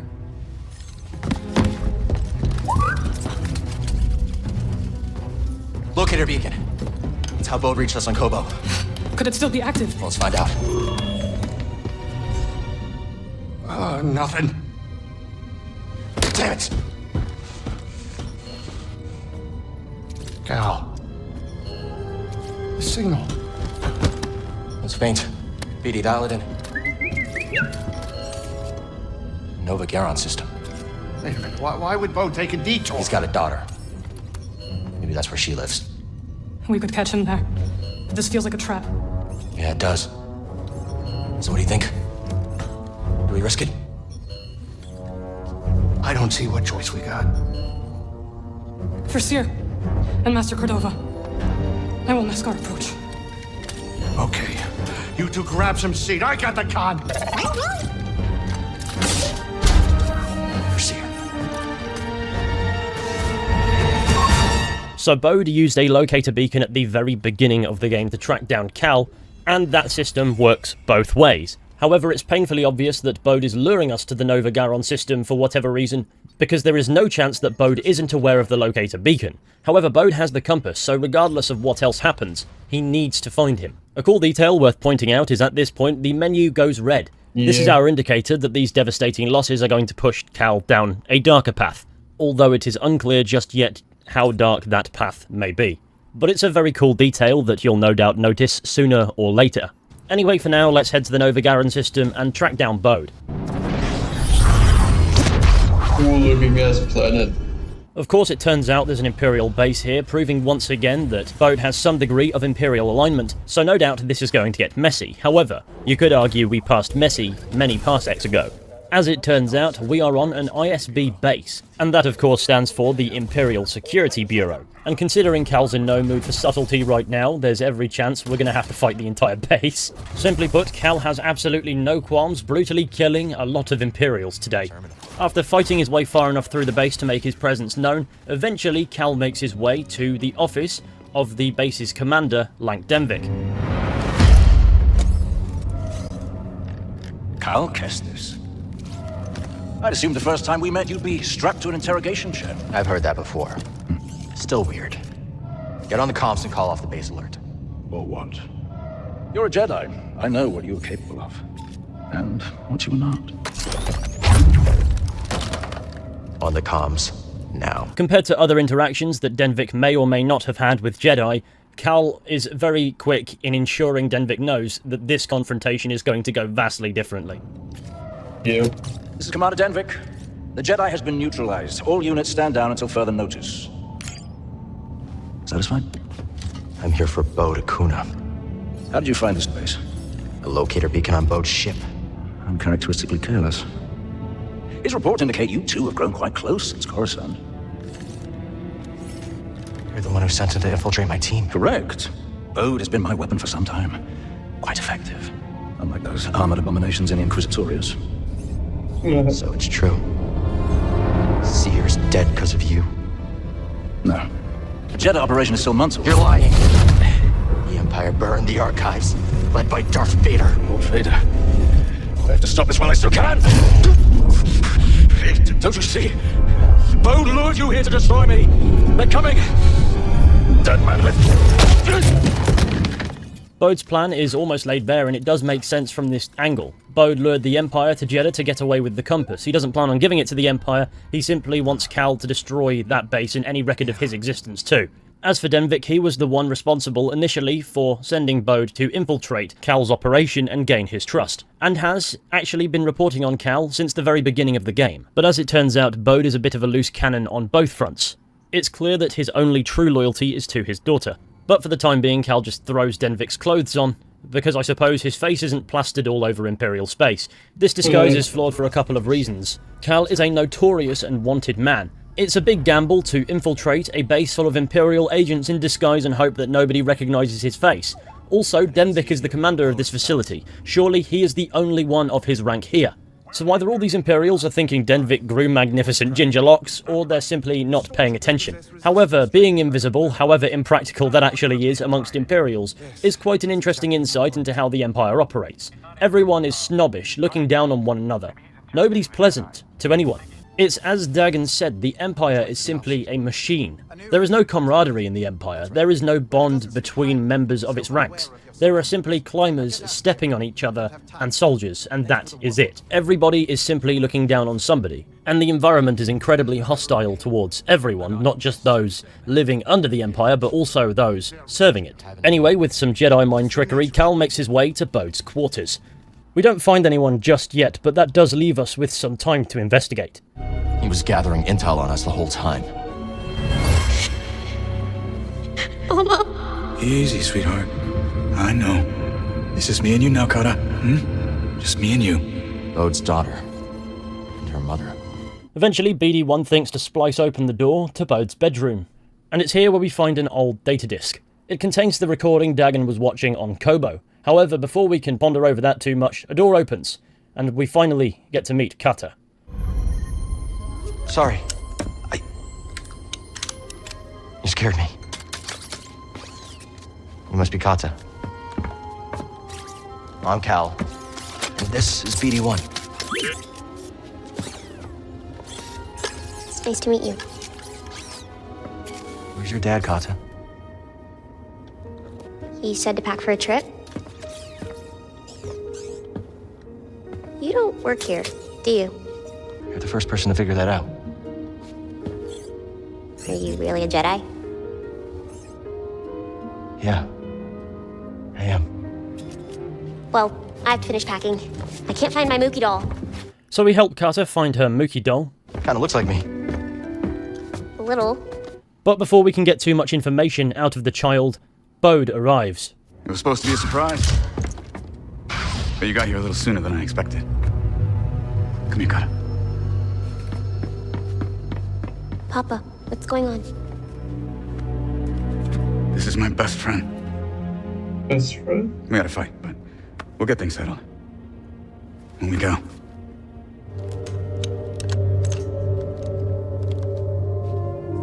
Found Mookie.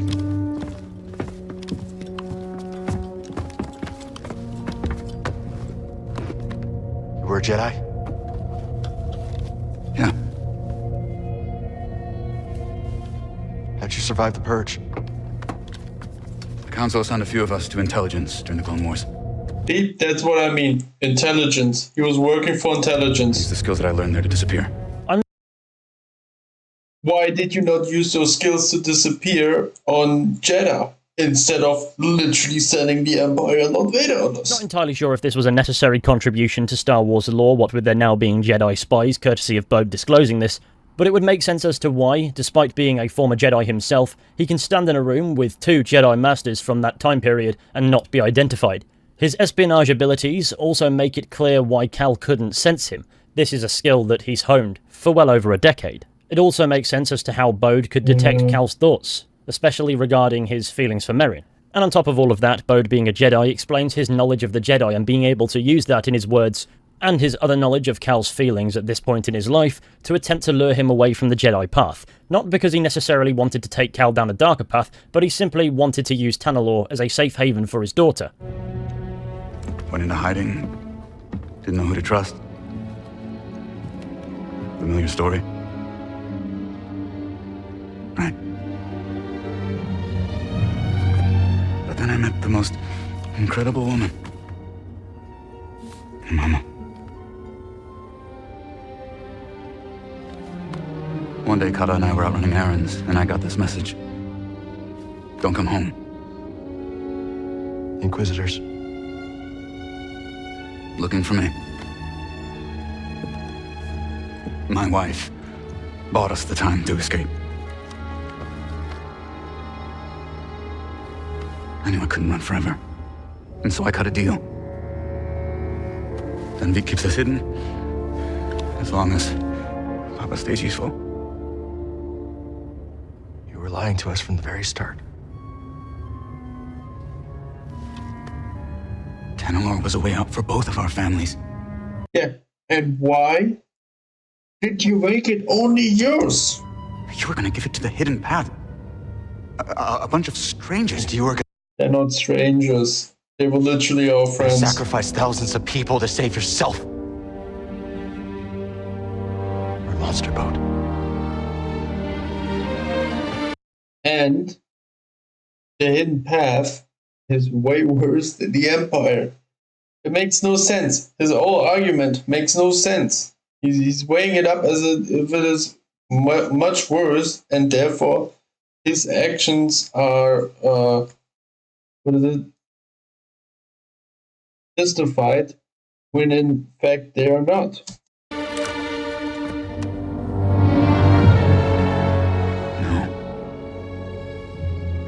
I'm a father. No, I don't buy this fucking father thing. You went well beyond your "I'm a father, I need to save my daughter" thing. You went way too far with it. Completely overcooked it. You can't just do anything and be like, yeah, it's because I'm a father, it's because I have a daughter to raise. Like, no. You overstepped it. Completely.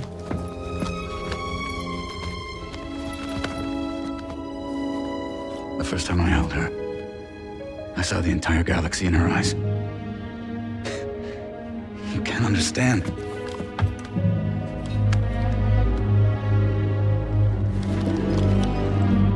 I understand betrayal. And that you lured me here to take down this base. Right.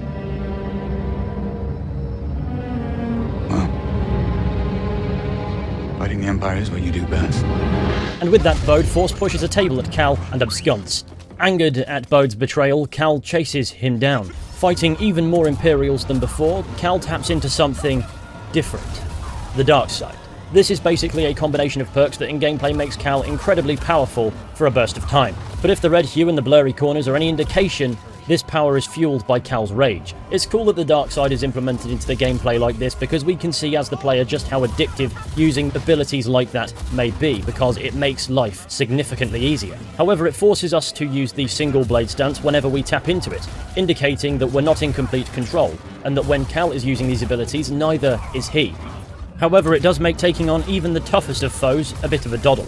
It doesn't take Cal long to reach the hangar, sadly though, Bode has escaped. However, we regroup with Merrin and take on a ridiculous number of menacing sentry droids. Thanks to our new special ability, however, that's not so tough. Where's Bode? They're gone. He took his daughter and the compass. They used me as a distraction.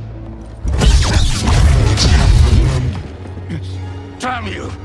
Denvik arrives with another uniform on.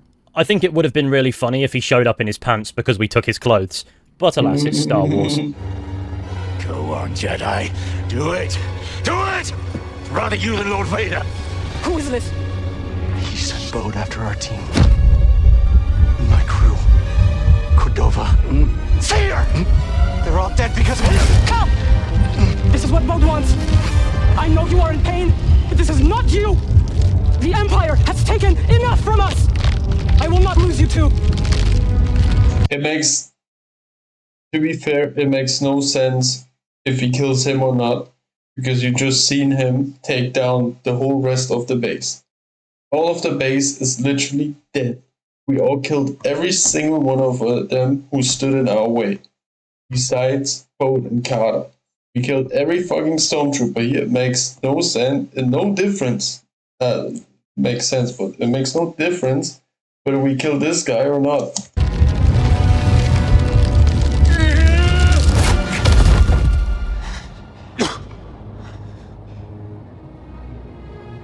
He won't. Cal isn't so far gone that he's completely blinded, and that's demonstrated here. He feels the rage and the power within it, but thanks to Merrin, he realises what's going on before he goes too far. As for Denvik, he leaves him. No doubt Darth Vader will want his pound of flesh. Regardless, I like the fact that the final act of this game enforces this internal struggle for Cal. His battle with the dark side is no doubt going to be interesting, and it's only just beginning here. What was that? Was it... I don't know what that was. If you feel it again, you will tell me. I will. Good. As for Tanalorr, Bode has escaped with the compass. Up until 5 minutes ago, that would absolutely be a defeat, but thanks to the data disk discovered in Bode's quarters, we discover there is another means to reach Tanalorr. We lost him. One compass remains. If you are hearing this, you know where I've left it. But if the compass is gone, do not despair. What's this? This isn't just the last goodbye. There is another way to reach Tanalorr. Activate the arrays and align them to the coordinates embedded in this message. There's a control center here. If we align the arrays, we can create a flight path through the abyss. Wait a minute. Let me get this straight. You want me to fly the Mantis through a ship-eating nebula using a tiny tunnel carved out by 200-year-old tech? Yes. Yeah. All right, I'm in. So there is a sliver of hope there, but it requires us to return to Koboh for an aspect of filler. I think it's fair to say, though we are close to the ending, the pacing feels as if it's broken down a bit. Besides that, there isn't really an awful lot to say about this final Koboh mission, so let's muddle through it quickly. Cal makes his way swiftly to the control center, where there are Imperials waiting for him. This fight just doesn't seem to end for a fair bit. Whilst I understand the need for a challenging few rounds of enemies, I think it just breaks down the flow of the story being told, because who gives a fuck? But eventually we manage to get past that and make our way to the control center, where Cal uses the Force to rip it open. Once inside, the control center raises itself well above ground and configures the arrays to point at the coordinates embedded in Santari's data disk. But somebody will need to stay behind and activate the path. Well, that'd do it. The elevator ride down was significantly longer than the ride up, so after 84 years we finally arrive at the bottom. All that remains now is to head back to the Mantis and make haste for Tanalorr. Cal, is it time? We're heading to the abyss now. Fire up the arrays. I'll be monitoring your progress from here. May the Force be with you all. And you, Z. Is that the line?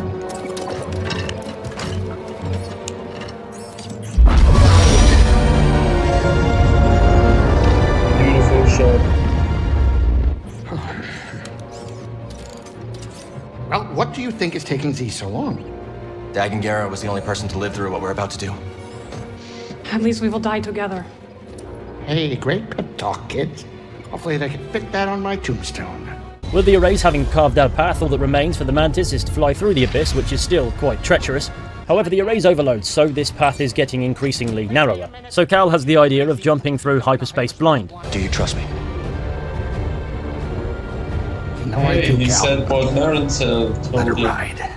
Using the Force, Cal waits for the right moment, before hearing Seer's voice saying, Now.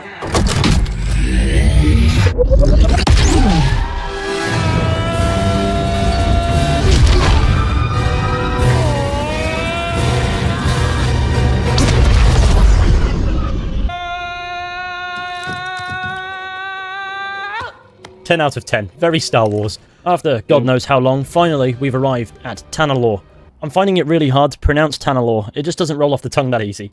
Anyway, upon landing, the first thing I noticed is this place is truly gorgeous. And as you make your way through the small world space that we get to explore, you can see that it is an untouched paradise.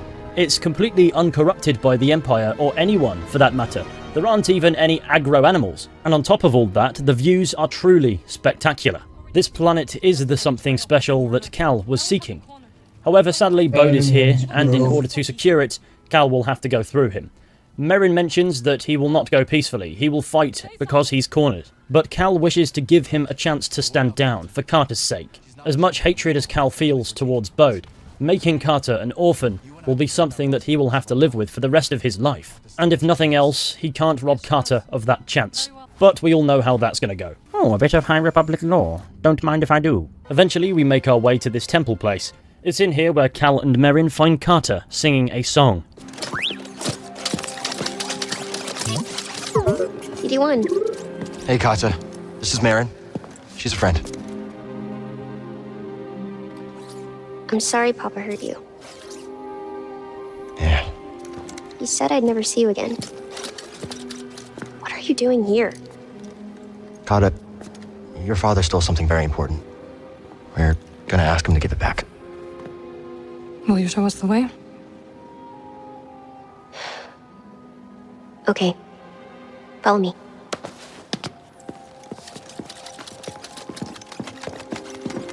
I don't like it here.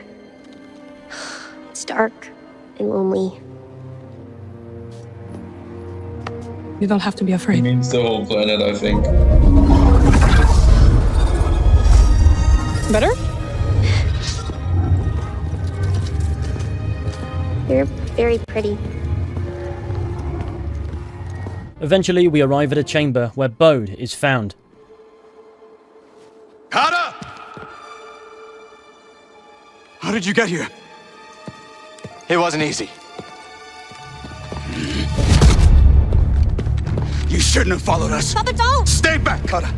This is the only way to keep you safe. She will be safe. I promise, Bode. But listen to me. It's over. Lay down your weapons.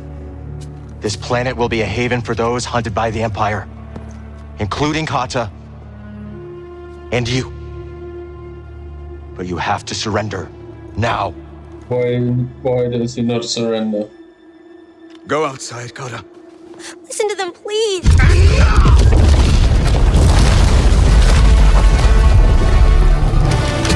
I will decide what's best for my family. Attempting to reason with Bode predictably didn't go to plan. He killed Master Cordova, his actions led to the death of Seer Junda and the destruction of Seer's base on Jeddah. There's no world in which Cal and Bode would ever be able to coexist. However, even if he couldn't think of a way to do it, he was willing to offer Bode that clemency almost for the sake of Bode's daughter. But of course, he hasn't taken it, and now we have another fight on our hands. And in this sequence, Bode reveals his true colours. He's no longer a friendly, talkative guy. He's angry and aggressive, and that is his character. Everything else was manipulation, a smokescreen to mask who he truly was.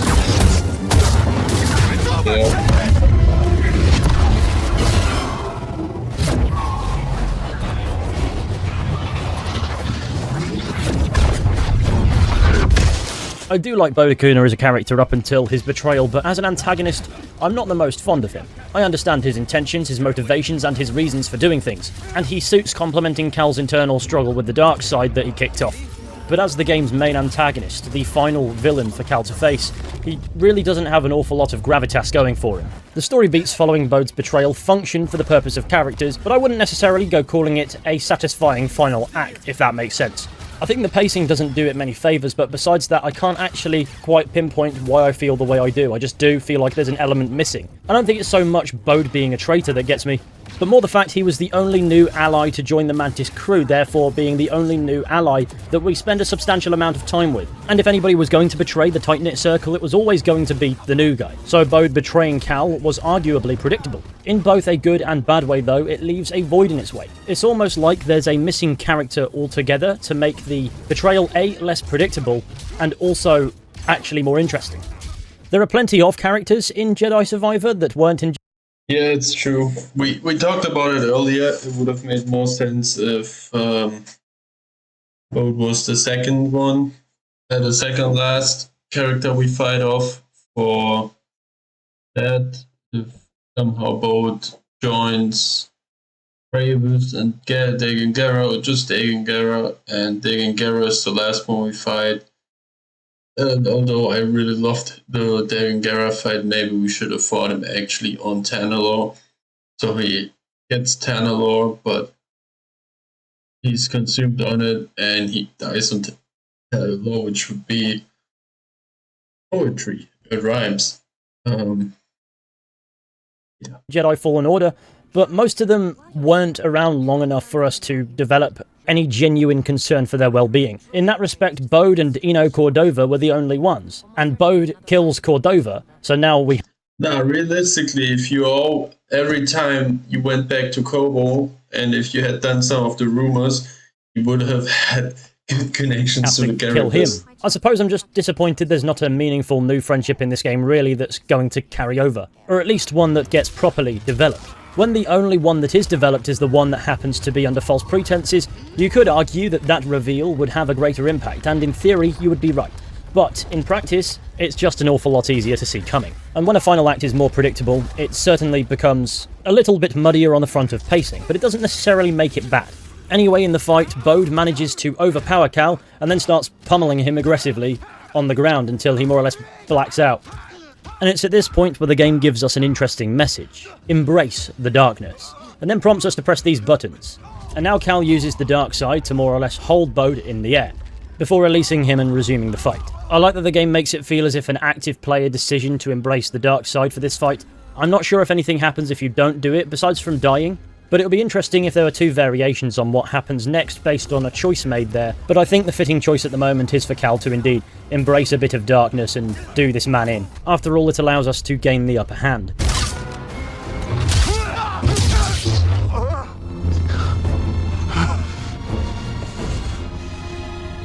Don't put this on your daughter.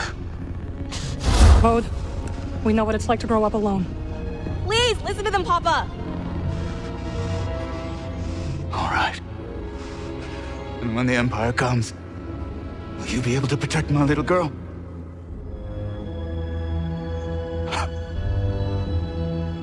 I'm sorry, Kata. I tried.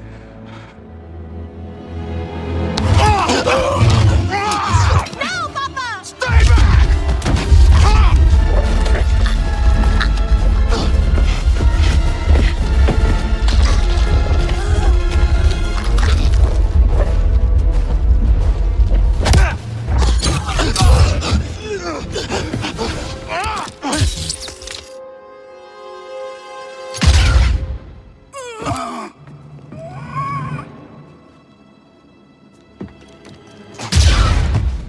After wounding him with the one shot, Cal mercilessly shoots him again. He didn't know when he was beaten, he was too dangerous to keep alive. And on top of that, now that Cal's tasted enough of the darkness, maybe it was payback for Cere and Cordova. Sadly, that leaves Kata an orphan, but I guess she's a part of the Mantis crew now. She, like Cal and Merrin, lost her family at a young age. So in theory, this is the best place for her. Also, her dad was a Jedi, so in theory, she may be Force sensitive too, and Cal might just get a Padawan. As for Cal, he stays behind to prepare Bode's body for a funeral, igniting Dagan Gera's lightsaber that Bode... I think Kara will be the child of Cal Kestis and Merrin, and she will learn from both of them.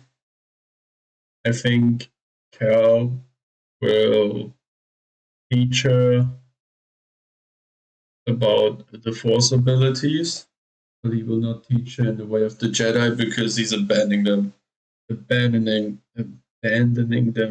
himself. And she will learn some stuff from Merrin. And yeah, I think that is what they're gonna do. I think she will be more sensitive, powerful, probably will have a lightsaber. I can imagine that. But she would just not be a Jedi and knows she's not being trained as a Jedi, and she will have some magic tricks. Stole. I like the sinister effect it has in Cal's eyes. I certainly feel as if it's a deliberate attempt to make us think, not necessarily that Cal will fall to the dark side, but rather his struggle with it is only just beginning. And then all that remains for Cal, Merrin, Kata, and Grease to do is cremate the remains of Bode Akuna, Eno Cordova, and Cere Junda. A touching, aesthetically pleasing moment in which we can reflect on the theme of loss. With Master Cordova and Cere Junda gone, and in a way, Bode dead, as far as Cal can tell, there aren't any other Jedi left but him. But he's no longer confident in his status as a Jedi. In his search for Tanalorr, he almost lost himself. He almost fell to the dark side, like Dagan Gera. And as he stands here looking into the fire as it consumes the remains of Cere, in complete silence until the sun is risen and the fires are out. You saved my life on Bracca. Yep. You let me walk my own path when I needed to. You taught me what it truly means to be a Jedi.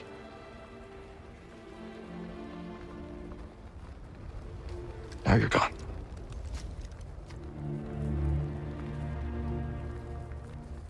We will continue your legacy, Seer. We will build something that can outlast the Empire. I promise you that. I promise. But I'm scared.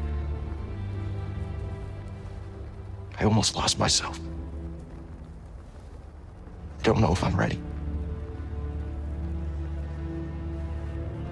I don't know if I'm ready for what comes next.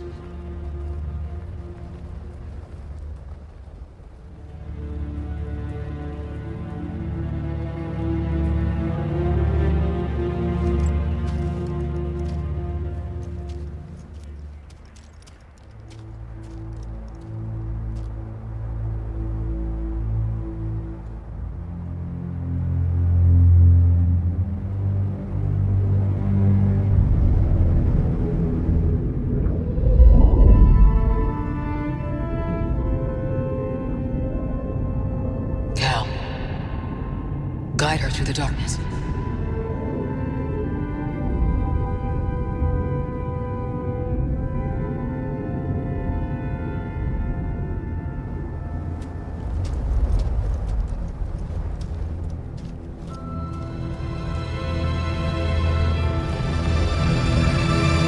Why would you leave a lightsaber? And that is how Star Wars Jedi Survivor ends. I suppose Seer is always with Cal, and this represents that. Almost like a Force Ghost, but maybe not as potent. And by that, not to the degree of Obi-Wan Kenobi's Force Ghost knocking around on a tree stump or something. And I like the ending, and I like what this game does for its characters, and I like what it means in that respect. Because whatever comes next, Cal is going to have to navigate the darkness for himself, and also guide Kata through it. The post-credits scene shows the characters embracing Tanalorr as their new home. However, they've got a long way to go before it even looks like one. The place needs infrastructure, the hidden path needs to set up, and they need to find the scattered anchorites. And all of that begins with Cal Kestis, Merrin, Greez, BD-1, and Kata. The ending certainly makes me look forward to what comes next in what I believe is intended to be a trilogy. And whilst the story beats didn't always necessarily hit the mark, the character beats almost certainly did. And so I came away from this experience with Star Wars Jedi Survivor feeling as if not only was it a fantastic game, but also, despite the obvious rough bits, a great Star Wars story. Yeah.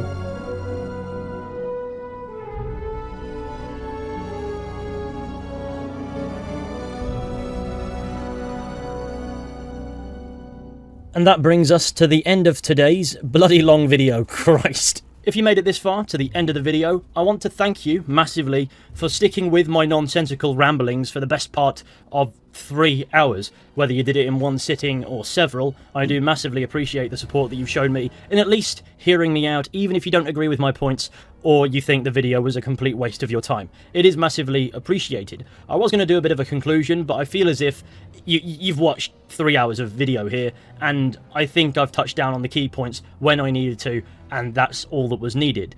So I will say that Star Wars Jedi Survivor is an absolutely tremendous experience, one that I massively enjoyed in every single way. There were some points that were rough, they didn't necessarily do so great within themselves, but when applied to a broader sense, for example the characters, it did sort of fit just fine, and that was, that was all it needs to be. But thank you all for watching, I really hope that you've enjoyed. Be sure to go ahead and leave a like if you're new. War analysis for you. War analysis for you. Very cool analysis. Let's read something. I think Bo genuinely cared for Cal. After the story, you can find echoes about Bo's betrayal where he expresses genuine concern for Cal's safety. Bo attempts to bring Cal away from the Jedi Code was to get him to go to Tanalorr with him. And when they kill Dagan, Bo tries to convince Cal to keep the compass to themselves. Bo's betrayal seems more like a last resort.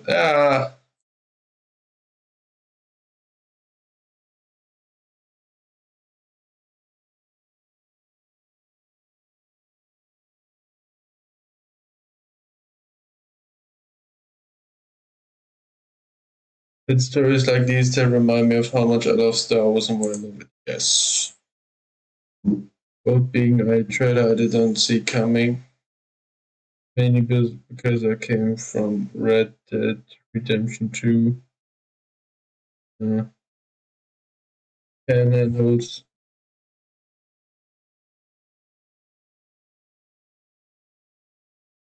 meeting Cordova was my favorite unexpected moment. Yeah. Yeah. I tend to agree with that. Across the board, few open world games boast a cast of characters whom we're meaningfully interact with over the course of a narrative. Often they drop in and out, and more than often, not only Jedi Survivor struggles with this, and compared to many of its competitors, it's hardly a vastly open world. Yeah, it's semi-open world.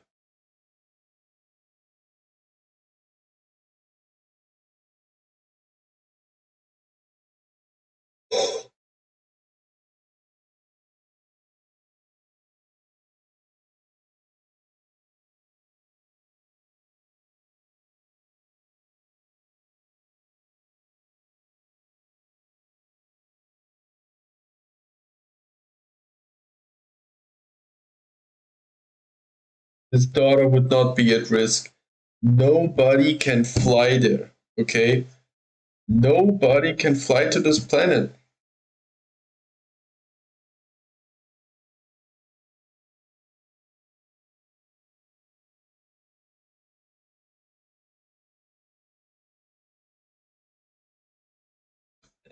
Yeah, he went down the Anakin path as a stretch because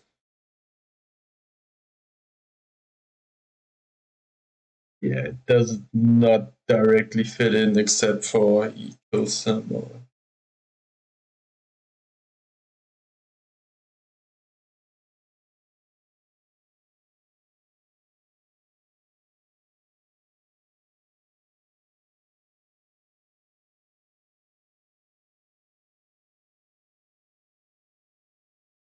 I think a lot of people find the story disappointing. Well, I don't really want to say that. Because they want a story that has implications on the galaxy at large, or even a significant piece of history between Revenge of the Sith and A New Hope. But this story isn't about the galaxy, it's about Cal. Yeah, and that's why I've never heard anyone say that. Digging Garen's motivations are unclear, and the game would certainly have been helped with a more evil intent, or at least more antagonistic intent. But Dagan isn't here to threaten the galaxy. He's no threat to the Empire. He won't be a threat to the galaxy for 1,000 years. But he's a threat to Cal. No, that's completely wrong. Everything you just said is wrong. His motivations are absolutely clear. He wants to go to Tanalorr. Tanalorr is his discovery. He discovered a planet. He wants to build a Jedi garrison there, a bastion for them. Now that he found out that the Jedi Order is gone, he wants to build his own order. After he finds out the Empire is there, he not only wants to build an order, but he wants to also defeat it with them.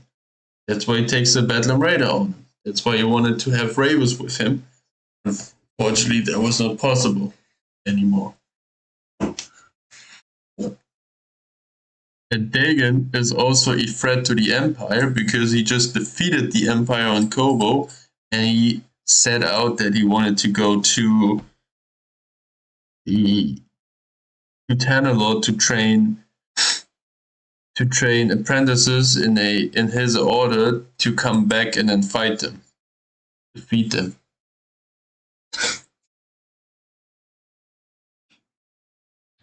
He's a threat to Cal, specifically Cal's sense of purpose.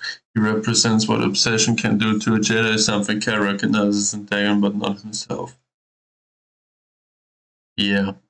I think in the end he does, but yeah. Boat also represents Cal's obsession, but an obsession Cal doesn't notice until it's too late. He gets blindsided by and it starts to fall to the dark side with his own obsession of Bo's betrayal, but he finally recognizes obsession with trying to make Bo pay. He almost falls right to the point where the Ninth Sister was at the beginning.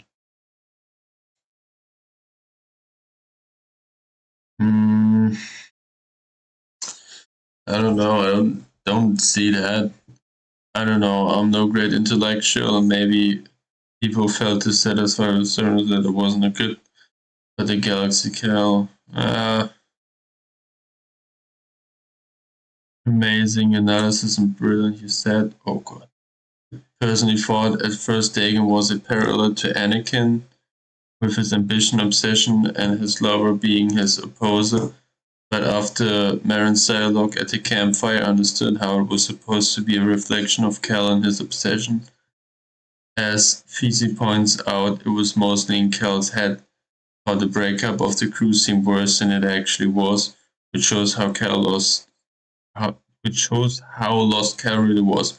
By losing himself to his goal, he loses everything around him. As Dagan lost Kree and Anakin lost Padme. You know, Dagan Gera was really a copy in some sense to Anakin, in the way that he wanted power over everything and he wanted to achieve that with Kree, and he just got completely consumed by it, up to the point where he would even betray the Jedi Order just for his own interest, and therefore also losing what he really loves and destroying it. I think Dagan was a great protagonist. No, he was an antagonist. He was no protagonist in terms of how he ideology mirrors Cal, but at the same time understand and agree with the aspect he feels undeveloped and directionless, especially compared to how amazing the written thriller was. Yes. I don't think there is underdeveloped so much, because there's a lot of echoes and stuff with Ravis, and especially Dagan Gera himself, where I feel like I completely understand him. But I think he should have died way later, so we would have known more about him when he actually was on Tanalorr. Like, I feel like the fight for Z should not have happened. It should have been the first fight against Ravis, and then we fight Ravis again at some point. And the fight on the observatory would be something where we get the compass for some point, and Dagan Gera manages to follow us through the abyss through his piloting skill, and we fight off there, and it would have made. I think it would have been better. Rilla did what she did out of hate and to survive. Another parallel to Cal, who hid through while she had a pervert, where she had perverted her life, teaching since gold. But Dagan, we don't really know why he wanted Tanalorr so bad, that he went against the council. At least Anakin had the wish to save Padme, so in the end it feels like kinda he was there for the sake of being there. No, he discovered the planet Tanalorr. It's his. In his mind, it's his. He built so much. He committed to it so much, and then he got it taken away, and he got very disappointed by the Jedi Order, who refused to get there, and also got everyone away from Kobo and Tanalorr because of the Nihil, and he felt left out, although he was doing what's right in his mind, and by to some logic, it makes so much sense, because the Because Tanalorr is a bastion.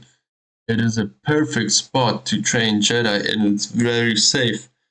And it's also in the Outer Rim. It would have been very nice to have a strong point there, especially one like Tanalorr.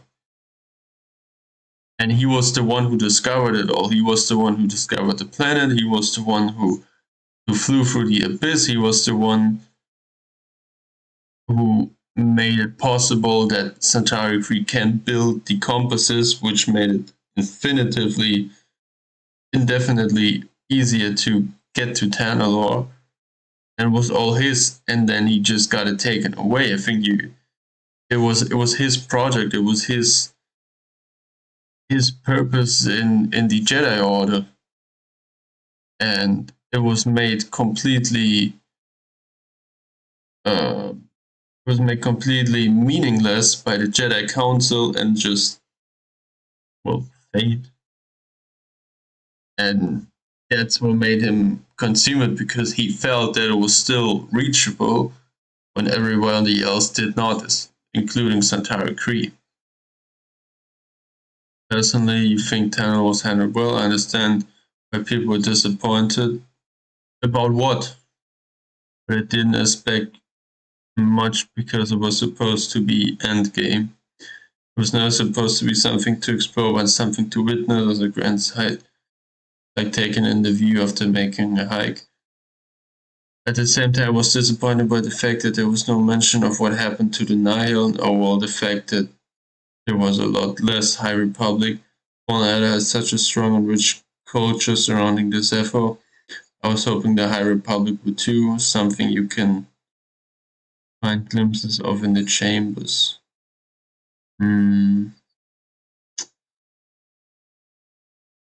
Yeah.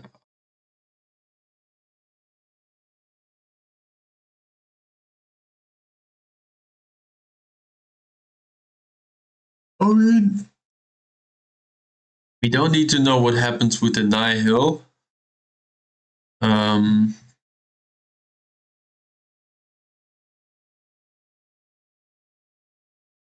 No mentions what happened to the Nihil, and the fact that there was a lot less High Republic. I mean, they left it. You know, the Nihil attacked. Taken Gera and some Jedi defended it. Taken Gera then wanted to go back to Tanalorr, but nobody else wanted to. And the Jedi Council ordered that the compasses be destroyed.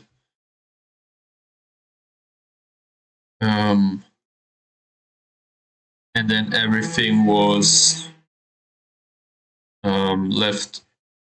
Everything was left. They left the whole planet because they didn't want to go to Tanalorr, and everything on Koboh was there because of Tanalorr, because they were studying the Abyss, and you can just figure that out yourself. So that's that. They left the place. That is why Z is stuck there, and that is why Dagan Gera has been in the Bacta tank for over 200 years. Although in theory I get the criticism that it would be cool to have some answer, but it was more or less an unfinished story, unlike the Zepho. So that's that. Very excited for the third installation. In my opinion, Carl should join up with the Rebellion. Yeah, he should. So he isn't just a lightsaber, but also does what he does best, getting results. No, he shouldn't at all. Like, why would he? Why should he join the Rebellion? It does not fit in with canon. It does not fit in with the lore. It makes no sense, because he should be his own rebellion. He should be doing something with Saw Gerrera, explain something about Saw Gerrera, or not at all. Maybe he should be just on Tanalorr. How does he secure Tanalorr? How does he get people over there? How does he get away from traitors? He should be straight up joining them, because there will be just another Jedi that was there and somehow isn't there when Luke has to fight them, and Yeah, no. Yes, exactly. His legacy. Wanted something that would leave him remembered for all time. Leader of his own temple up on his own planet that he discovered and named. When the council backed out, he felt betrayed. Like Anakin, he felt his greatness was being held back.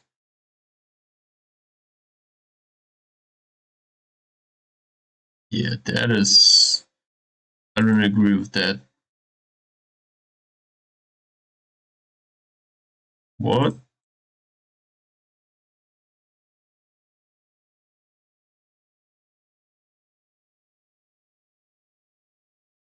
Yeah, fine, it was anticlimactic.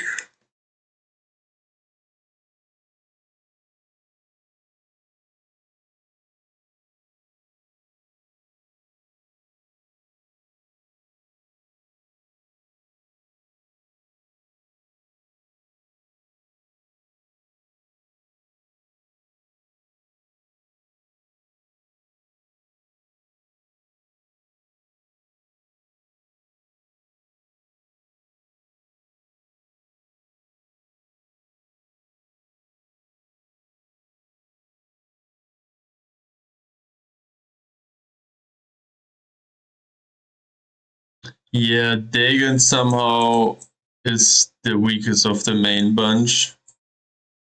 Although, yeah. Yeah, I don't know. I feel like Ravis and Dagon are like, they could have been better, you know? More of Ravis, yes. The voice was also pretty well.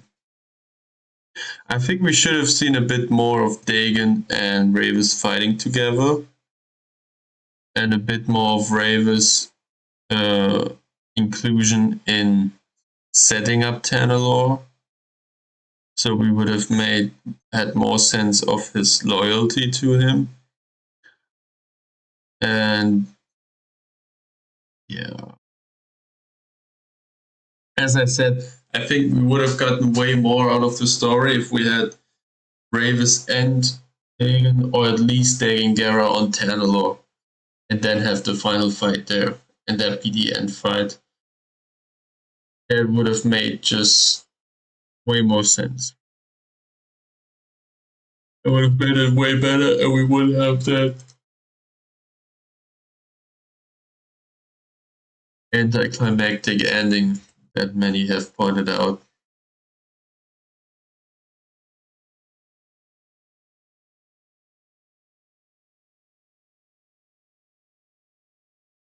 Yeah.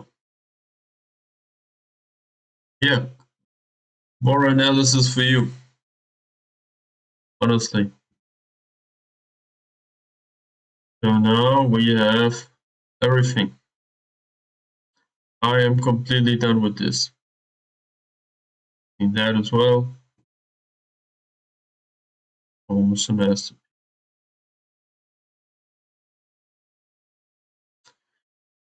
Barely, not many views. Damn. Unfortunately, not barely. Both these videos deserve way more, especially this one. Yeah.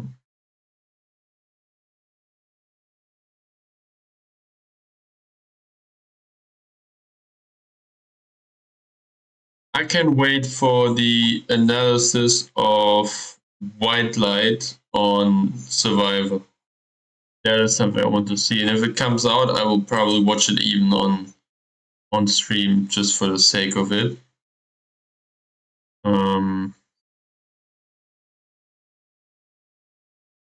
Yeah.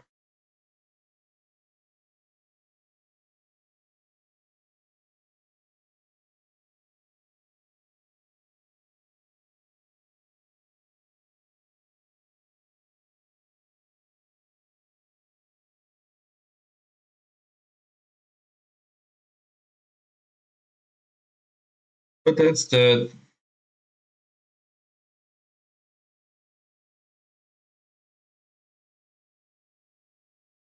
So, what are we playing next, actually? What are we playing next, guys?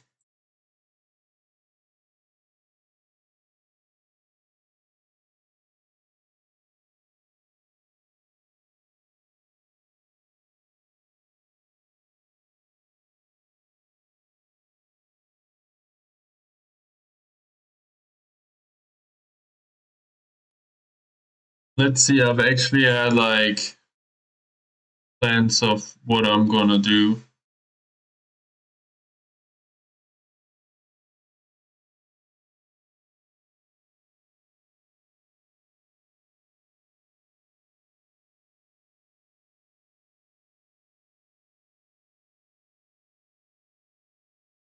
Damn, I streamed 17 times in December. Cold. Very cold of me.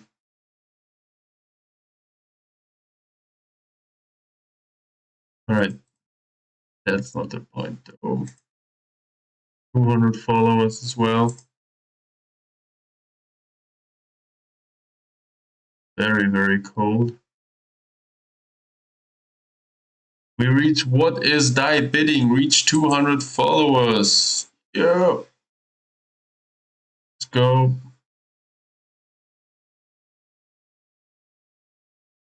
So, games we currently play. Oh yeah, we can play Star Wars Battlefront 2. That's fair. Jedi Survivor can get out. Oh, we could play my summer car. Minecraft, I'm waiting for some Minecraft stuff.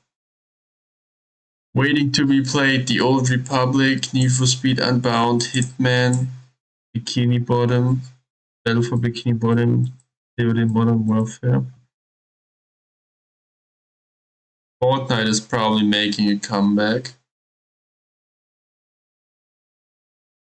on the channel. Yeah, so mainly Fortnite and Minecraft are making a comeback. I have something special cooking in the shadows. You will like that, guys. Well, let's edit it for once. So, Star Wars Jedi Survival. We can. Yeah. So, guys, I want to make one more stream of Jedi Survival.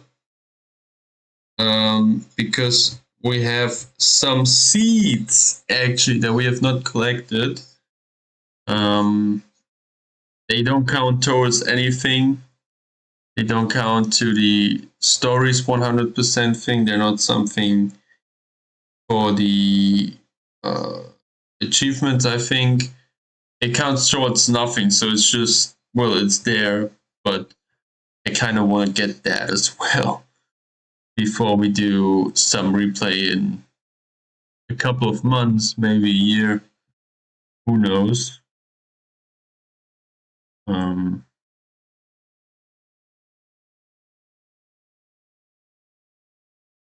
So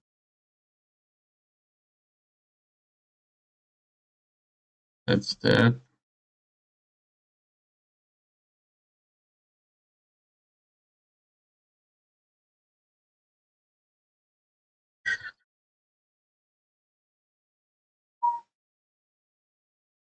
And if I look back here, yeah.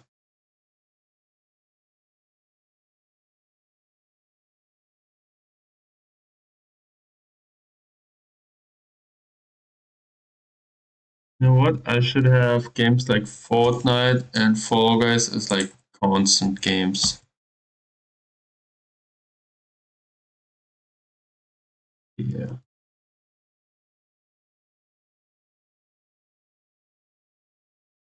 Got one more Jedi Survival stream with my summer car in Minecraft.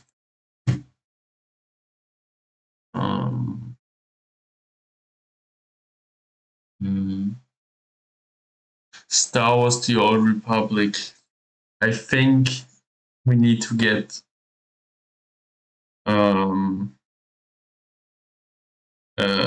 Knights of the Old Republic 1. I think that is the game I need to play.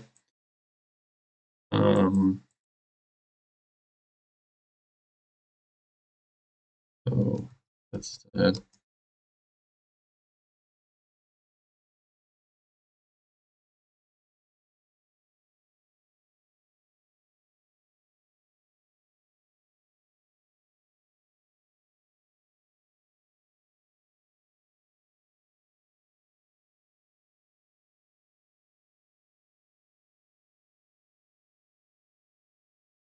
Yeah, we need to do that, huh?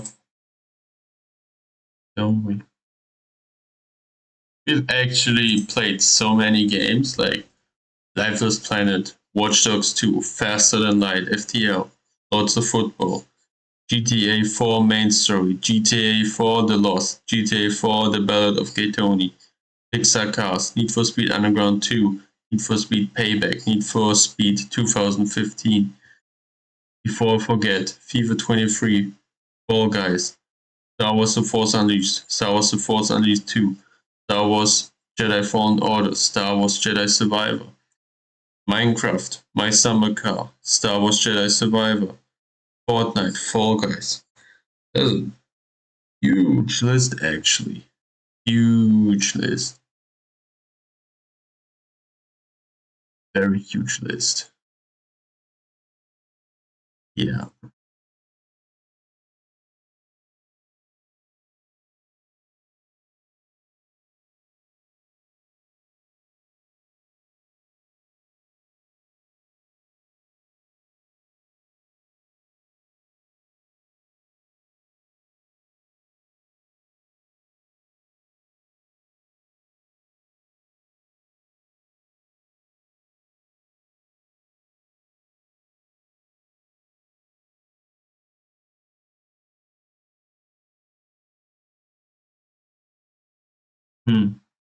Yeah.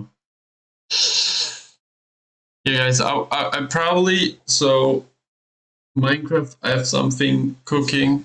I think some Fortnite sessions will come, and the next stream will probably be me just collecting seeds. In the meantime, I will look up Knights of the Old Republic, what is happening, what is possible with that. So wait, let me do this. Actually, we're gonna open up Steam because I have some stuff on my wish list, and I don't know how or if we can get Knights of the Old Republic, or if I have it on the wish list, or when do we get it? I don't know. Let's find out.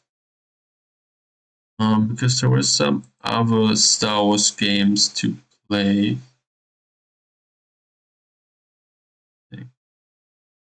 This game you said. Steam Deck OLED, that looks so promising. I would actually like to try that. Assetto Corsa, $399. Holy. Alright.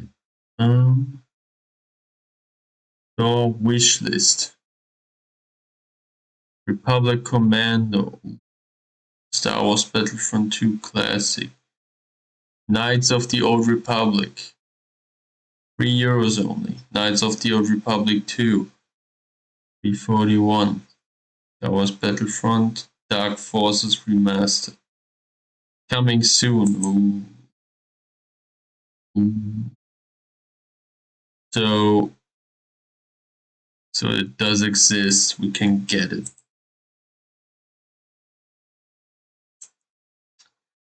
We can get 1, 2, 3, 4. We can get all of them for $3 on one.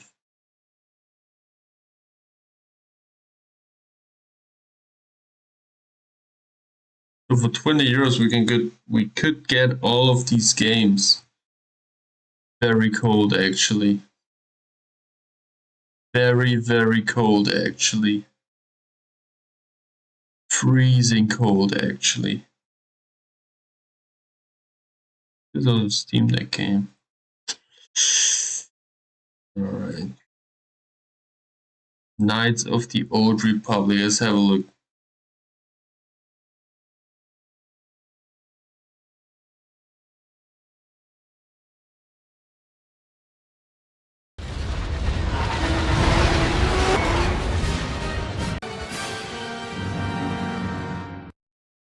Resume the bombardment, Commander.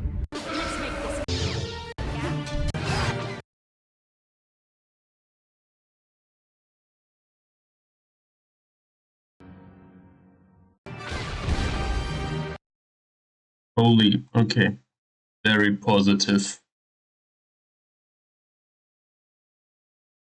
Too much.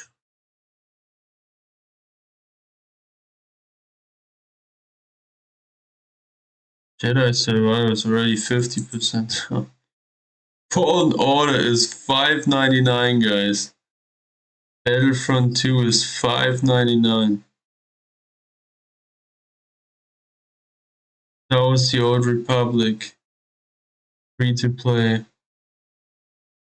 Numbers Empire at War. Squadrons is on €2. Holy shit. Battlefront 1, $3.99. Oh, that was a cool game. Wow. Those two are more expensive.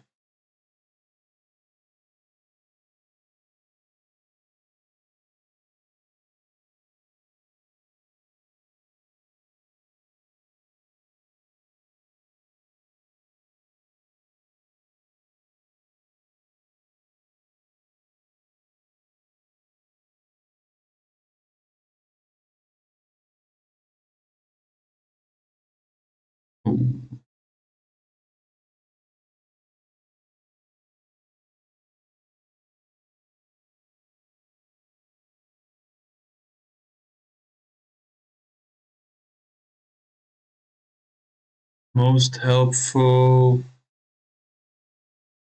in a year. This is canon. Fuck Disney. Don't go on Wikipedia.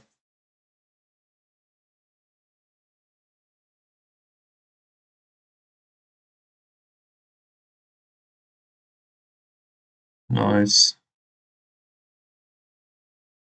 Buy it. Sale by L. Alright, can we sort it through anything else?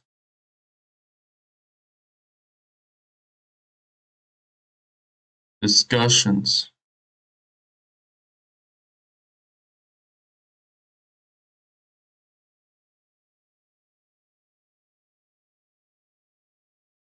Which mod first?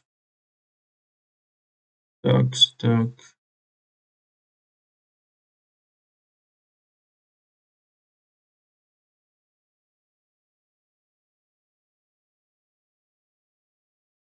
Search discussions. God.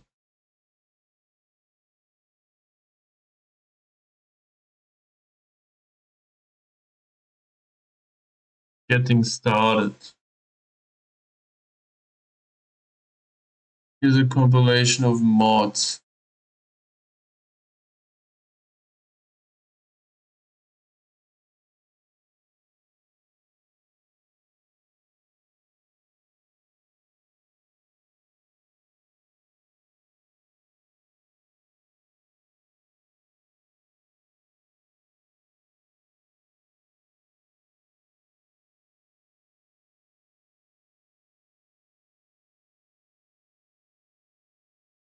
Wait, do I not have my other account?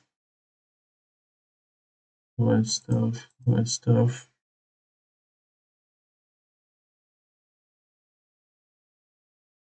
Yeah, it doesn't matter.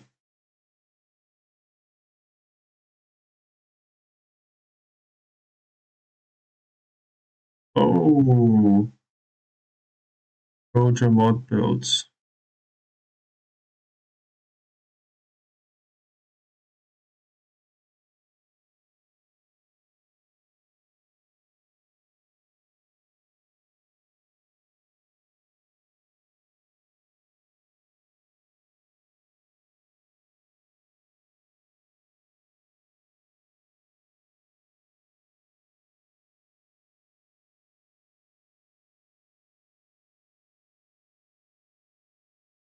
Damn. Alright guys, I will keep this in mind and read through all of this. I hope I get I would really like to have this game also be played. because in my opinion, this is like, or like not. It's not my opinion. No. Sorry, that's not my opinion. But like, this is said to be the best Star Wars game of all time. So we should probably play it when I'm playing like all the other games as well. So I will look into that and see if I can make that happen. Keeping in mind, I have not played any RPG that I know of, and I am not the biggest fan of it because, like, when I see streamers play it, I don't usually get into that. And even if it's the streamers that I watch for, this is one of the game categories where I'm most likely to get off. So let's see if it's something for me. But like, it has so much nice lore. I know so much lore about that time and about those characters. I just want to be there, you know. But yeah, we'll see. So yeah, Steam Award winners, bro. Writing. Oh.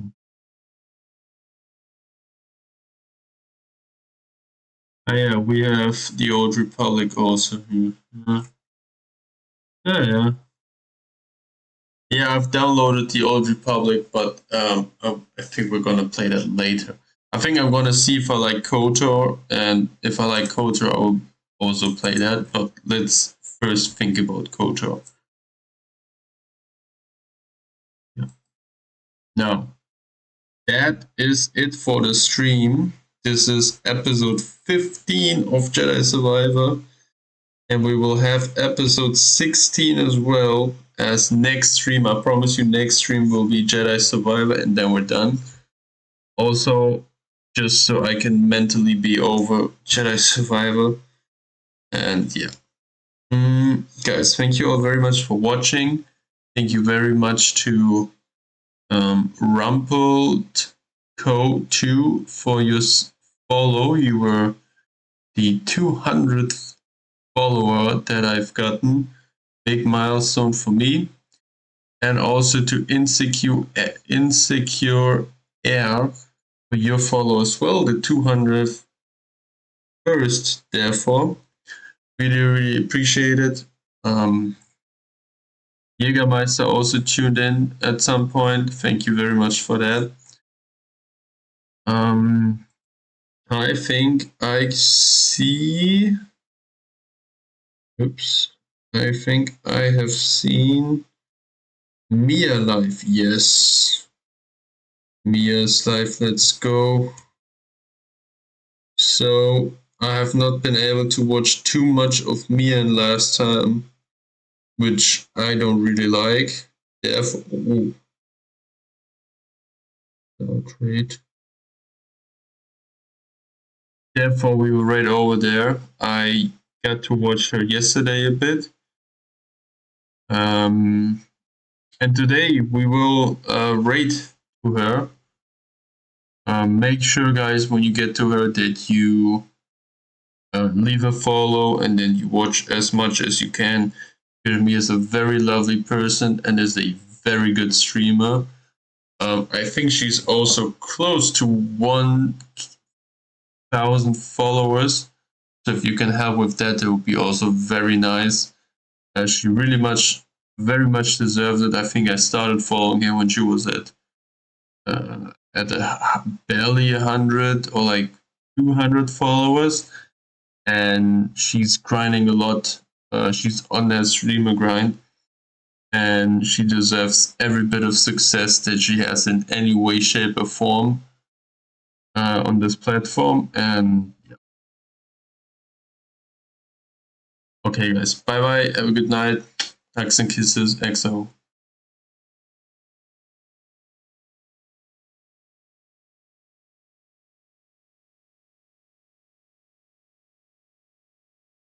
Wait, what?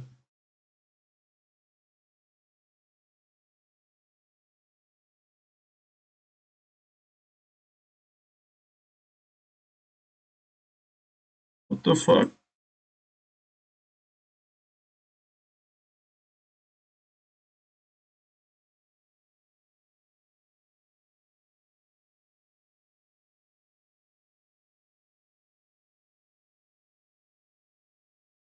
No, what the fuck? Where's it? Where's Mia?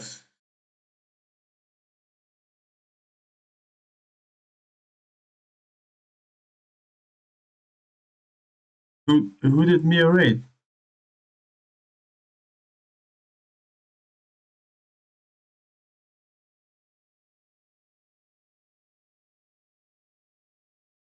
What? Where is she? Where's Mia? What happened?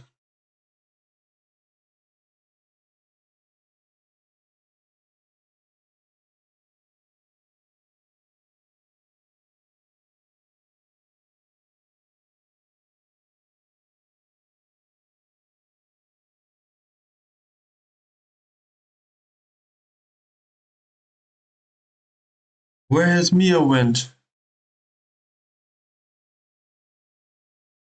Yeah, highlight. And well, cool. That suggests me. Where is she? No. Ah, come on. How did we screw that up? How did that work? Why didn't the rate? Why has the rate not been kept? I don't know. Okay, guys, good.